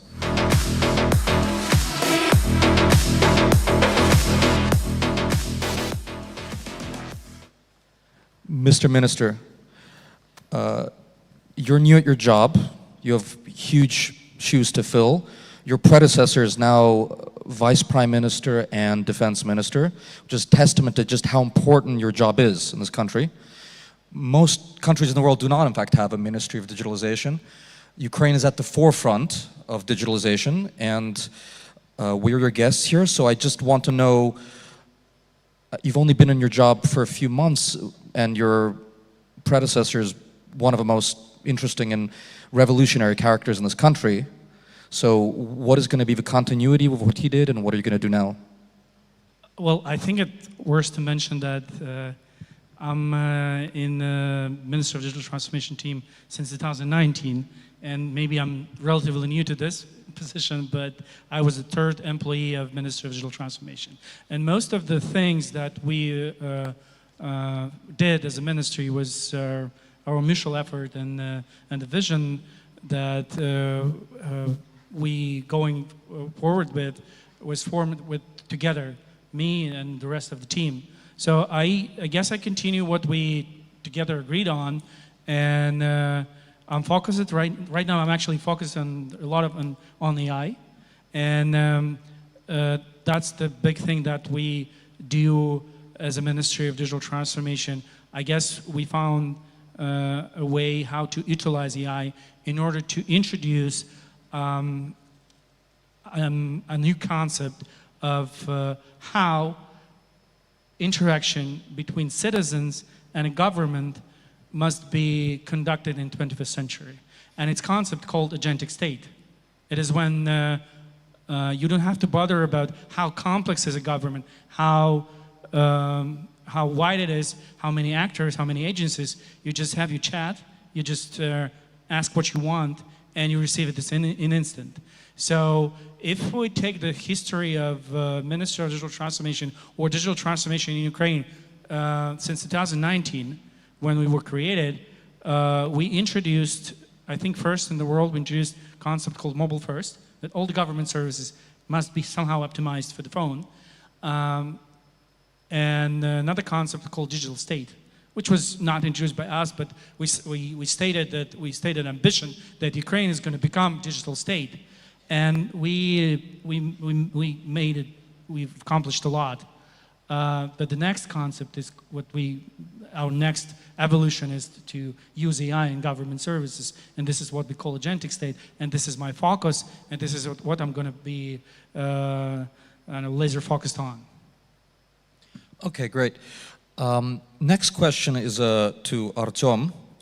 You know, there's a remarkable irony in the fact that the Russians, they thought of themselves as the successors to the Soviet Union, and in many ways, the terrible successors. Obviously, we know what's going on. But in some ways, the good things about the Soviet Union was technological sophistication, capacity to innovate, technological edge. That, in many ways, was split between Ukraine and Russia as the two largest republics. And the Russians are now out of the Middle East. There are no more Russian planes flying over Syria, but there are Ukrainian fixed-winged aircraft, drone aircraft, flying all over the Gulf, right?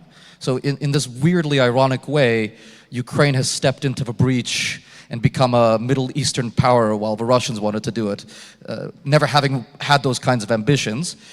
And also, you know, in the same way that Hitler and what he did put the nail in the coffin of a German language in 1945 as a language of scientific research for the world, this war, not the worst consequence for Russia for what they've done, but this war will certainly, almost certainly, put an end to Russian supremacy in tech development.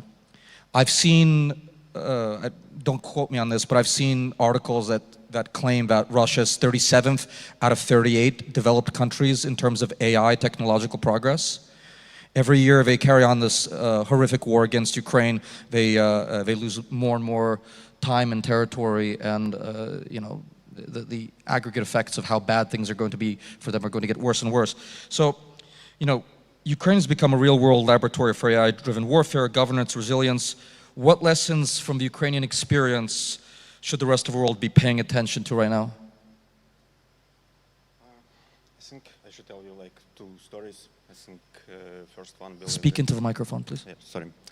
Imagine like you are head of communication for like big European party, and there is like in 3 months there will be election in your state, and you sitting peacefully in your house and drinking orange juice and watching your kids going to school, and randomly your assistant calling you is saying that your candidate for the election is bought a villa on the Sardinia island for 20 million euros, and what's going on? You go into Facebook and watching lots of the local media like Der Spiegel, the Times, and they all spreading the same information. And then lots of the bot networks, they also spreading the same news. And 2 weeks later, when your team analyzed this case, they understand that this was Russian GRU operation, and they just cloned local media websites, and in like previous 3 months, this news was seen like by 70 million people, like in 7 countries, and you just lose the election.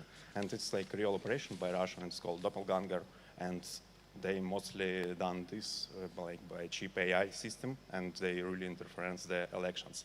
And it's really hard to put regulation on this because you just spend in 3 months to understand you've been attacked, but you already like lose the war. And the second story is that Russia is really powerful in the recruiting Ukrainian people. Because they're running automated Telegram messages through various publics where people looking for a job or for cheap drugs. And then this AI pushes people to, for example, firstly make a photo of military car, then like in 2 weeks they asking them to make an arson, for example.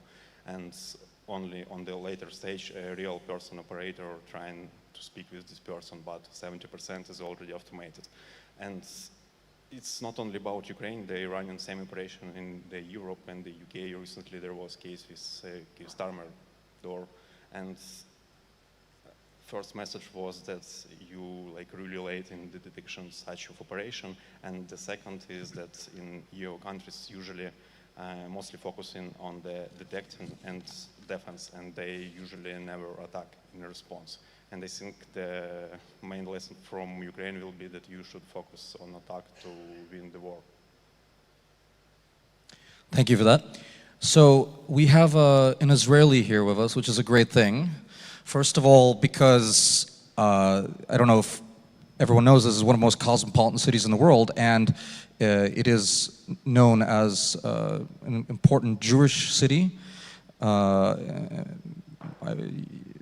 2 national movements began in the city, both Zionism and Greek nationalism. I don't know if anyone knows this, but the Greek nationalists were hanging out here. This is also a city of Greeks, not just Ukrainians and Albanians and Jews and Armenians. and Turks, but also of Greeks. And both the Greek nationalists and the early Zionists hung out here, and some of the most important theoreticians and practitioners of both national movements are from our city. So it's lovely to have an Israeli on the panel. It's also important because people don't really understand that we're at the forefront of a war that pits the revisionist states against a confederation of liberal democracies. And I've, as a war journalist and as someone who spends time here, I've been bombed by the Iranians and their Shaheds here, while my cousins and my mother's cousins have been bombed in Israel. A cousin of my mother was killed by a Hezbollah rocket on October 8th, and that was paid for by Iran. And you know, Israel, Ukraine, and America are, along with Europe, allies in a massive war. So it's good that we have an Israeli here, so especially one with high-level understanding of security and tech. So, you know, let's talk about the defense side a little bit. The US model relies on private tech giants, OpenAI, Google, Microsoft, but these are barely restrained by the state. The Chinese model relies on a kind of state-directed drive and scale. In a conflict of high-velocity AI warfare, can decentralized and profit-driven private tech companies compete with national AI? So first of all, I want to say thank you for having me. It's great to be here and a great honor to come from Israel to Ukraine. As you said, I think we have a lot of mutual challenges that we are facing together. Regarding the question, I believe that we need to frame this problem differently.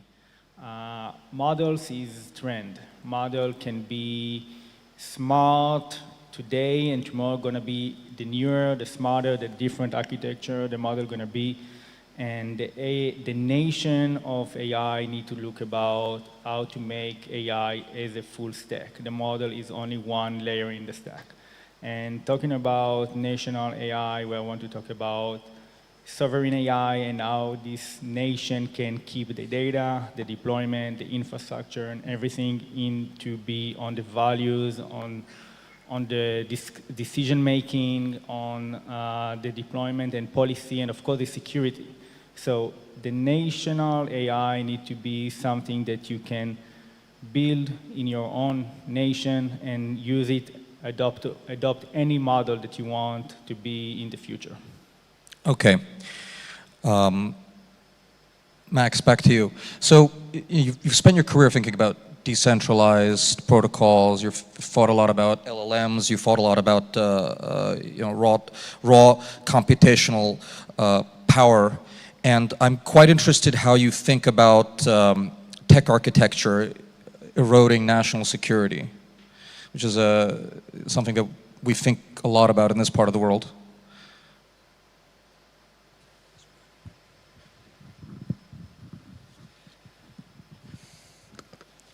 Well, in artificial intelligence, there's a central concept, which is the concept of alignment. And the claim is that, you know, we have to figure out how to articulate what we value, and then we need to build control systems such that the AIs are pointing in the high dimensional graph of our values and hitting that point.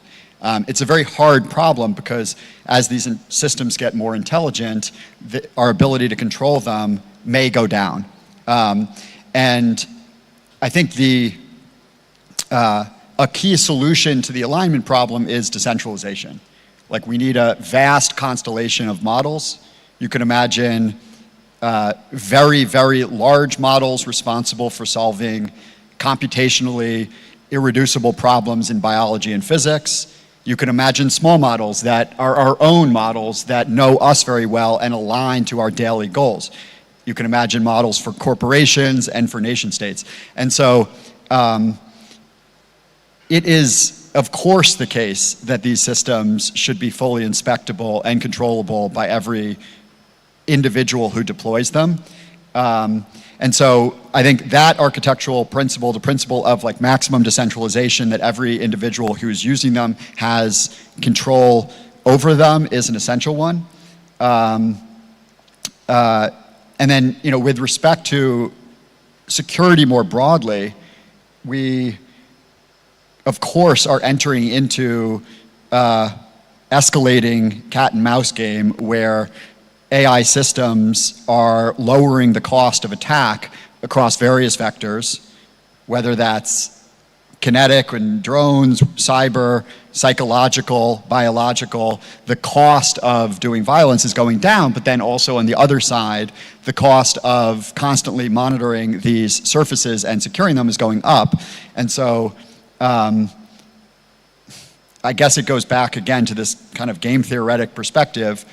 I think I kind of implore everyone here to make mistakes of over-investing in AI rather than under-investing. If you overinvest, you've misprioritized, but if you underinvest, it's of existential concern to you, your organization, your country. And so, you know, spend a minute every day, every week asking, how can I be making more mistakes of being aggressive about my adoption of these systems rather than mistakes of underinvesting in them? Okay, so the whole panel, you're each gonna take a stab at comparing AI to nuclear missiles, right? Everyone knows that nuclear deterrence was about not using it, whereas AI, when we do compare it to a mass destruction weapon or to a tech innovation akin to the creation of an atomic and nuclear weapon, you know, how do we, you know, is this a serious comparison, or is just when people say this is kind of silly, or is it kind of hysterical? Who wants to start with that? I love to compare it with the invention of internet or mobile phone rather than with nuclear weapon. But what is no doubt is that it's going to change everything, and there is no way to kind of ignore it. So I guess we need to embrace it.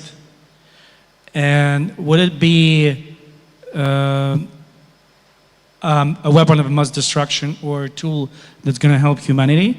I guess it's up to us.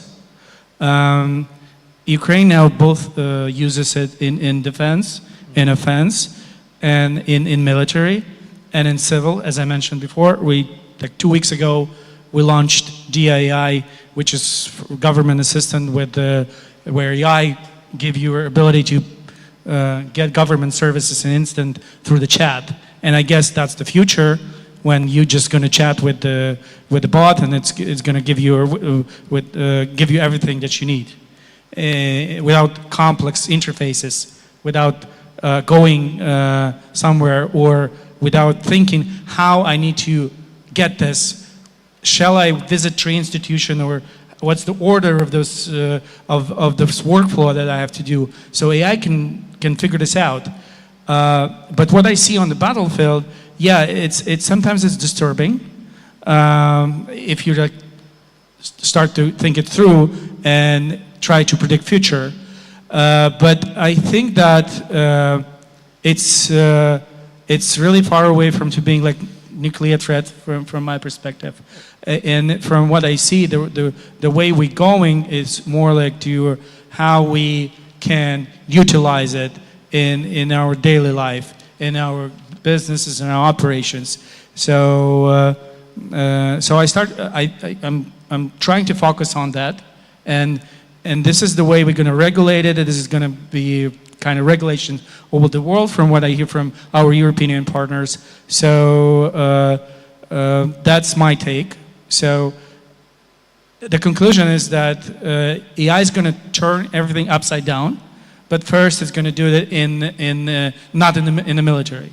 Okay. But then it's again up to us to start like, okay, that's the border. we cannot cross it. And, but it's going to be very complicated dialogue. So the arms race metaphor is not one you'd like to. Okay, Gil, looks like you have something to say. I'm thinking, I don't know, like the minister, but kind of. I believe that the comparison of a weapon is not right, because nuclear weapon is not right, because AI is not a weapon. But I do believe that AI becoming a fundamental element into making a nation to a superpower and supernation, together, of course, with cyber and maybe in the future even quantum. And I believe that AI, if in the past through history we see the industry, what defined power or power nation is industrial, technology, military strength, financial, of course, economic. Today, AI becoming this element that describe a power nation. But for that to happen, we need a nation not just having the biggest model or the largest GPU stock on the data center, but we need it to be actually integrated into the fabric of the nation, to be used in education, in finance, in business, as we say, to be efficient.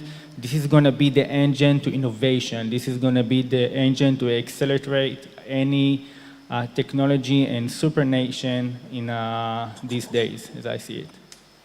Okay, Artem, take a stab at that. From my side, I think that nuclear weapons, it's about deterrence, but from other side, AI is about scaling. And using AI, you could scale everything, analytics, intelligence, and disinformation. I previously told the case about fake news, and they're spreading really on the really fast scale. From other side, this morning I was reading the news about fake calls market in the United States, and for the last 3 years it grew to 1 billion. So basically the scammers, they go into your social network, copying 2-3 videos with your voice, and they just calling your friends and asking for money. And it's really big dark market, and it will be much more like in next 10 years. And for example, we working right now with one European country, and we building for them a system. It's called like cognitive shield. So they have main gap that they not only can detect all these narrative attacks on their state, but they also can't respond to them, and they don't have enough time to react on this. And for the last 6 years, we was recording all the things our analyst was doing during their job, and we trained our local LLM. And based on this, we will be helping this EU government to analyze narrative threats and show how should they respond. So you should really react fast and work with all of these dangers. Thank you. Okay, Max, nuclear weapons or evolution of humankind? Okay, for the sake of diversity of opinion, I will represent the futurist take that these are in fact worse than nuclear, because we can deter nuclear, but it is it could be claimed inevitable end of economic development to deploy artificial intelligence systems that surpass us, and those systems will be inevitably incredibly hard to control. So I want you to kind of disabuse yourself of some of the current discussion of AI risks. Of course, we know those risks. We have college students who don't do homework anymore and their minds are rotting because they're just cheating with AI. We know those risks. We have vast swaths of people who spend more time talking to AI boyfriends than they do to anyone else already. We know those risks. We have, mass propaganda capabilities. All of those risks are well identified, but that's not, when people talk about AI risk, what they mean. What they mean is, imagine systems that are vastly more capable than us in every single dimension, and then find one example in the animal kingdom of an organism that is vastly more powerful than another, that is principally aligned to the well-being of the weaker organism. When we build a shopping mall, we simply do not consult the ant farm as to its opinion about the shopping mall. we're not actively antagonistic to the ants. Our goals are just simply orthogonal or indifferent to their goals. That is the risk of these systems. To imagine that you can control them would require a set of achievements, none of which seem particularly plausible to me. First, that humanity could define the point on the grid of all possible worlds that we want and deliver that message to these systems. Then that we could control the system as it navigates to that point. And then once it gets to that point, it will decide that humans ourselves are the best at even creating the things that we value. If we ultimately value love, humans are not that loving. If we ultimately value consciousness, we're not even that conscious. So there seems to be many worlds in which the AI systems want to create a world that is not consistent with the worlds in which we thrive in. And that's the long-term risk. However, I think you can develop, I fear, a fatalism around these in the long run because I don't see any path out of this. In the game theory, we simply cannot coordinate all the labs globally. If China didn't exist, it might be possible to get all the major AI labs in a room and coordinate the pace at which these systems are developing. But the existence of China means there is always a defector. And if there's a defector, that lab takes over the world, simply takes over the world. And so the rational thing, if you want AI safety, is to go as fast as possible, because then you have systems that instantiate democratic values. And if you go so fast that there's only a small set of people in the room with the capabilities, you can imagine coordinating. So I both am cognizant of the long-term existential threats of these systems, but have concluded, along with my peers in the industry, that for safety reasons, we have to go as fast as possible. Yeah, that's absolutely fascinating. Okay, so back to you, Mr. Minister.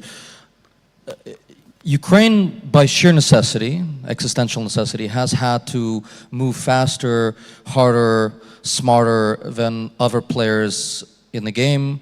You've bypassed certain bureaucratic, sluggish traps that Europeans have fallen into. Of course, Ukraine is a very large country compared to most European countries. I mean, it's one of the larger countries in Europe by population. The pool of IT talent is remarkable here. So what is it that Ukraine has to teach the rest of Europe, certainly in the continent, and perhaps to Americans and even the Chinese? Well, outside of some traits that our nation has, well, it's brave, it's competitive, it's smart. Many of the traits are Israeli can also share, also sharing. We are kind of similar situation in many ways. But I guess from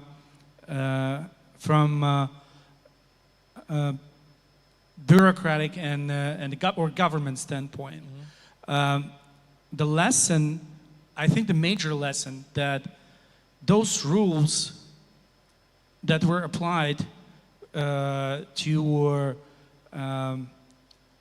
defense processes all over the world, they are exaggerated. So we removed, I don't know, dozens of red tapes, and it didn't lead to any harm and casualties.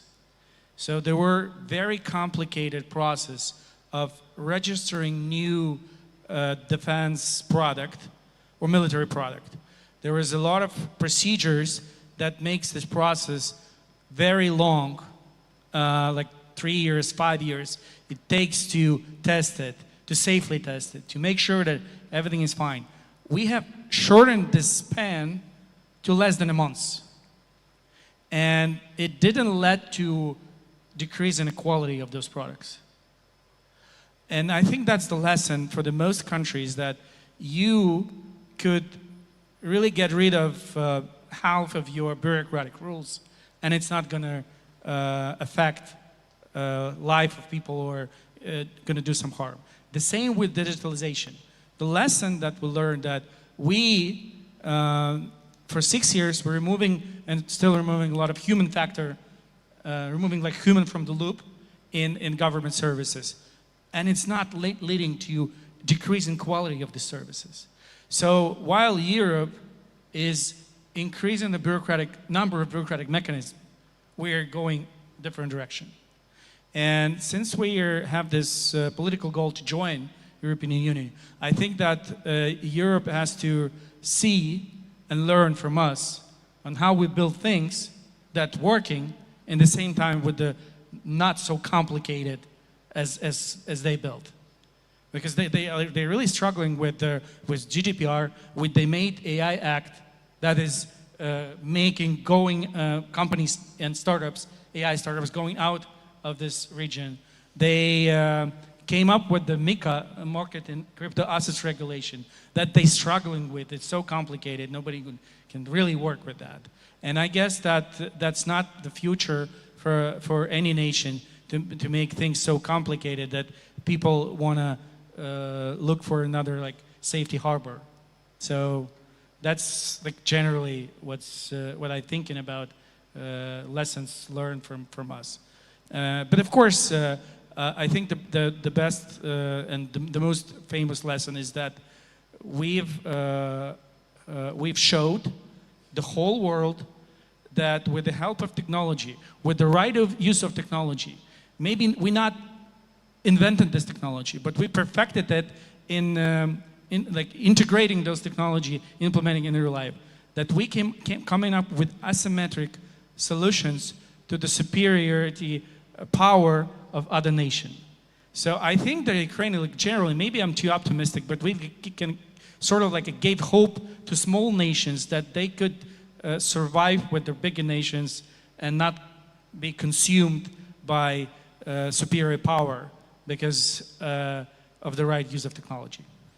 Yeah, this actually brings to mind the popular internet memes about you know, the Europeans asking to join Ukraine, you know, the Ukrainians asking in 2022 for Europe and America to close the skies, and now we're asking Ukraine to close the skies over over Hormuz. You know, the European army is now essentially the Ukrainian army, right? Yeah, but there's another example. In this fall, I think in September or October, we're going to go to Switzerland to share our experience on digital services, how we jumped from 102nd place in global rankings on digital governments to number 3. That's what they're going to do. And not only them, Germany, UK, they learning our experience. Our AI team went to London to show how we're building AI agentic state. And they composing teams in Great Britain based on our experience. That's also what we learning other parts of the world that they're interested and have political will to do so, to make life of their citizens much easier, because sometimes even in developed countries, interaction between citizen and government is so complicated.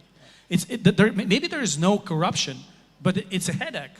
You go and you have to understand so many things. You have to be prepared, and you have to spend a week to get a simple service. Sure. Yeah, you go to America to the DMV to get your driver's license, and you will spend half the day there, right, Max? Yeah, in Ukraine, you can do this online. Yeah, in Ukraine has actually I don't know if everyone knows this. Maybe Mr. Minister, tell them about the app.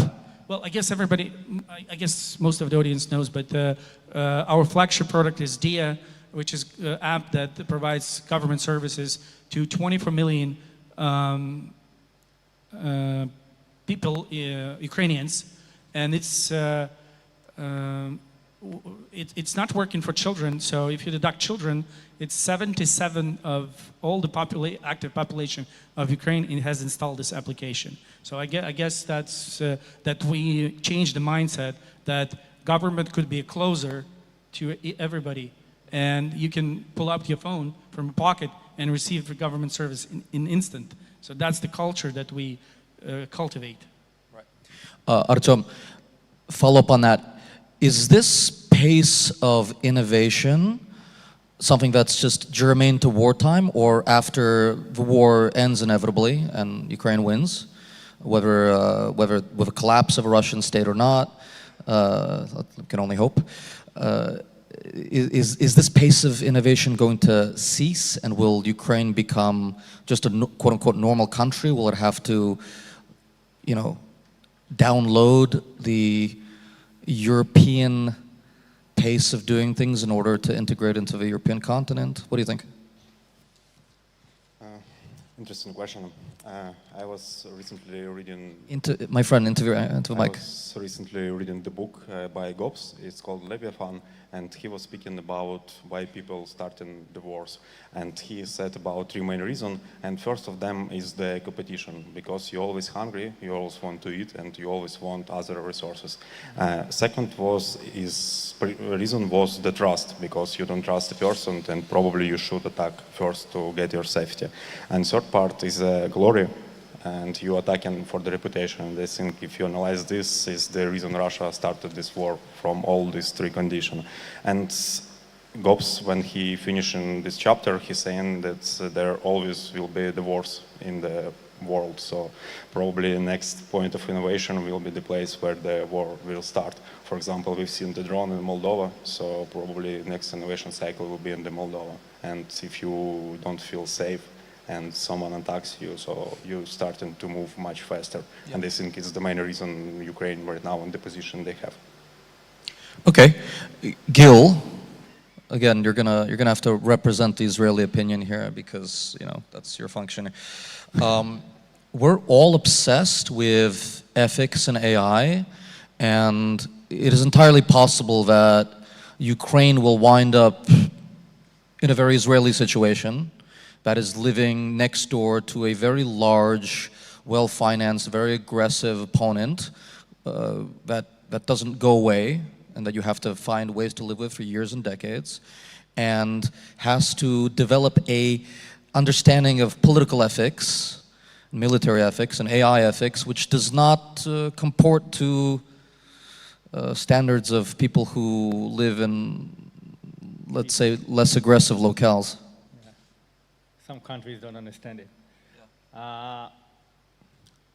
I think, first, I want to believe that the future might be bright for both countries, not to think about all the time the aggressive and the war, but reality is that this is the way we in Israel lives in the last 78 years now.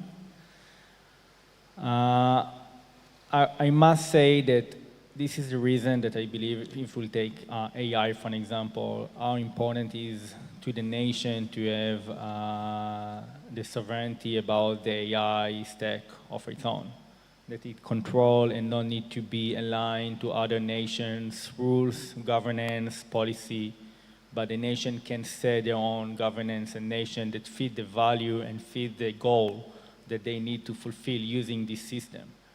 Nobody can judge, nobody can understand the need of surviving in this atmosphere. And the needs that you have in Ukraine using technology, and I think you teach the world about how using the technology and adapt the technology is much more important than the superiority of technology, and things that you did in weeks. I still hear discussions only of years on years of other countries. So to be able to control the AI, to control the system that you need to affect the battlefield, you need to affect the resilience, the digital resilience, the nation resilience, is the most important for you guys and for us. And this is why you need to be sure that anything that is so powerful, as we spoke about AI, for an example, that you have the full control on it without the need to straight your opinion or change anything to fulfill other countries, as you said, that live in other bubbles, about how to use it for your own. Okay, thanks. Max, do you have any thoughts about ethics? I mean, do you have any thoughts about ethics? Do you have any thoughts about ethics in AI vis-a-vis the Eastern European, Israeli, Ukrainian situation and how we're thinking about it in Silicon Valley? Because you live in a completely different universe from us here.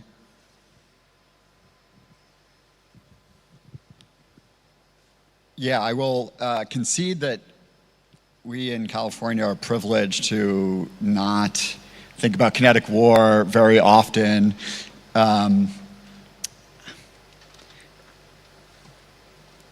Let me perhaps then just venture a take that's dear to our hearts, and I'm not sure this directly applies to the question, but it's pertinent to the ethics from our perspective, which is that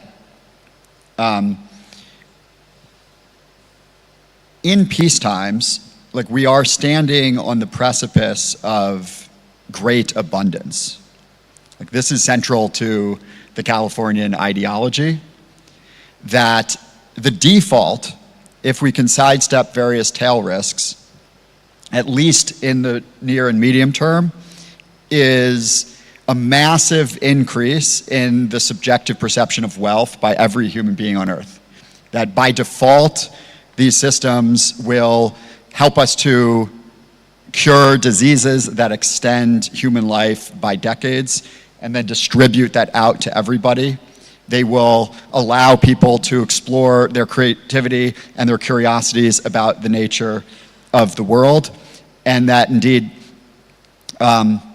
sort of the entire history of the West has been the history of trying to better understand the nature of reality, and now we have systems that promise a smooth crank that we can pull to scale the systems up and get more understanding of reality. And so this has always been, I mean, it's an easy opinion to have in California where it always is sunny out and there's been no war deaths in its history. Even within America, this view is not held by many. A lot of the dramas of our local politics is those who believe this in the West Coast and those on the East Coast who see this as a threat and want to tear it down. And so, yeah, I think to me, I will represent that the core ethical mandate is to enable us to develop abundance against the enemies of abundance. Those enemies in America don't take the form of anachronistic and nihilistic militaries. They take the form of well-meaning but very misguided voices of degrowth policies. But yeah, I think anyone who is telling us to slow down the progress of science and technology and economic development is better suited to the dustbins of history and is the enemy. And you know, the default course of humanity is to create abundance, and it's the mandate of everyone here and in the free West to protect that. Okay, yeah. I just want to back that up. I'm a New Yorker, and he's obviously from Silicon Valley, even though he spends a lot of time in New York and we see each other. No one in New York likes AI. Like in media or the arts or the NGO complex or journalism, we all see AI as like the enemy that's going to destroy our livelihoods in 3 years. I mean, degrowth skeptics are kind of rare, like actual Luddites are kind of rare, but we're all skeptical. Basically, in California, AI good, in New York, AI bad. It's just as simple as that, right? Yeah, so he doesn't disagree. I'm a New Yorker, so I'm a bit skeptical of it. Also, I won't have a job in 3 years, so. Okay, whole panel. We're going to talk about military tech and bottlenecks, right? We're going to talk about the bottlenecks that come with issues of command and control, right? So it's often not the case that the AI is badly intentioned, but it's often the case that we just don't have enough command and control at the kind of final execution moment when someone has to push a button or keep a button from being pushed in order to make or keep decisions from being made. Mr. Minister? So what's the question? Um, I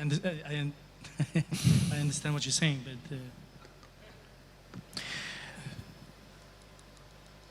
I'm trying to reframe this without going too deep into military strategy and tech. At what speed is decision making in AI so fast that there's no ethical way for human decision makers to take responsibility on the battlefield, off the battlefield?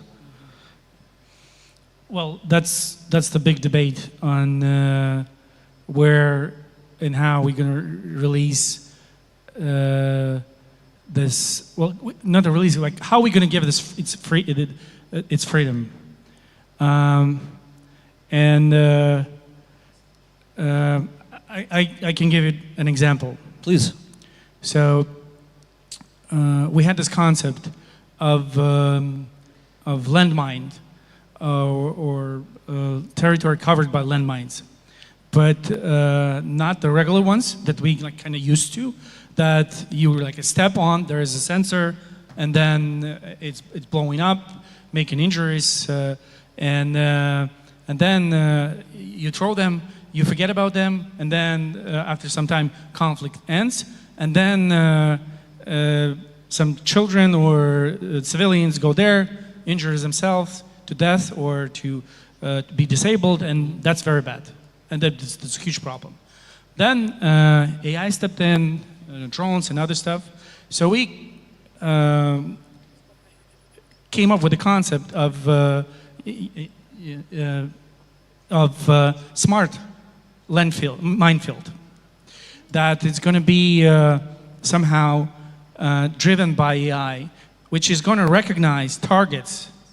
So it's going to see if there's somebody walking on the minefield and it's shorter than a meter, or he's a meter high, then it's not going to blow up. The mine doesn't work if it's a child. Yeah, because it's a child. Yeah. Or it's going to recognize a bulletproof vest, and if it says UN, and it's not going to blow up. Right.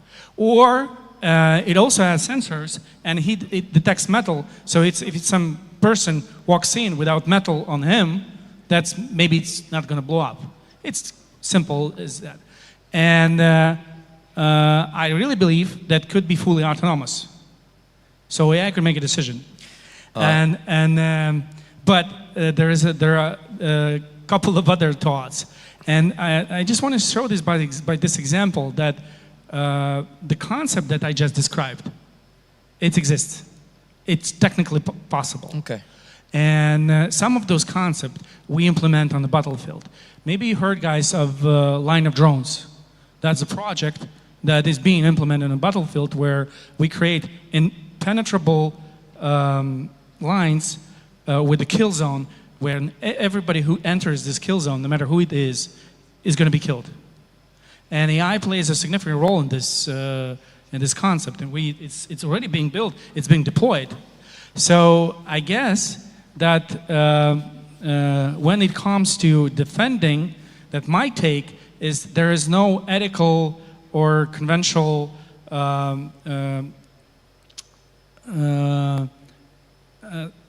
border on where you need to stop. I would like to make it fully autonomous. Okay, fine. That's my take. Good. Gil, you need to go to the airport in 5 minutes, so maybe give your last response to that. I think you have something to say about taking the human out of a loop. So we must believe on AI in this situation as well. It might be more difficult, but it's something that it's possible, and as the minister said, it's happening every day now, but we don't need to look at it only on taking life, but also on saving life. The ability to use AI to find inventors, or to use AI to understand the situation of your soldiers, and to plan the tactics is something that today in Israel, and I'm sure that in Ukraine, army is doing daily and hourly and save life every day now. The ability to create using AI, the anti-missiles and defense, this is how it's using today without the human in the loop. If the human in the loop make the situation much more slower, it can cost in life in your side. So as much as it's difficult to think about AI in the battlefield, this is something the government and the military must have as a closed loop and must have control about it, because it saves life daily as we speak here in the closed and safe place outside in the battlefield. Okay, let's everyone give the gentleman a hand of applause. It's his first time here. Have a nice trip back to Moldova, sir. Thank you. Okay. Artyom, you are at the forefront of the fight against Russian propaganda, against their threats. Talk a little bit about what it is that you do with your company and the kinds of distributed solutions that you have to these Russian attacks, these bot attacks, their propaganda, to their own usage of AI. How do we use AI on our side to leverage our own strengths against the Russians' attacks? I think our main business is like private intelligence and due diligence on people for some high net worth individuals, legal companies. But war changed us a bit, and we were now mostly focusing on defense tech. And also we have like NGO called Molfar Institute, and we, as you have said, mostly focusing on the Russian disinformation, fighting their propaganda. And I think it's the main focus we are now working on.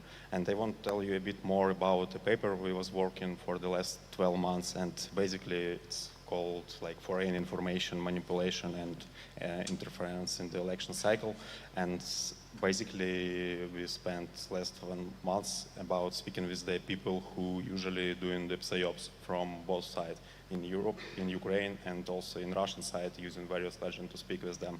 And we've seen like two common patterns. First of them, it's called like psyops matrix. And when these teams want to attack someone, they basically starting just from the Excel spreadsheet, and they analyzing geography of a country, they analyzing about their population, about religions in this country, economics, and also they going deep in the history, and they looking for who locally fighting with other sides. And then they pushing AI media monitoring over on this. And for example, if some opportunity arise, they looking on this like pain matrix and taking one point and then pushing narratives in the media. And the main problem is that there should be always a human in the loop who validates these attacks. And I think the second problem we have is the local language, because most models analyze really good in English-speaking language. But yeah, that was my next question actually. But before we get to that, can you give us an example? Like, I mean, just give me a case study of something that you worked on or what you see, and just share kind of what a average counterattack is to a Russian bot attack, or give us a case study. I think the main counterattack will be, it's right now not working like this, but I think in the next 2-3 years it will work like this. So basically you operator who working against cognitive threats, and you see a monitor and it shows that your country attacked this way. Automated AI system showing you that is huge risk and it is could like influence your economy. And automated AI system writing you narratives how you should respond on this attack. And then your country have like a local agent network which simulates activity in social networks, and you just push in one button and you counterattack Russian bots. Yeah, that's fascinating. Okay, you very graciously gestured toward the thing that we should all talk about. I think everyone knows that the more of a language there is in the archives of human history and libraries, the more of that language there is in the subconscious and the totalizing subconscious of these machines, right? So there's obviously a lot less Ukrainian in the world and in the libraries than there is of English and French and Chinese for historical reasons. Ukraine is a younger country. Ukrainian has been repressed for many years by the Russian Empire and then by the Soviets. So there's just a lot less of of a library for the machines to learn on. So what happens is that English, in some ways, becomes the lingua franca of the machines, right? And so what happens is that the machines translate something from Ukrainian into English, then they do the thing, and then they translate it back into Ukrainian. If a Ukrainian citizen's asking them a question in Ukrainian, do we need AI machines that speak every language? Do we need an Estonian-speaking AI? Do we need a Ukrainian-speaking AI, Mr. Minister? Well, we think yes, and that's why we actually build an Ukrainian LLM, not like fully from the scratch. We take open source LLM. In our case, is Gemma. So we decided to do this with Google, and on top of that, we're building our own LLM, and there are a couple of reasons that I can give you. But then it's up to every nation to decide if they wanted to do. But in our case, we want to preserve our own history. We don't want our history to be twisted. So we're building a layer of data that we feed to there, and that is comprised of history books and the facts that we established as the right ones, as we as a nation. And we don't want to be twisted by Russians. So we want this history to reflect what we see the right for our children. And there's also like guardrail to this LLM that not going to it's going to work as a security layer to not to hack this LLM from historical point of view. So the simple example is whose Crimea is? How the modern Кого LLM Крым? Who does Crimea belong to? Yeah, belong to. Right. So ask LLM that is ask programmed in different Russian, LLM. right? You're going to get variety of answers, and Ukrainian LLM is going to give you the most correct, most accurate answer, and that's one of the simplest examples. So the preserving historical context is our necessity, because we're being oppressed by Russia, and we want Ukrainian LLM to be in place to use it in educational purposes. I failed to mention that we're not building just government services, digitizing government services. We also have a project called MRIA, which translated as a dream, and it's an informational system, digital system to automate educational process. But it also has AI component to build personal educational trajectories of Ukrainian children, and of course it has to use Ukrainian LLM, because there's going to be historical questions asked by children there, and also of course the whole process of education in Ukrainian, even algebra, even chemistry and others. So we want LLM speak free Ukrainian language for educational purposes. Now this system deployed on 3,500 plus schools. We aim to reach 6,000 schools till the end of the year. It's going to be half of the schools of Ukraine. And now we have more than 500,000 users in this platform. So we plan to use Ukrainian LLM connected to this system with the right historical context and other benefits that we can build only Ukraine can do that. Right. I've never asked a Chinese or American-made LLM who Crimea belongs to, but I think it would be a fascinating. Have you done this? Yes. And who does it belong to? Who does the American? eventually they say it's legally Ukrainian, but they say it's like very complicated. It starts to explain the process. Sometimes they say, well, the citizens of Crimea they have right to figure out who they want to be under. Right. I mean, you can always program an LLM to tell you whatever it wants to tell you. Artem, any thoughts about a Ukrainian LLM and a Ukrainian AI, what that would look like, as opposed to a Russian-speaking LLM or an English-speaking LLM? I think Ministry of Digital Transformation already working on Ukrainian LLM. I think it's great product, and it's one of the points how we could secure our nation. And it also could be like cognitive shields against the enemies. So I think it's one of the main projects after the war ends, because probably war will be once again like in 10 years, and we will still have time to defend on this. And also lots of people think that like Ukraine is a laboratory for this war, but I think it's not true, because in the laboratory you could make mistakes and you will have nothing bad after this.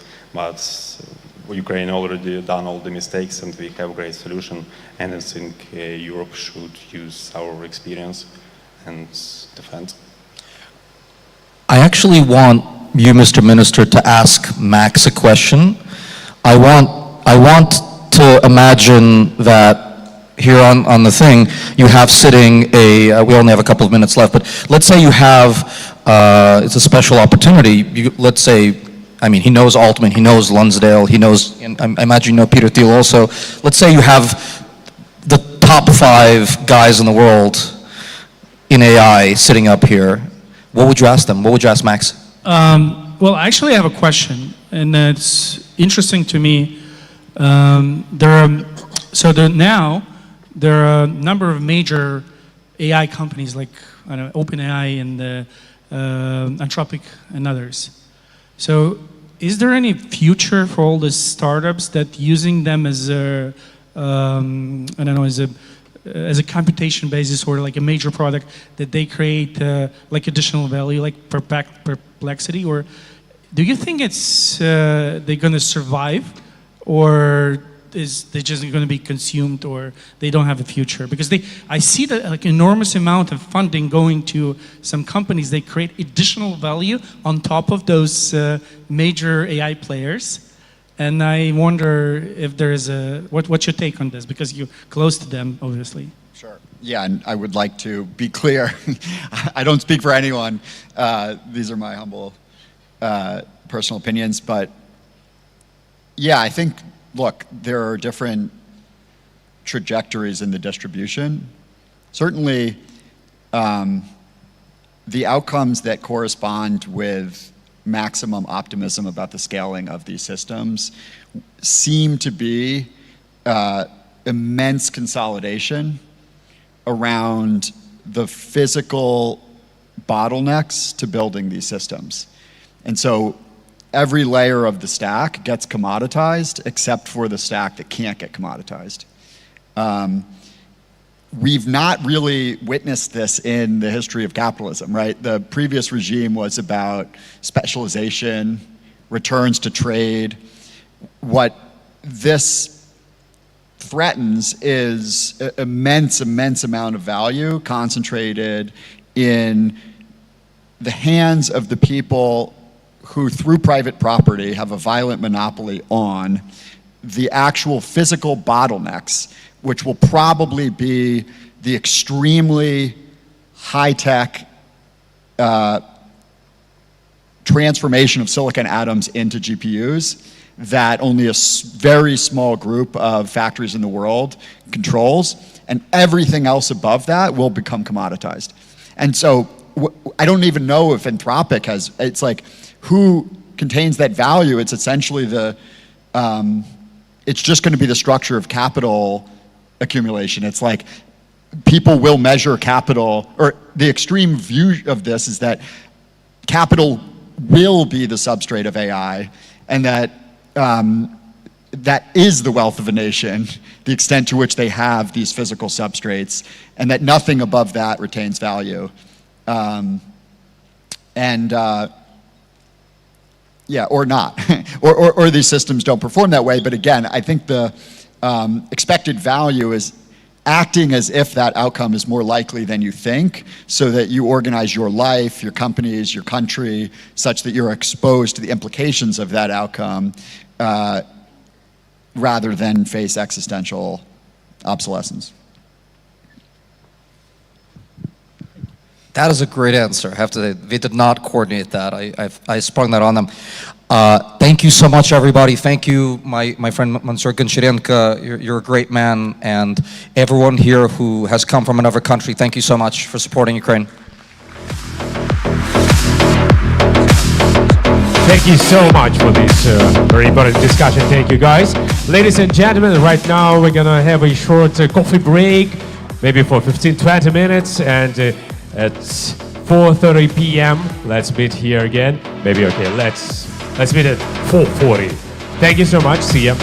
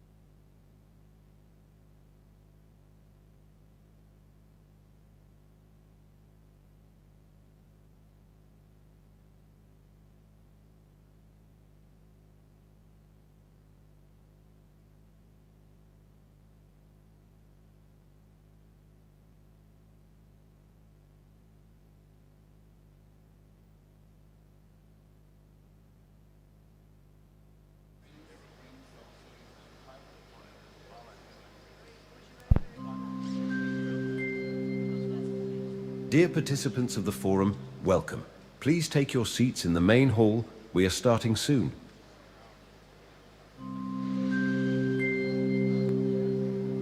Ladies and gentlemen, just a gentle reminder to switch your mobile phones to silent mode during the sessions.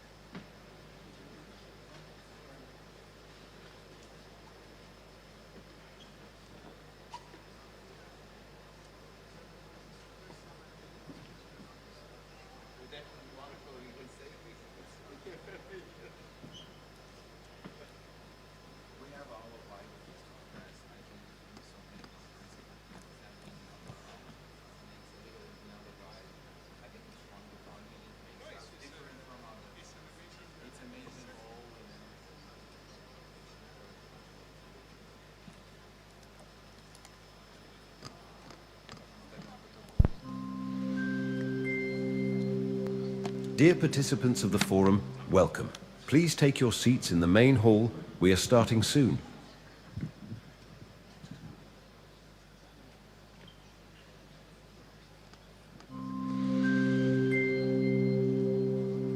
Ladies and gentlemen, just a gentle reminder to switch your mobile phones to silent mode during the sessions.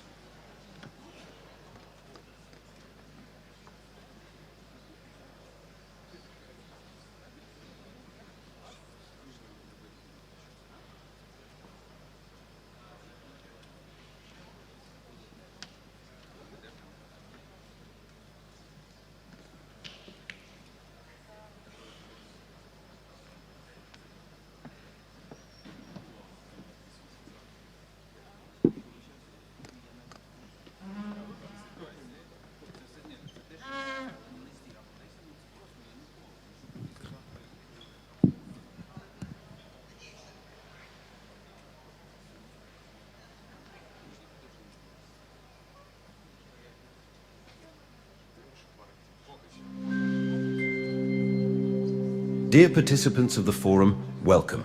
Please take your seats in the main hall. We are starting soon.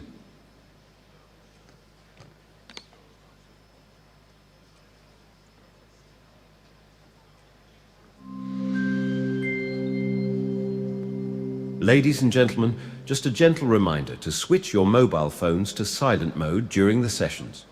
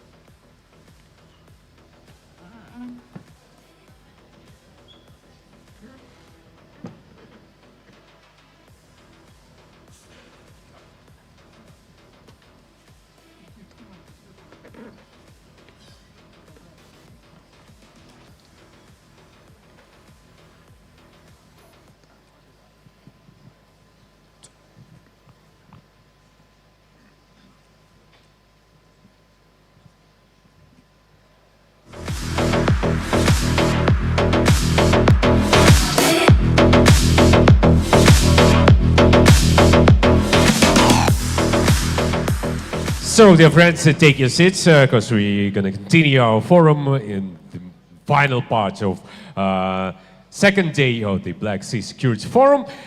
We now move on to one of the most anticipated conversations of the day, because today, as the world is going through a deep transformation of its security architecture, candid conversation about leadership, strategic decisions, and the future of the international order carry a particular weight.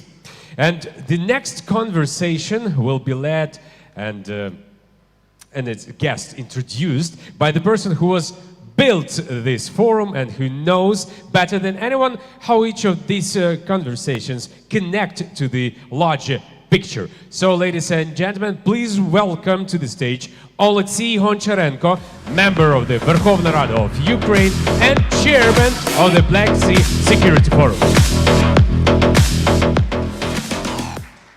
Thank you very much. By the way, amazing job done by our host today. So let us give a round of applause. Thank you very much.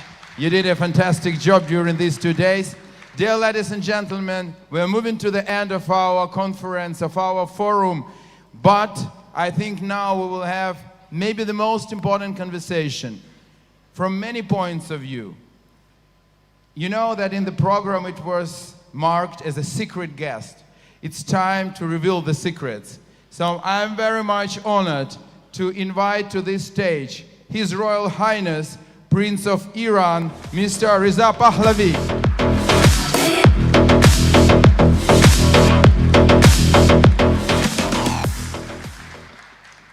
Thank you very much. Your Excellencies, distinguished guests, colleagues, and friends. There is something fitting about delivering these remarks here in Odessa, a city that has looked into the face of foreign aggression and refused to blink. A city that knows what it means to defend not just territory, but liberty. I stand before you with the deepest admiration for the Ukrainian people, and with a kinship that is not just diplomatic. It is forged in a shared understanding of what it costs to resist those who believe that might supersedes the will of a free people. I come to you at a moment of great consequences. Iran has endured a year of fire. More than 40,000 of my compatriots were slaughtered in the dark. Unarmed men and women who took to the streets in January, demanding nothing more than the right to choose their own future.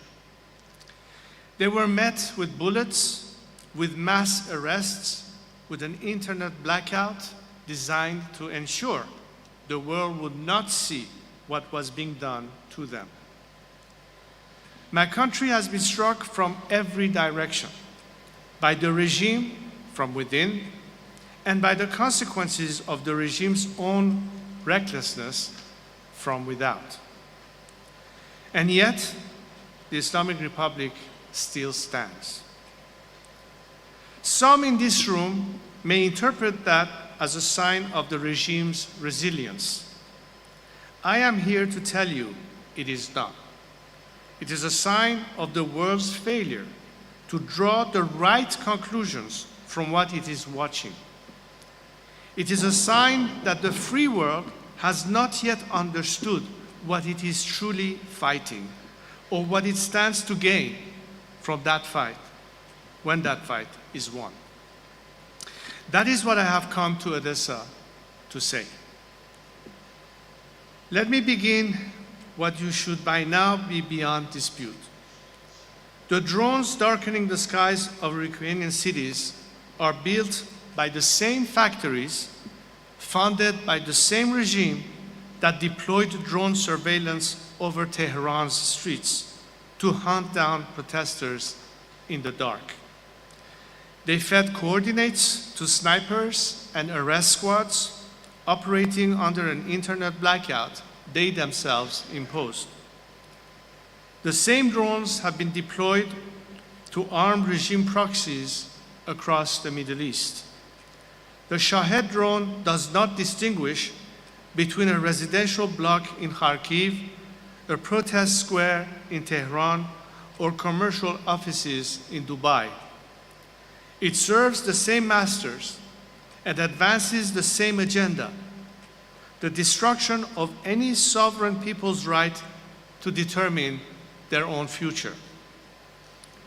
Tehran and Moscow are merely aligned. Are not merely aligned. They are not merely convenient partners of the moment. They are co-architects of chaos, a doctrine that the rules-based international order is a Western imposition to be dismantled, that borders are suggestions, that sovereignty belongs to the powerful, no matter how wicked, and not to the people, no matter how righteous. That democracies are inherently weak and can be made to yield. This is not a new axis. The Islamic Republic has been waging its version of this war for 47 years against the Iranian people. First against them, then against its neighbors, then against any order that constrained it. Russia has been waging its version for decades against its own Democrats, against Georgia, and jointly with the Islamic Republic against Syria and the Ukraine. What has changed is that they are no longer doing so in parallel. They are doing so together, coordinated, emboldened. They have been watching very carefully to see whether the free world will respond with the seriousness this moment demands. Make no mistake, they are watching your response to Ukraine's invasion to calculate their next move in Iran. And they are watching your response to Iran to calculate their next move here.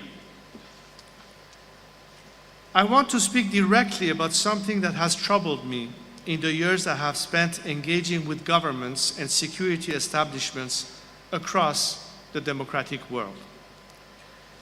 There is a persistent temptation, understandable, human, but ultimately catastrophic and self-defeating, to seek a deal with despots, to find a way to manage them, to appease them, to sign an agreement, ease a sanction, extend a hand, in the hope that a marginal concession will purchase stability.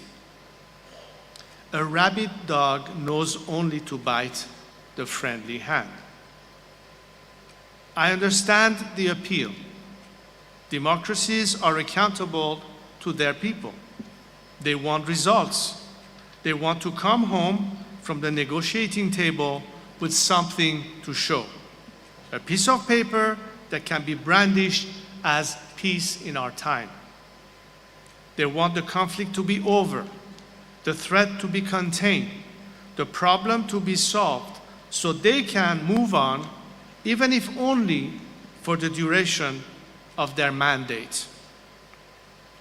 But let me draw on 47 years of watching the Islamic Republic negotiate with the West, with its neighbors, with the international bodies, and tell you what I have seen.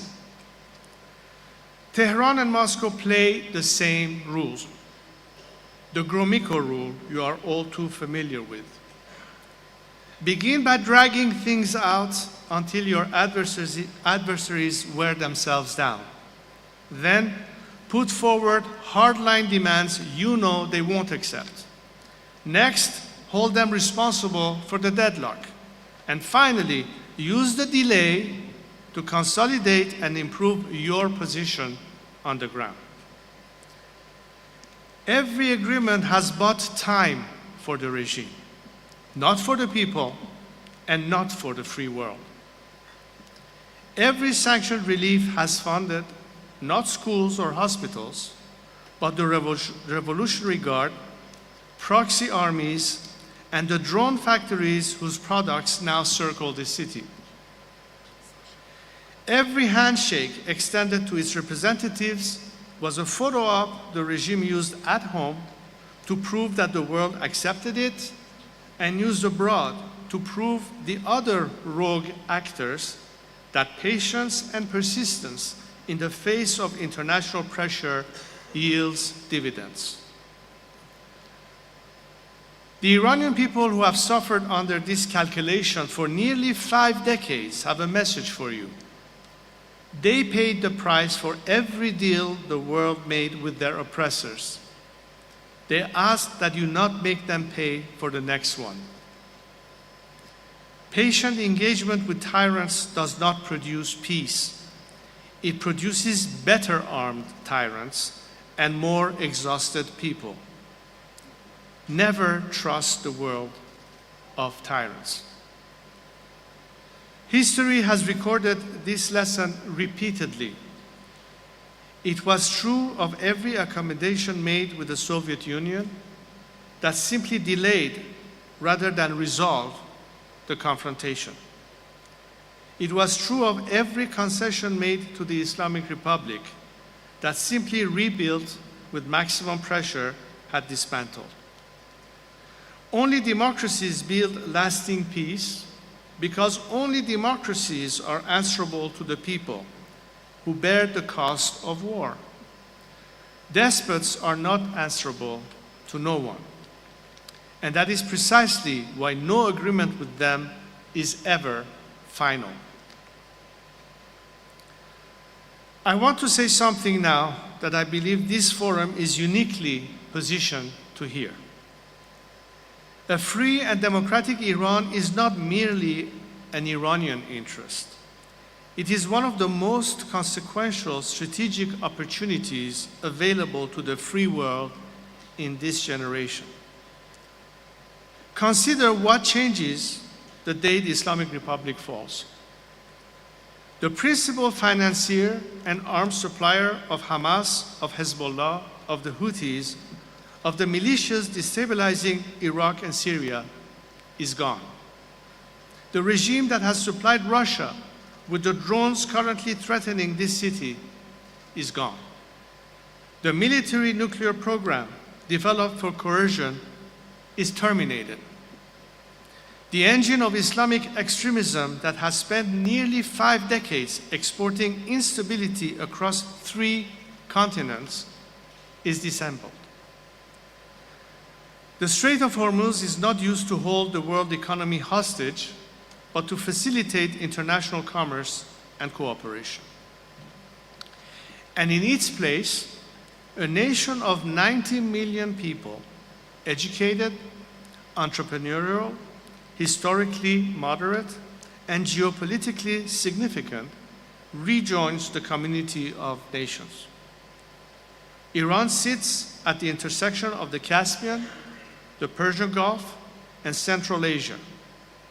A democratic Iran anchored in the free world does not merely remove a threat. It creates a peace dividend of historic proportions for Europe, for the Black Sea region, for the Middle East, and the rest of the world. Ukraine and Iran are fighting different battles on different soils, but we are fighting the same war. We are fighting for the principle that sovereignty lies with the people, that borders are not negotiable, that the international order is not merely a suggestion, that the strong do not have the right to devour the weak. A democratic Ukraine that endures is a beacon for every people subject to foreign aggression. A democratic Iran that rises is a beacon for every people living under theocratic oppression. Each of our victories strengthens the other. Each of our defeats emboldens the same forces.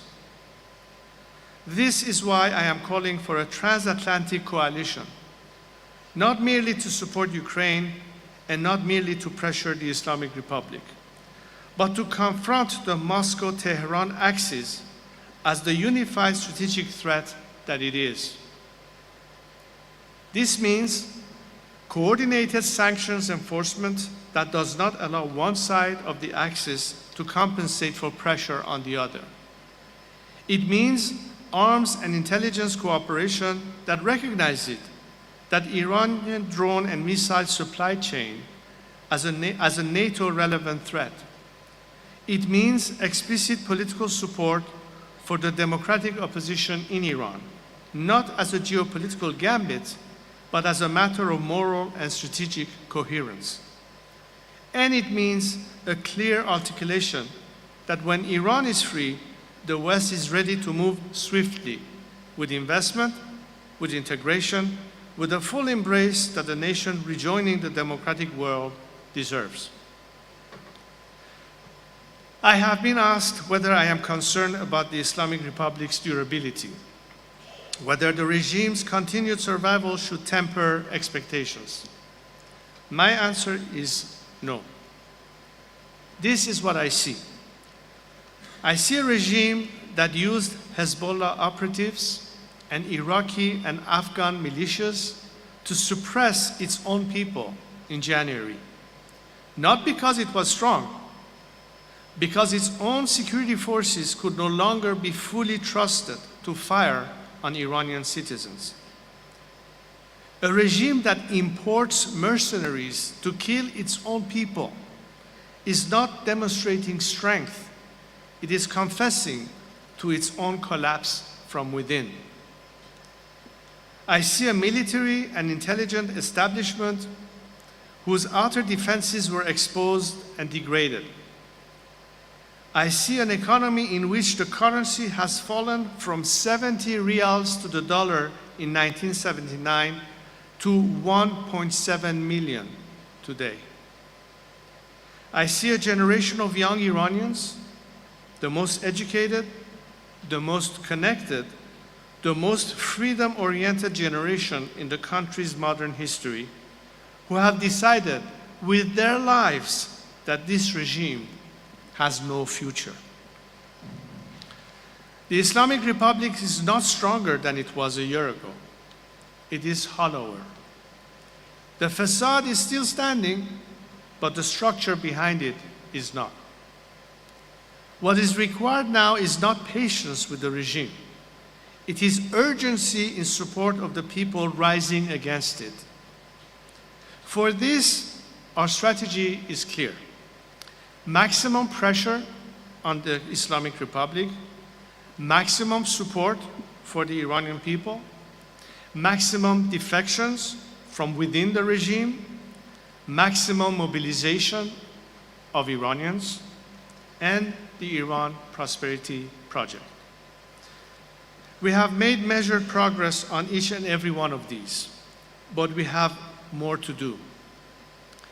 IPP is a transition framework developed with Iranian experts, jurists, and civil society. An Iran Prosperity Project with 3 phases: emergency, establishment, and normalization, designed to ensure that when the regime falls, Iran does not fall into chaos, but rises into order. A transitional justice program to ensure we move forward, not with vengeance, but with accountability. An economic recovery package ready to be implemented. A diplomatic posture ready to normalize relations with the West, with Iran's neighbors, and build trust with the international community from day one. We are not asking the world to build Iran's future for us. We are asking the world to recognize that we are ready and capable of building it ourselves. And that standing with us now is in the strategic interest of every nation in this room. We do not need nation building. We are ready to build back our own nation. Let me close with this. 47 years ago, my family was forced to leave Iran. I was 17 years old. I left to train as a military pilot, but never returned home. That was not my choice, while it has never stopped being my country. For 47 years, I have carried the voices of Iranians who could not speak for themselves in the rooms that matter. I have never stopped believing that Iran would be free. I have never stopped believing that the Iranian people, who gave the world the first declaration of human rights in Cyrus the Great's cylinder, deserve to live with the dignity they themselves defined for civilization. I am not here today to ask for sympathy. I am not here to describe suffering, though the suffering is real and staggering. I am here to make a strategic argument to this strategic audience at this strategic moment. The Moscow-Tehran axis is the defining adversarial alignment of our era. It must be confronted as such, with the same coherence, the same resolve, and the same transatlantic solidarity that defined the West's finest hour. Ukraine has held the line at enormous cost. Iran is paying an enormous price to break free. The free world has moral, strategic, and historical reason to stand with both. Do not negotiate with the axis of chaos. Confront it. Do not manage the Islamic Republic. End it. Do not wait for a better moment. This is the moment. I'm not waiting. The people of Iran are not waiting. History is the tale of actions, not contemplations. We are doing our part. Join us. Slava Ukraini, Payande Iran.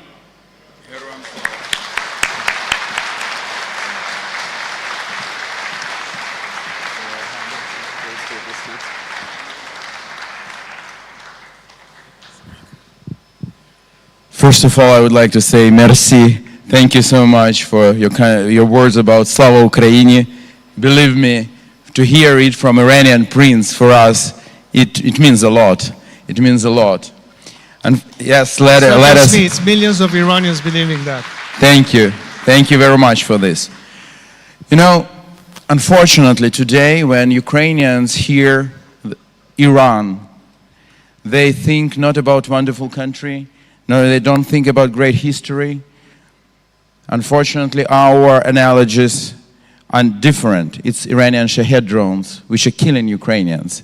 And in this city, in Odessa, for the first time, Iranian-made Shahed drones were used in October 2022. And it happened, it was just 500 meters from my home.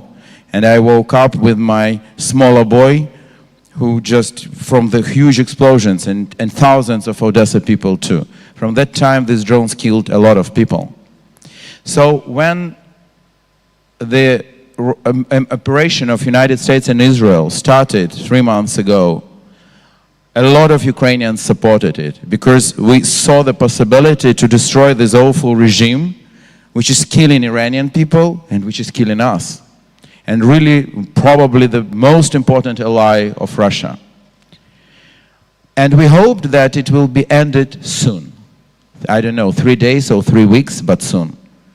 But already 3 months passed. And we can't really understand where we are now. Because now this conflict with Iran is an operation and situation, or Hormuz is distracting the world from Ukraine. The oil prices are peaking and Russia benefits from it. We wanted Russia to lose an ally, but now Russia is receiving huge money from this and benefiting from what's going on. So where we are now and what should be done to finish the job and to get rid of this Ayatollah's regime? Well, first of all, thank you for this opportunity. I'm honored to be here and have the opportunity to speak to this distinguished audience. You know, it took a while for people around the world to make the distinction between the people of Iran and the regime ruling them. I'm saying this in an anecdote that I can share with you, that when the American hostages were taken in the embassy in Tehran, the mentality back in America was very hostile to Iranians. In fact, Iranians were so scared to identify themselves as Iranian, they used to say, well, I'm from Persia. The word Iran had a negative connotation. My own wife, when she was in middle school in America, was beaten up by some of her classmates just because she was an Iranian. So it took a long time before the world started to see that what this regime does is not representative of the Iranian people. And throughout the years, Iranians that had sought refuge or had to leave the country and assimilated into various host countries that ended up becoming citizens in, whether in America or Canada or in Europe, have proven to be what the true sentiments of Iranians is. They are compassionate, they are peaceful, they are committed to liberty, and they only had to escape our country because of what the regime did to them. And when you fast forward from 1979 to 2026, this very January that I'm talking about, I think the world saw that Iranians, young Iranians predominantly, are ready to risk everything, including their lives, to fight for their liberty. And that's the distinction between a regime that suffocates them, that has taken them hostage from day one, and is still ruling them, and is a problem not just for us, but for the rest of the world. In that context, I think the destinies of the people of Iran and the people of Ukraine is one and the same. Our destinies are sealed. Your victory is our victory will be yours. Why? Because we are fighting the same common enemy. But that's exactly why the world needs to understand that there has to be a parallel approach that addresses the collective problem, so that Tehran cannot maneuver based on what the world does about the Russia-Ukrainian conflict, or vice versa, that Moscow is looking at what the world is doing vis-a-vis Tehran to decide how they can continue what they're doing here, as I explained earlier in my speech. And that's exactly why the alternative has to be clearly defined, that the regime in Iran has basically tried to buy time and prolong the problem. That has been their tactic from day one. And this is a trapping that we should not fall into. The more time goes by, the more we have the consequences of this non-resolution. So the real question is, do we truly believe that it is possible to attain a legitimate breakthrough by means of diplomacy with this kind of regime and move away and say, now we have established a stable peace that can last? I can tell you one thing. Regardless what is the outcome of these so-called negotiations, it will not be durable.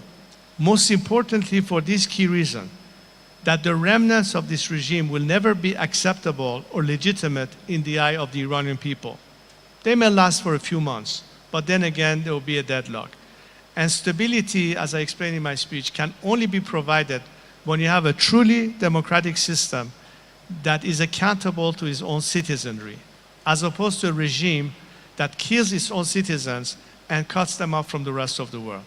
This is where we need to understand that the final end game is not by a continuation of this regime, but by its total elimination. There's an opportunity to get it done, and it will be something welcomed in our region.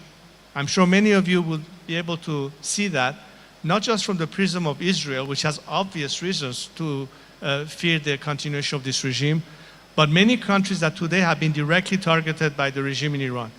I'm talking about Saudi Arabia, UAE, and other countries in the Middle East. This is why this is an opportunity in this generation to get it done.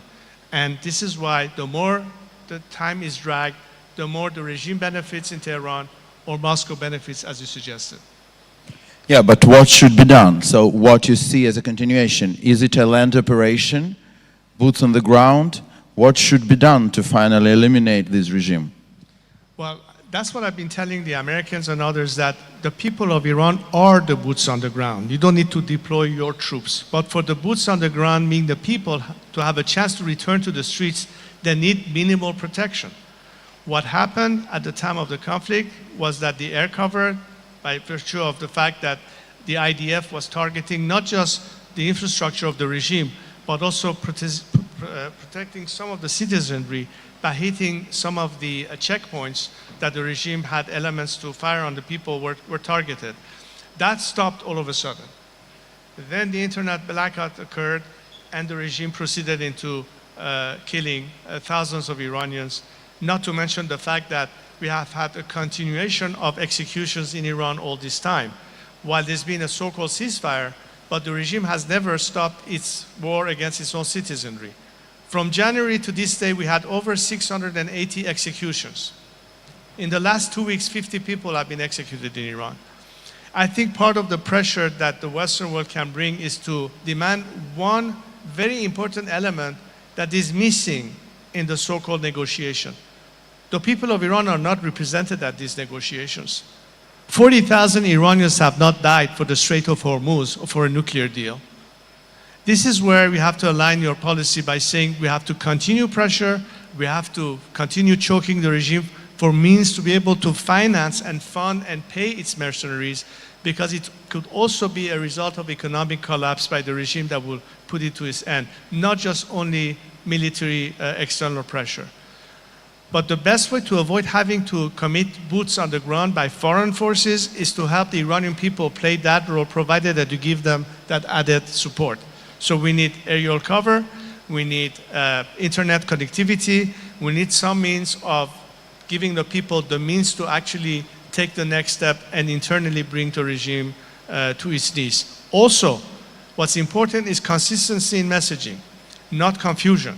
When you have confusion, it is hard to expect elements who want to defect to our side not to hesitate, because they're not sure how committed you are to put an end to this regime.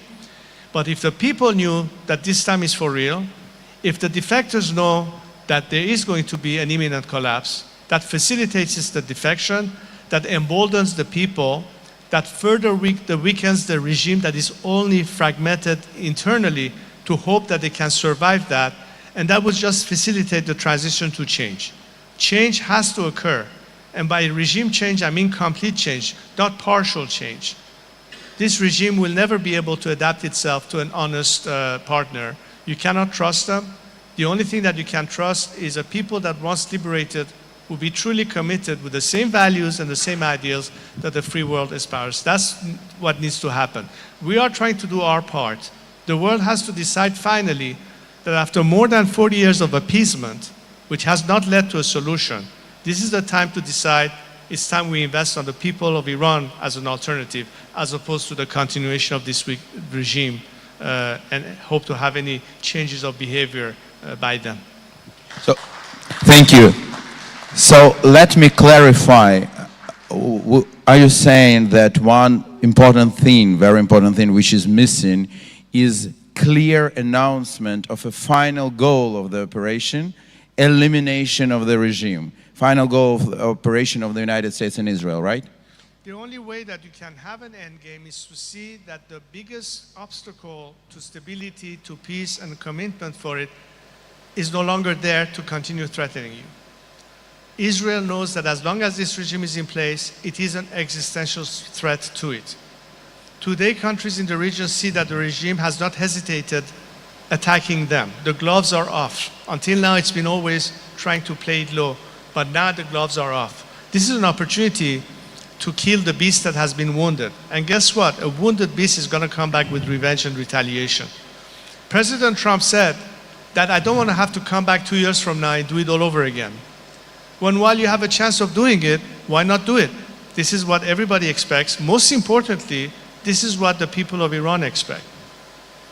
Let me make sure that you all understand what I'm saying, and hopefully now that the internet is partially reconnected, you will hear directly from the people of Iran what was their reaction to that intervention that happened. People in Iran were celebrating the fact that the IDF and partly the US Air Force intervened in hitting the regime's infrastructure. People have named streets in Iran after President Trump. This is a nation that looked at it from the prism that this is an intervention that is literally humanitarian to protect more lives to be lost. For us, it was a liberation intervention. And the people of Iran are smarter than you think in making the distinction between when the country is attacked as opposed to when the regime is being targeted. In 1980, when I was in Cairo, 3 months after my father passed away, Saddam Hussein attacked Iran. At the time, having been an Air Force pilot, I sent a message to the Iranian authorities that I'm ready to return to Iran and to fight as a fighter pilot against the Iraqi invaders, knowing full well that this is a new regime in place in Iran, a regime that started executing our generals, former generals of the military, and our ministers. Some of them were my commanders when I was training in Tehran on an F-5, because this is an aggression to my country. I had to protect and defend our territory. But when the targeting was the instrument of repression against our people to be weakened, so the people have a fair chance to stand up to it, that was a welcomed intervention.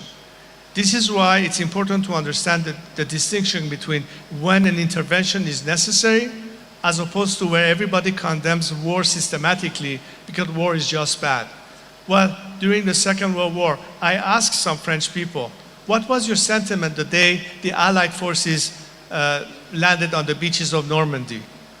Wasn't that part of the French liberation?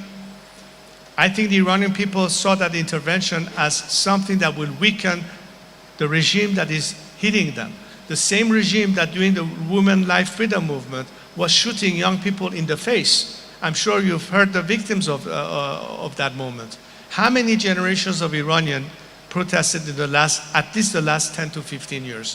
From the Green Movement on, you have seen more and more frequency of people, despite the regime repression, come to the streets and fight.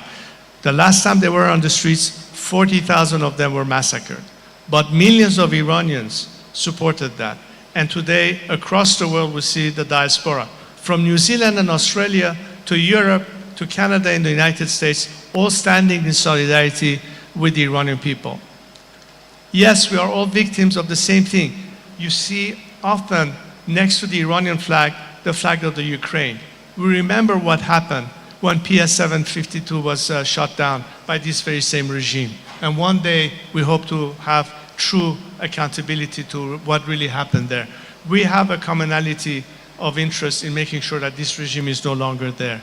We have to make sure that it is defeated. It can be defeated. But as much as you trust yourselves in your resilience as Ukrainian, pushing back against the enemy aggressor, you should trust the Iranian resilience that are willing to fight to the very end to free ourselves from the regime. And I think here's an alliance that can start, and hopefully we can have more traction and have more governments of the free world, particularly here in Europe, to join with us and be supportive of that alternative. That's a win-win for all of us. And I think this is exactly what it all boils down to. It should not be about the price of a gallon of gasoline. It should not be about midterms election. It should be about democracy defeating tyranny. Thank you.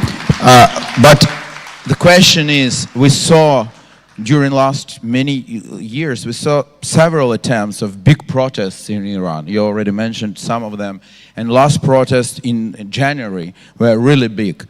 The question is, why after start of operation we don't see these protests? The internet is cut, we understand. Maybe we just don't know. So, or maybe the moment was lost when the operation should start earlier, when people were on the streets and were ready to fight. Or maybe, as some people say, Iranians are rallying around the flag, feeling it as attack on Iran. So this is a very important question for us to understand. Well, that's exactly why I told you the distinction. As I said, the people inside the cities that were hit by the intervention of the IDF or the US Air Force were actually celebrating these attacks. The video is out there. There's tremendous amount of footage in social media that some of you may have seen and you haven't. I hope that you take a look at it. This is coming straight from inside Iran. This is not manufactured. This is not an interpretation. This is actual video footage of people in Iran, different cities that were in fact cheering the fact that something is being done to weaken the biggest enemy of the people being the regime itself. Now, what happened is that that momentum stopped all of a sudden. It was supposed to be continued. All of a sudden we heard, stop eliminating regime leadership. You know that many people were taken out, including Ali Khamenei, the supreme leader.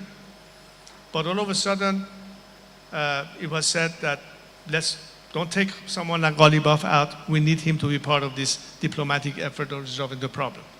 That conflict stopped out of nowhere, leading into this phase of so-called ceasefire for potential negotiations. The fact that the momentum stopped doesn't mean that people's resilience has stopped. The problem for us is not our resilience to continue the fight. It's the opportunity to safely come back to the streets. When when January 8th and 9th happened, we had to adjust our tactics. We had to retreat back home. I told my fellow compatriots, the next time there's a call to action, it has to be done in an environment that is conducive to be able to at least minimal casualties possible in risking to come back to the streets. We cannot do this when there are mercenaries in Iran that the regime is bringing to shoot people. We cannot do it when there are still checkpoints where snipers are shooting civilians. This is an element of coverage that will enable the people to come back to the streets. So there is an external component to that. You cannot simply say, Iranian people, you're on your own, good luck, try to emerge.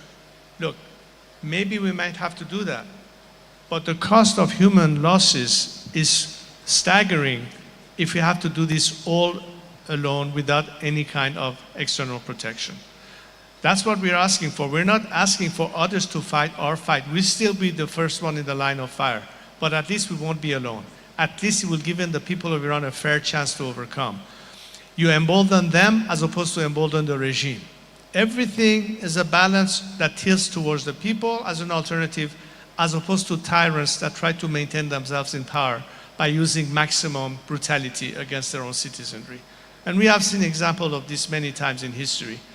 The tide changes the day the world finally puts complete pressure on the system and forces it ultimately to surrender, and in this case, perhaps collapse. Because this is not the regime of South Africa that begins negotiating with Nelson Mandela and puts an end to apartheid.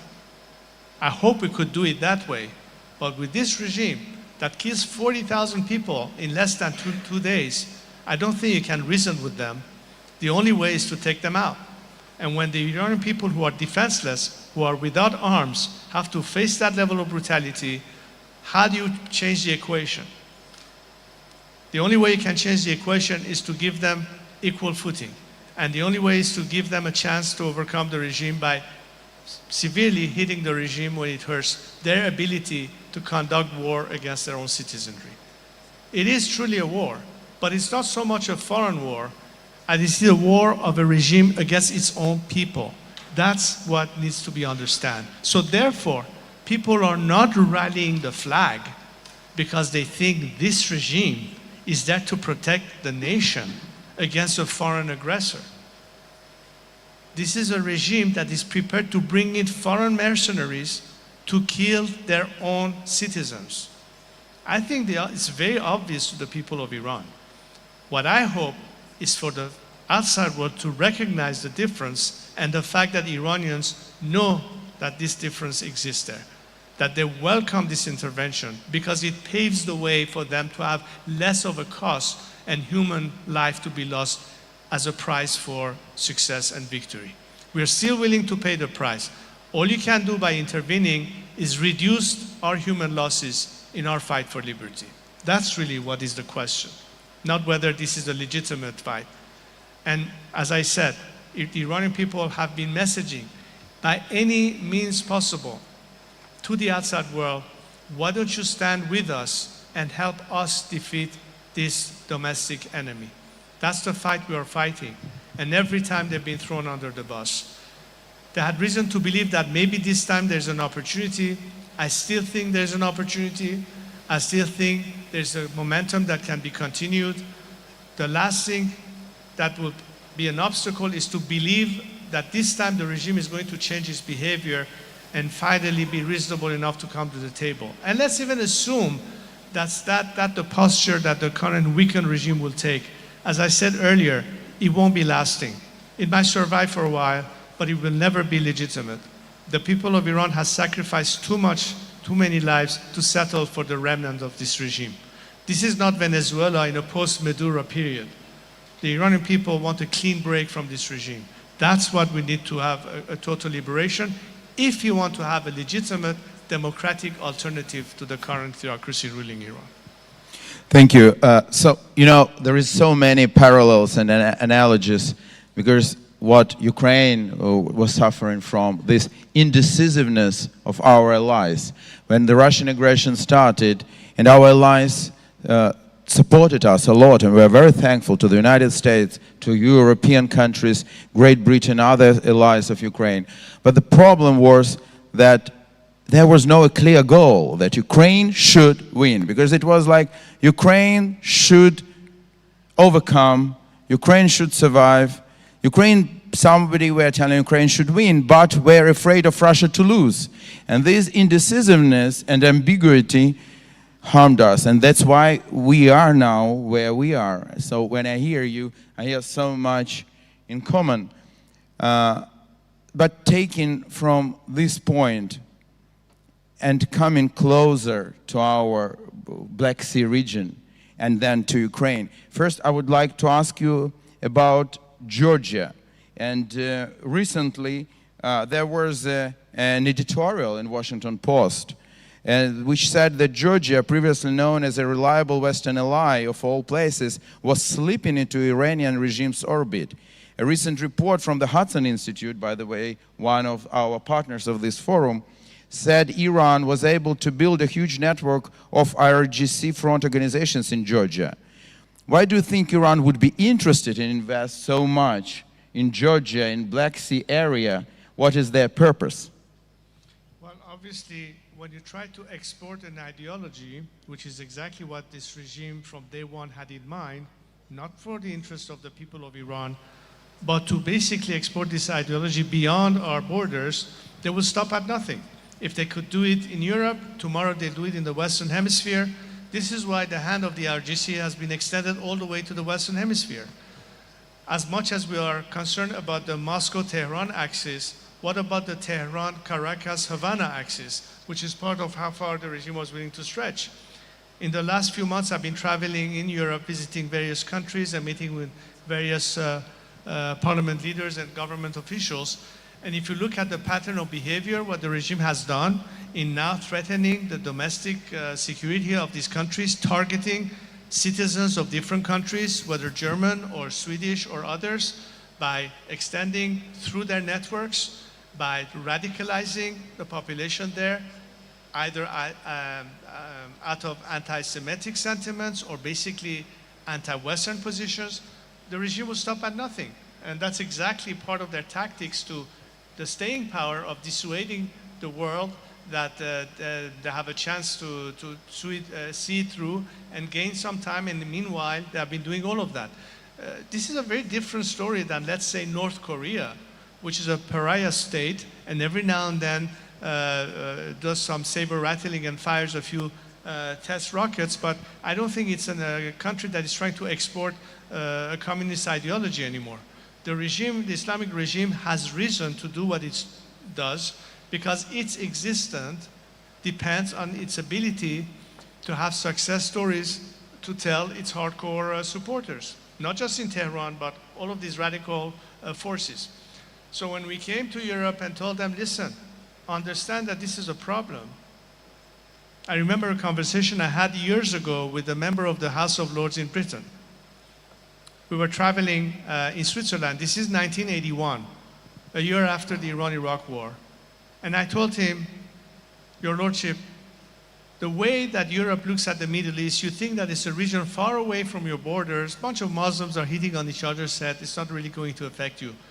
But it's going to end up in your own backyard one of these days. Look at Paris today. Look at London today.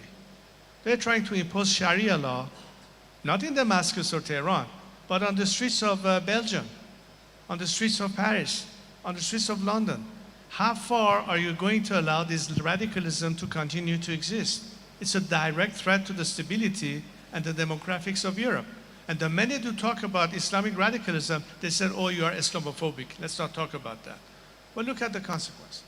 They've been given the chance to do that. Why? Because for 4 decades, the central foreign policy of key Western governments has been appeasement, with the hope to force the regime to have a change of behavior. That has been the basic strategy of Western governments, US included, mind you. Has it paid off? No. It has only allowed this regime to remain in power, to be able to expand its, deploy its reaches, not just Hezbollah and Hamas in the immediate region, but all the way onto European soil. That's another reason why we're saying that, look, the only way to reverse all this cycle of forced migration for Europe that is already so saturated, one way to alleviate your energy requirements so you don't have to be blackmailed by Russia every winter for energy uses.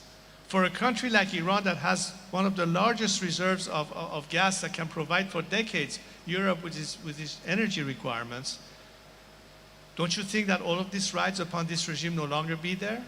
Can you actually conduct clean business with a corrupt IRGC-controlled country that controls every aspect of the Iranian economy? You want them as an honest partner in this? Of course it's not going to happen. So everything rides onto the fact that a change that will be lasting, a change that will be conducive to economic opportunities once the regime is gone, not to mention all the security concerns. It all depends on this regime to be finally defeated. And most importantly, you're not forcing that on a nation.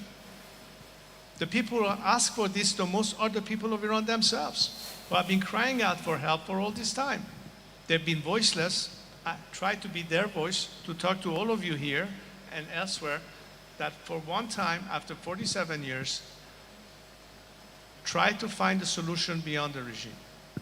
Trying to do more of the same and expecting a different result is pointless. The alternative is not this regime.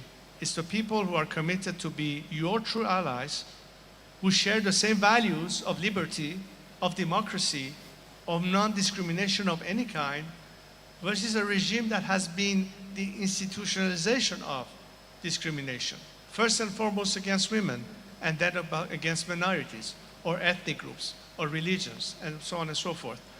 Everything is riding about the disappearance of this regime. It's good for us as a nation because we'll be liberated. It will be good regionally because people in the immediate region will be positively affected by it. That goes towards all the Black Sea region, Georgia, others. But the game that the regime is playing is proxy deployment of exporting an ideology. What we're trying to do is to guarantee stability, peace, and opportunities in the future by means of liberating Iran, and that's exactly what's a choice to be made. Either you believe that we can continue with this regime still existing, or this is truly an opportunity to change the world for the better. The people of Iran are ready to act. As I said, we're not waiting for it, we're doing it. We hope that you join us in this fight. Thank you. We don't have much time left, but this is super important and interesting conversation. So, keeping in mind that we are short in time, I want to ask you several more questions. First, let's speak about elephant in the room. In our case, crazy bear in the room, about Russia. I will not ask you, it's clear, you said clearly Russia and Iran are closest allies, we all know this, we feel it on ourselves. The question is, Iran definitely was helping Russia in their war against Ukraine. Is Russia now helping Iranian regime to survive during this operation? Is Russia providing military intelligence to Iran? Is Russia providing weaponry, all these surveillance systems? Are there Russian intelligence, agents of Russian intelligence active in Iran right now? Well, way before the conflict with the Ukraine, the relationship between Moscow and Tehran, particularly with the military apparatus, has been long-standing. It started decades ago. So there's nothing new to that. The question really is controlling Damascus, and of course Bashar Assad is no longer there, so it was a sort of loss for Moscow. So right now they're hedging a lot of their bets on Iran. But I think that the momentum is beginning to shift a little bit in the long term. As I said, I think Moscow is waiting to see what the world is willing to do vis-à-vis the regime in Iran. They know that it will play very much against their interests if Iran is liberated. Likewise, as much as what's happening in the theater of the Ukrainian conflict affects us as well, because those two axes feed on each other's victories, meaning our collective defeats. That's really what's standing. So that's why I think that the policy should be not just to think of Iran alone and separate this from the Ukraine and what you have to face as Ukrainian, but to understand that both of these simultaneously work together. Whatever works for you works for us, and I think it's vice versa. This is the only way to put an end to that axis that is benefiting from this lack of cohesion or coordination, if I could call it that.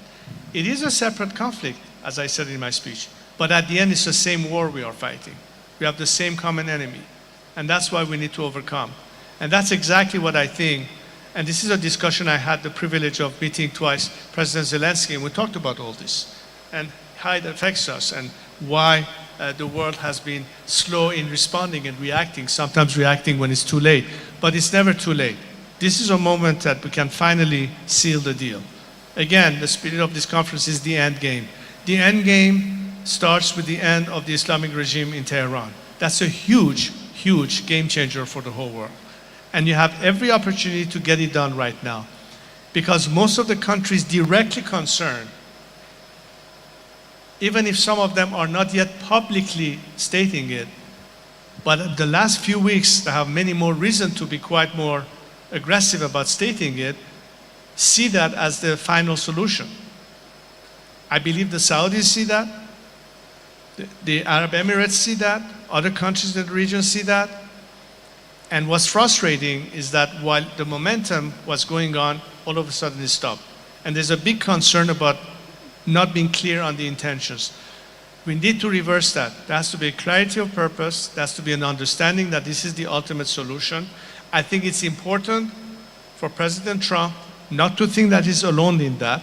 I think Europe has to overcome this anti-Trump mentality and think more in terms of what's really good for them at the end of the day, for your own sake, not for the sake of the Americans or the Israelis, but all of us collectively knowing that we have a common problem.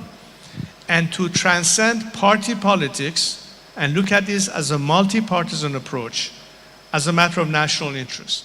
Whether you are German political parties or Ukrainian political parties or French political parties or British political parties, it should be beyond this or that party. It should be about the national interests and the collective interests of the EU. And I think that we as Iranians, once freed, will show you that we are reliable partners that are committed to peace and friendly relationship with our neighbors. We have no quarrels with Israel. In fact, we welcome our Israeli friends to help us with many challenges that Iran faces. When I traveled to Israel 2 years ago, it was to also discuss their help in terms of their expertise in water management, because Iran faces a very serious water crisis, I must tell you. And these are the reasons why, unlike this regime that wants to wipe Israel off the map of the world, we see them as genuine strategic partners. We want to work with our Arab neighbors. Iran proved before the revolution the kind of relationship it had with the whole world, particularly with the West. And I think once liberated, Iran will prove yet again that this is the kind of people who will be on the same wavelength with the same principles. And we only hope that once liberated, we can bring every freedom that we enjoyed in the Western world that is been denied to us back home in Iran. That's why we need the solidarity and the support of Western democracies more than anything else at this time. Thank you. And now coming to what Ukraine, our position here, it's clear. We want this regime to fail. We want to see free Iran because it's a question of secure Ukraine. We feel it very well, unfortunately. I sponsored to Ukrainian parliament the bill about severance of diplomatic relationships with the Islamic Republic of Iran. Do you, as Prince of Iran, do you support such step from Ukraine? I think every step that demonstrates that based on the comportment of this regime in terms of its behavior against its own citizens to begin with. Of course, there are threats to the rest of the world. Of course, there's belligerence. Of course, there's hostility. But most importantly, the behavior against their own citizens. Can they ever be considered legitimate anymore? They're certainly not in the eye of the Iranian people. So any move that demonstrates that you take this seriously, that you can no longer tolerate nor accept this kind of comportment, that you cannot accept that this regime in obscurity continues its massacre of the Iranian people, executions, political prisoners, what have you. This is the time to certainly demonstrate beyond just condemnation and beyond just rhetoric, but by action, that you are serious this time. This is something that needs to embolden our fellow Iranians back home, all actors in civil society, all our people who are now in prison as political prisoners. The end of apartheid by means of external pressure, by forcing this regime to acquiesce the fact that their days are over. Any deal with this regime, any continuation of diplomatic recognition is only used by the regime to claim legitimacy when they have totally lost it at home. You tried it for 47 years and counting, but you do have a better alternative. And I think it starts by no longer recognizing this regime as being the legitimate representative of the Iranian people. It's by expelling their diplomats. It's by shutting down their embassies or all the networks through which they channel funds to radicalize citizens against your own population in your own respective countries. That's the very least that could be done. And I would definitely welcome that. And I think millions of Iranians will respond very favorably to such an initiative. Thank you. Thank you very much. You already mentioned awful tragedy which happened in the sky of Tehran. It's about flight PS 752, January 8, 2020. Just a short question. After Iran will be liberated and you will be a leader or in leadership of Iran, in this case, can we count on transparent investigation and payment of compensations to all those who suffered from what had happened when this flight was shut down?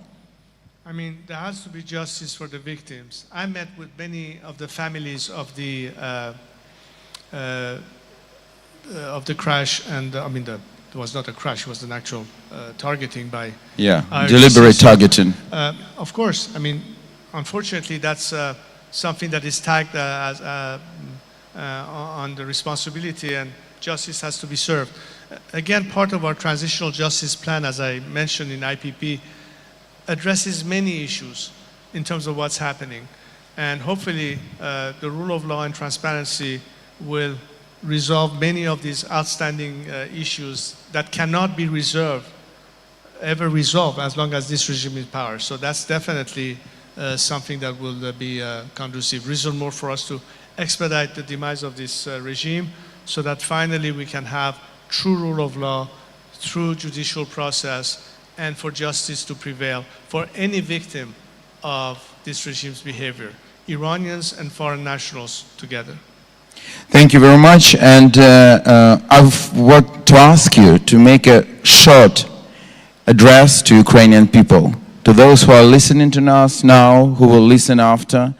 Just give an address to Ukrainians who are listening to you now. What I can tell our friends here in the Ukraine is that we as Iranians appreciate many of your fellow compatriots living abroad, standing together with us during demonstrations of the diaspora in support of our fellow citizens at home. We have seen so many countless Ukrainian flags flying right next to ours. And that means a lot. When I was recently in Germany, participating in the last security conference, I went to the main square where over 250,000 Iranians had gathered in demonstration that day, and there were so many Ukrainian flags flying there. It was about Iran, but yet the flag of Ukraine was there, which shows one thing. It shows a solidarity, but also a sympathy that you have shown to Iranians, not only arguing for Ukraine, but understanding the commonality of interest. And you've seen many Iranians participating in demonstrations of your fellow Ukrainians in different countries. That's very important, that sort of people-to-people relationship, because that's really what lasts at the end of the day. Regimes change, governments come and go. What's eternal are people. And that bond, I can't put any value to it. So thank you all for standing with us. Merci, thank you very much. Your Highness, that's your first time in Odessa. That's correct. Your first time in Odessa and your first time in independent Ukraine. As I know, you told me that you've been in Kiev many years ago when it was still part of Soviet Union. 1976. Yes, many years before I was even born. But I would tell you that we all want this to be not the last your visit here. So first of all, as a chairman of Black Sea Security Forum, I want to invite you next year for our next edition. We will have a special panel about Middle East and Iran. I hope that you will come to us from Free Tehran. I hope very much. And I hope you will come to peaceful Odessa when the war will be over. But in any case, we want to continue this conversation. We want to continue this bond. We want to continue to work together. Because, you know, we are Tehran, Odessa, Kiev. You know, we're different from Las Vegas. You know why? Because what's going on in Odessa, in Kiev, and in Tehran never stays just in Odessa, Kiev, or Tehran. The whole world feels what's going on in our city. And we need to do in our cities, in our countries, and we need to do everything we can to make not only our countries, but the whole world better. Well, hopefully we'll have a sister city in Iran for Odessa. That would be amazing. Thank you very much. Ladies and gentlemen, His Royal Highness, Prince of Iran, Reza Pahlavi. Thank you so much. Thank you so much.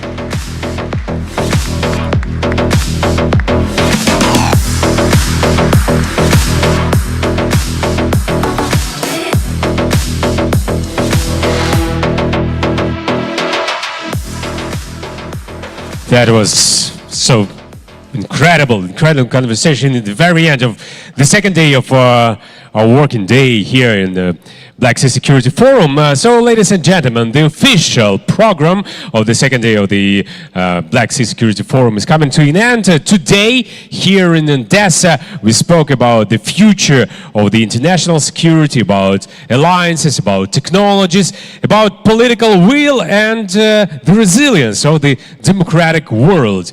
And once again, we saw that despite differences in views, or differences in interests, there is a shared understanding. The security of the Black Sea is a matter for the future of Europe and for global stability.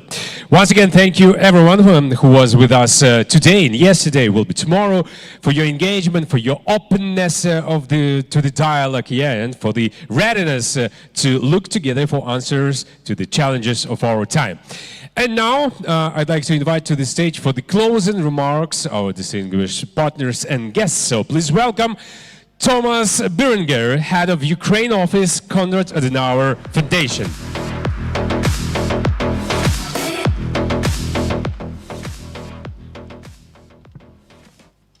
Thank you very much for the kind introduction.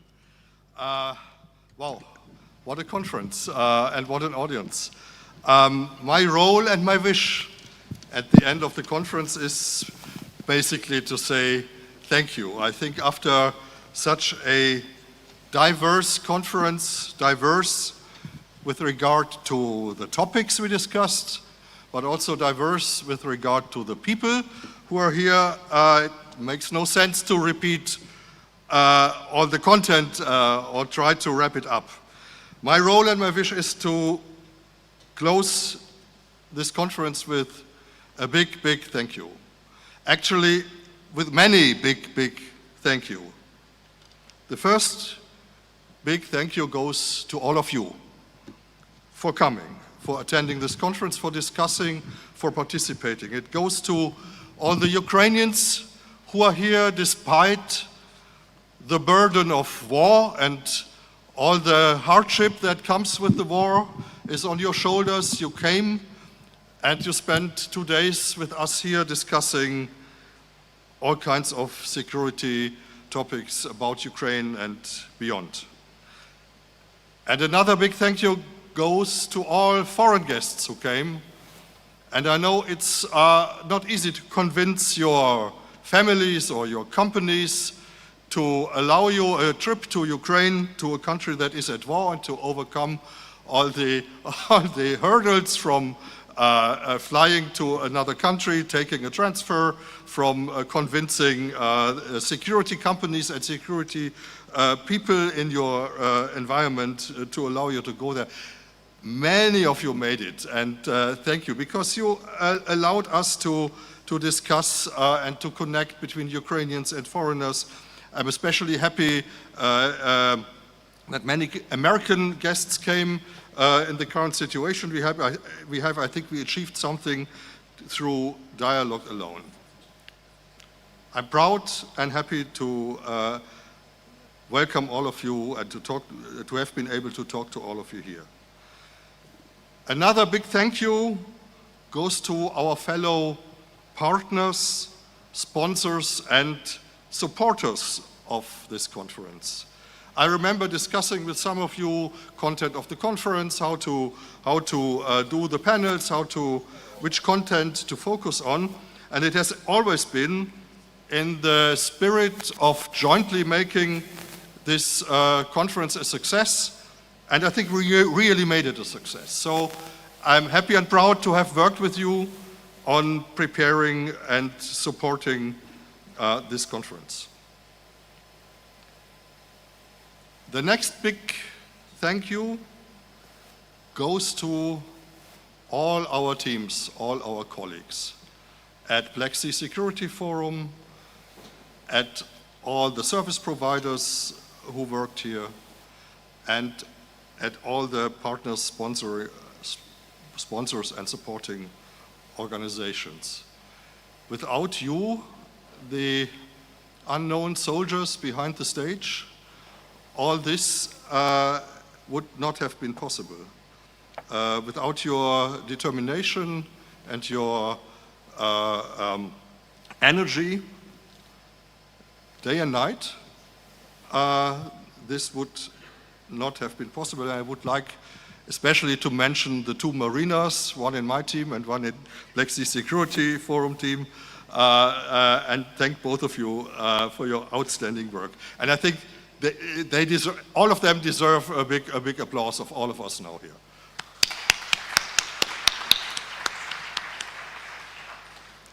Next big thank you goes to Alexei.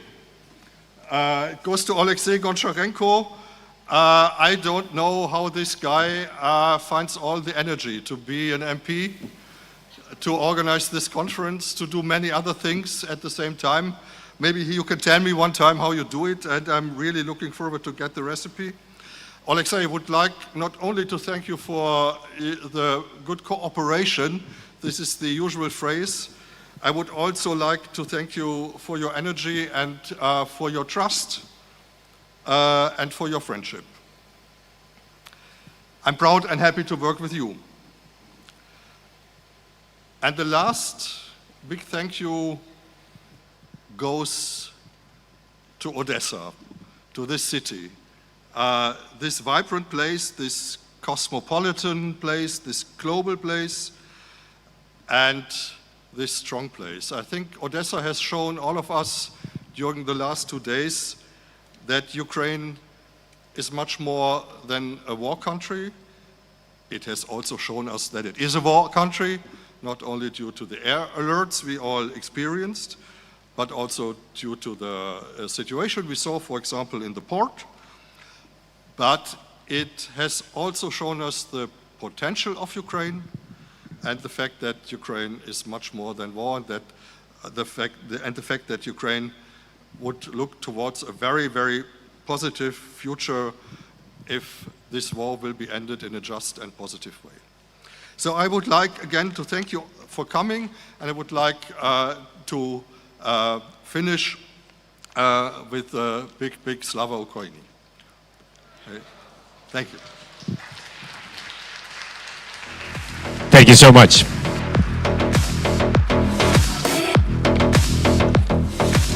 Thank you. Thank you so much, Tom. Our big thank goes to you. Thank you so much, Thomas Bürger, and of course, the Konrad Adenauer Foundation. Now I'd like to ask for your applause and please welcome Markus Wichel, Vice Chairman of the Board of Directors, Hepatica Foundation, Chairman of the Swedish delegation to the Council of Europe Parliamentary Assembly. Thank you very much, ladies and gentlemen, friends and colleagues, and of course, heroes of Ukraine. My name is Markus Wichel and I have the honor of serving as Vice Chairman of the Hepatica Foundation. And for the second year in a row, we are proud to be sponsors of the Black Sea Security Forum.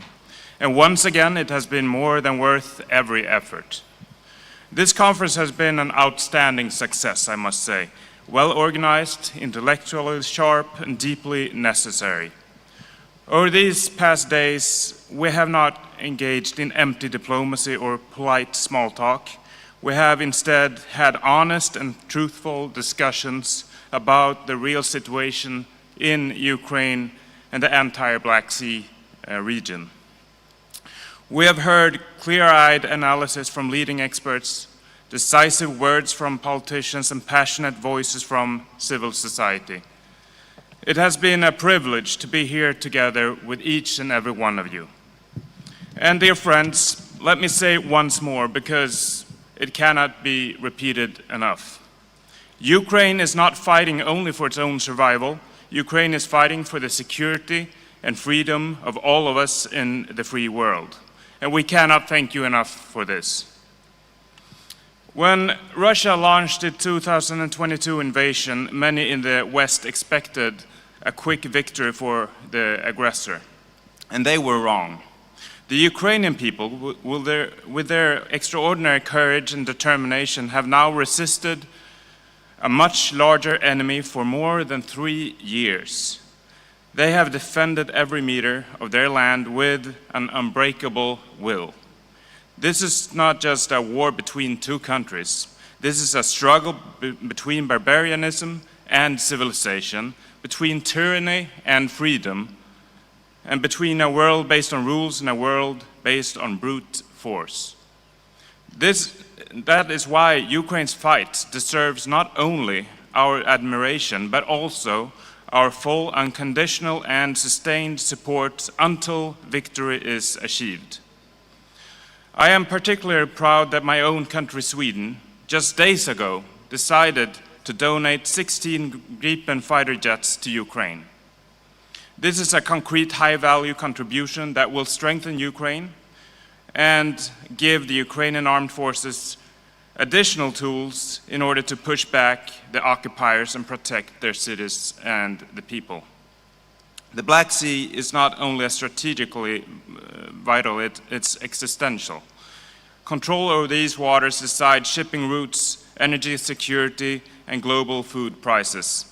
And here, right on the shores of this sea, lies one of Europe's true gems, the beautiful city of Odessa. It is truly a joy and a privilege to visit Odessa, a city that represents culture, history, and the soul of a free Ukraine.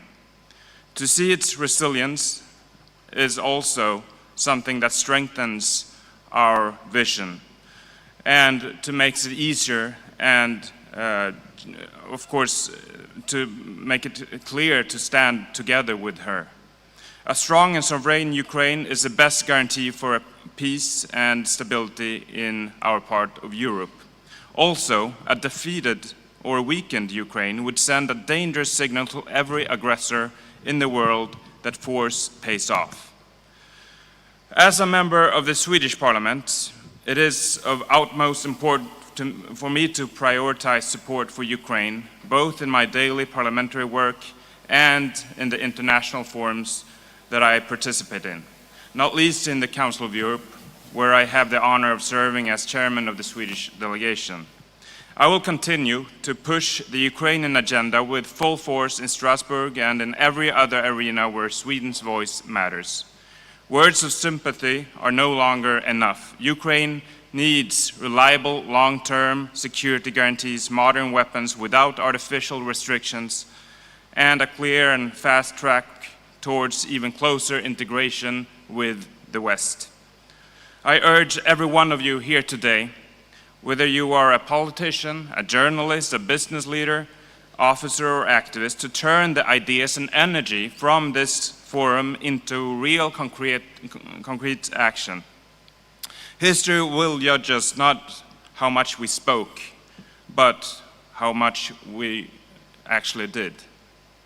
The Hepatica Foundation will continue to make our support for Ukraine one of our absolutely top priorities. We will not tire and we will not waver. This is why we opened our first foreign office in Kyiv earlier this year. We believe it is very important to be physically present here in Ukraine. So to all our Ukrainian friends here today, thank you for coming, and thank you for sharing your experiences and your unbreakable hope.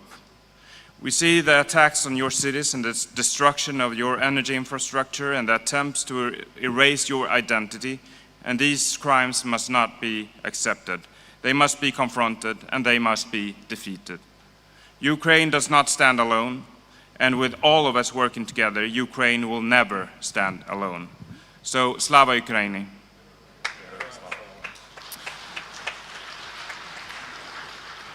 And last but not least, thank you all for coming here, and thank you, Alexei, for everything here. It's a true privilege and pleasure to work together with you. Thank you. Thank you, Marcus. And thank you, Hepatica. Thank you so much. So, ladies and gentlemen, it's time for the closing remarks from Alexei Honcharenko. Please welcome.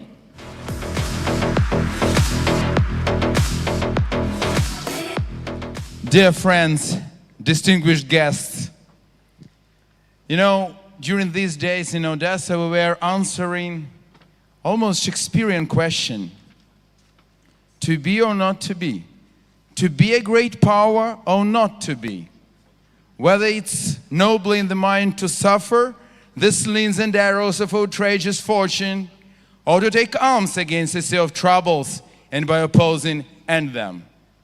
We here in Ukraine, we gave our answer when we took arms in our hands, stopped aggressor, fighting for this sea, fighting for this land, fighting for Europe.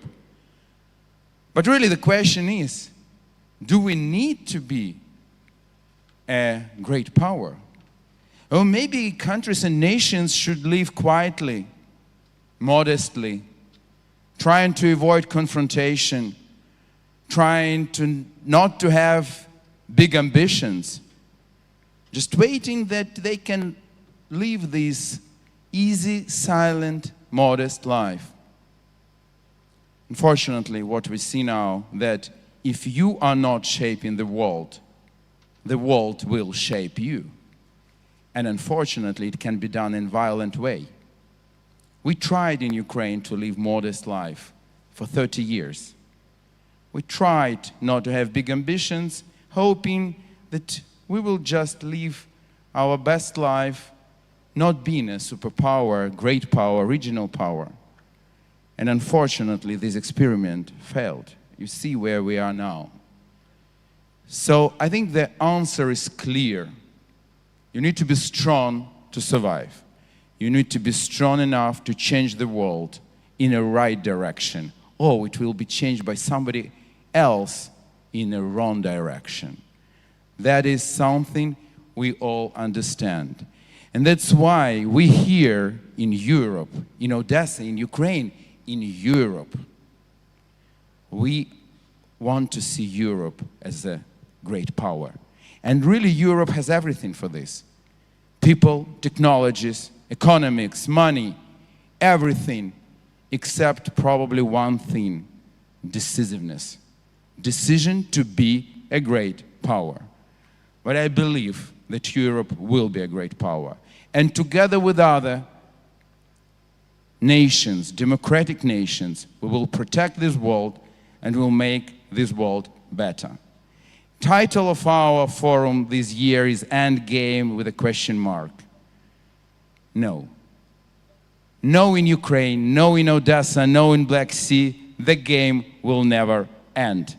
So we are closing and successfully closing Black Sea Security Forum 2026.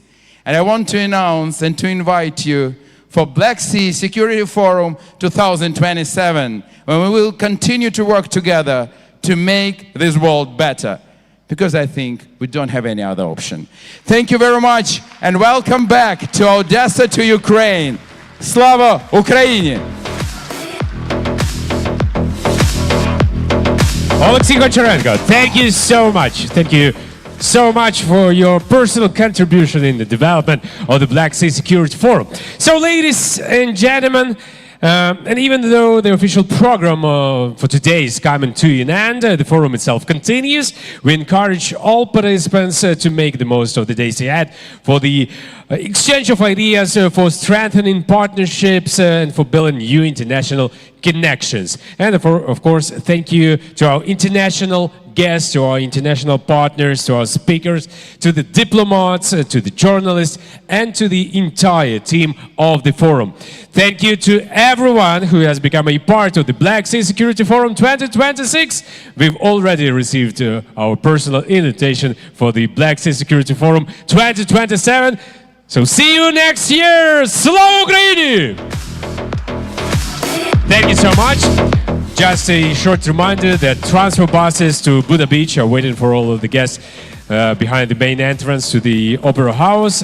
And don't forget about tomorrow, because tomorrow there are a lot of different excellent side events, so be there. Thank you so much. Have a great evening. See ya.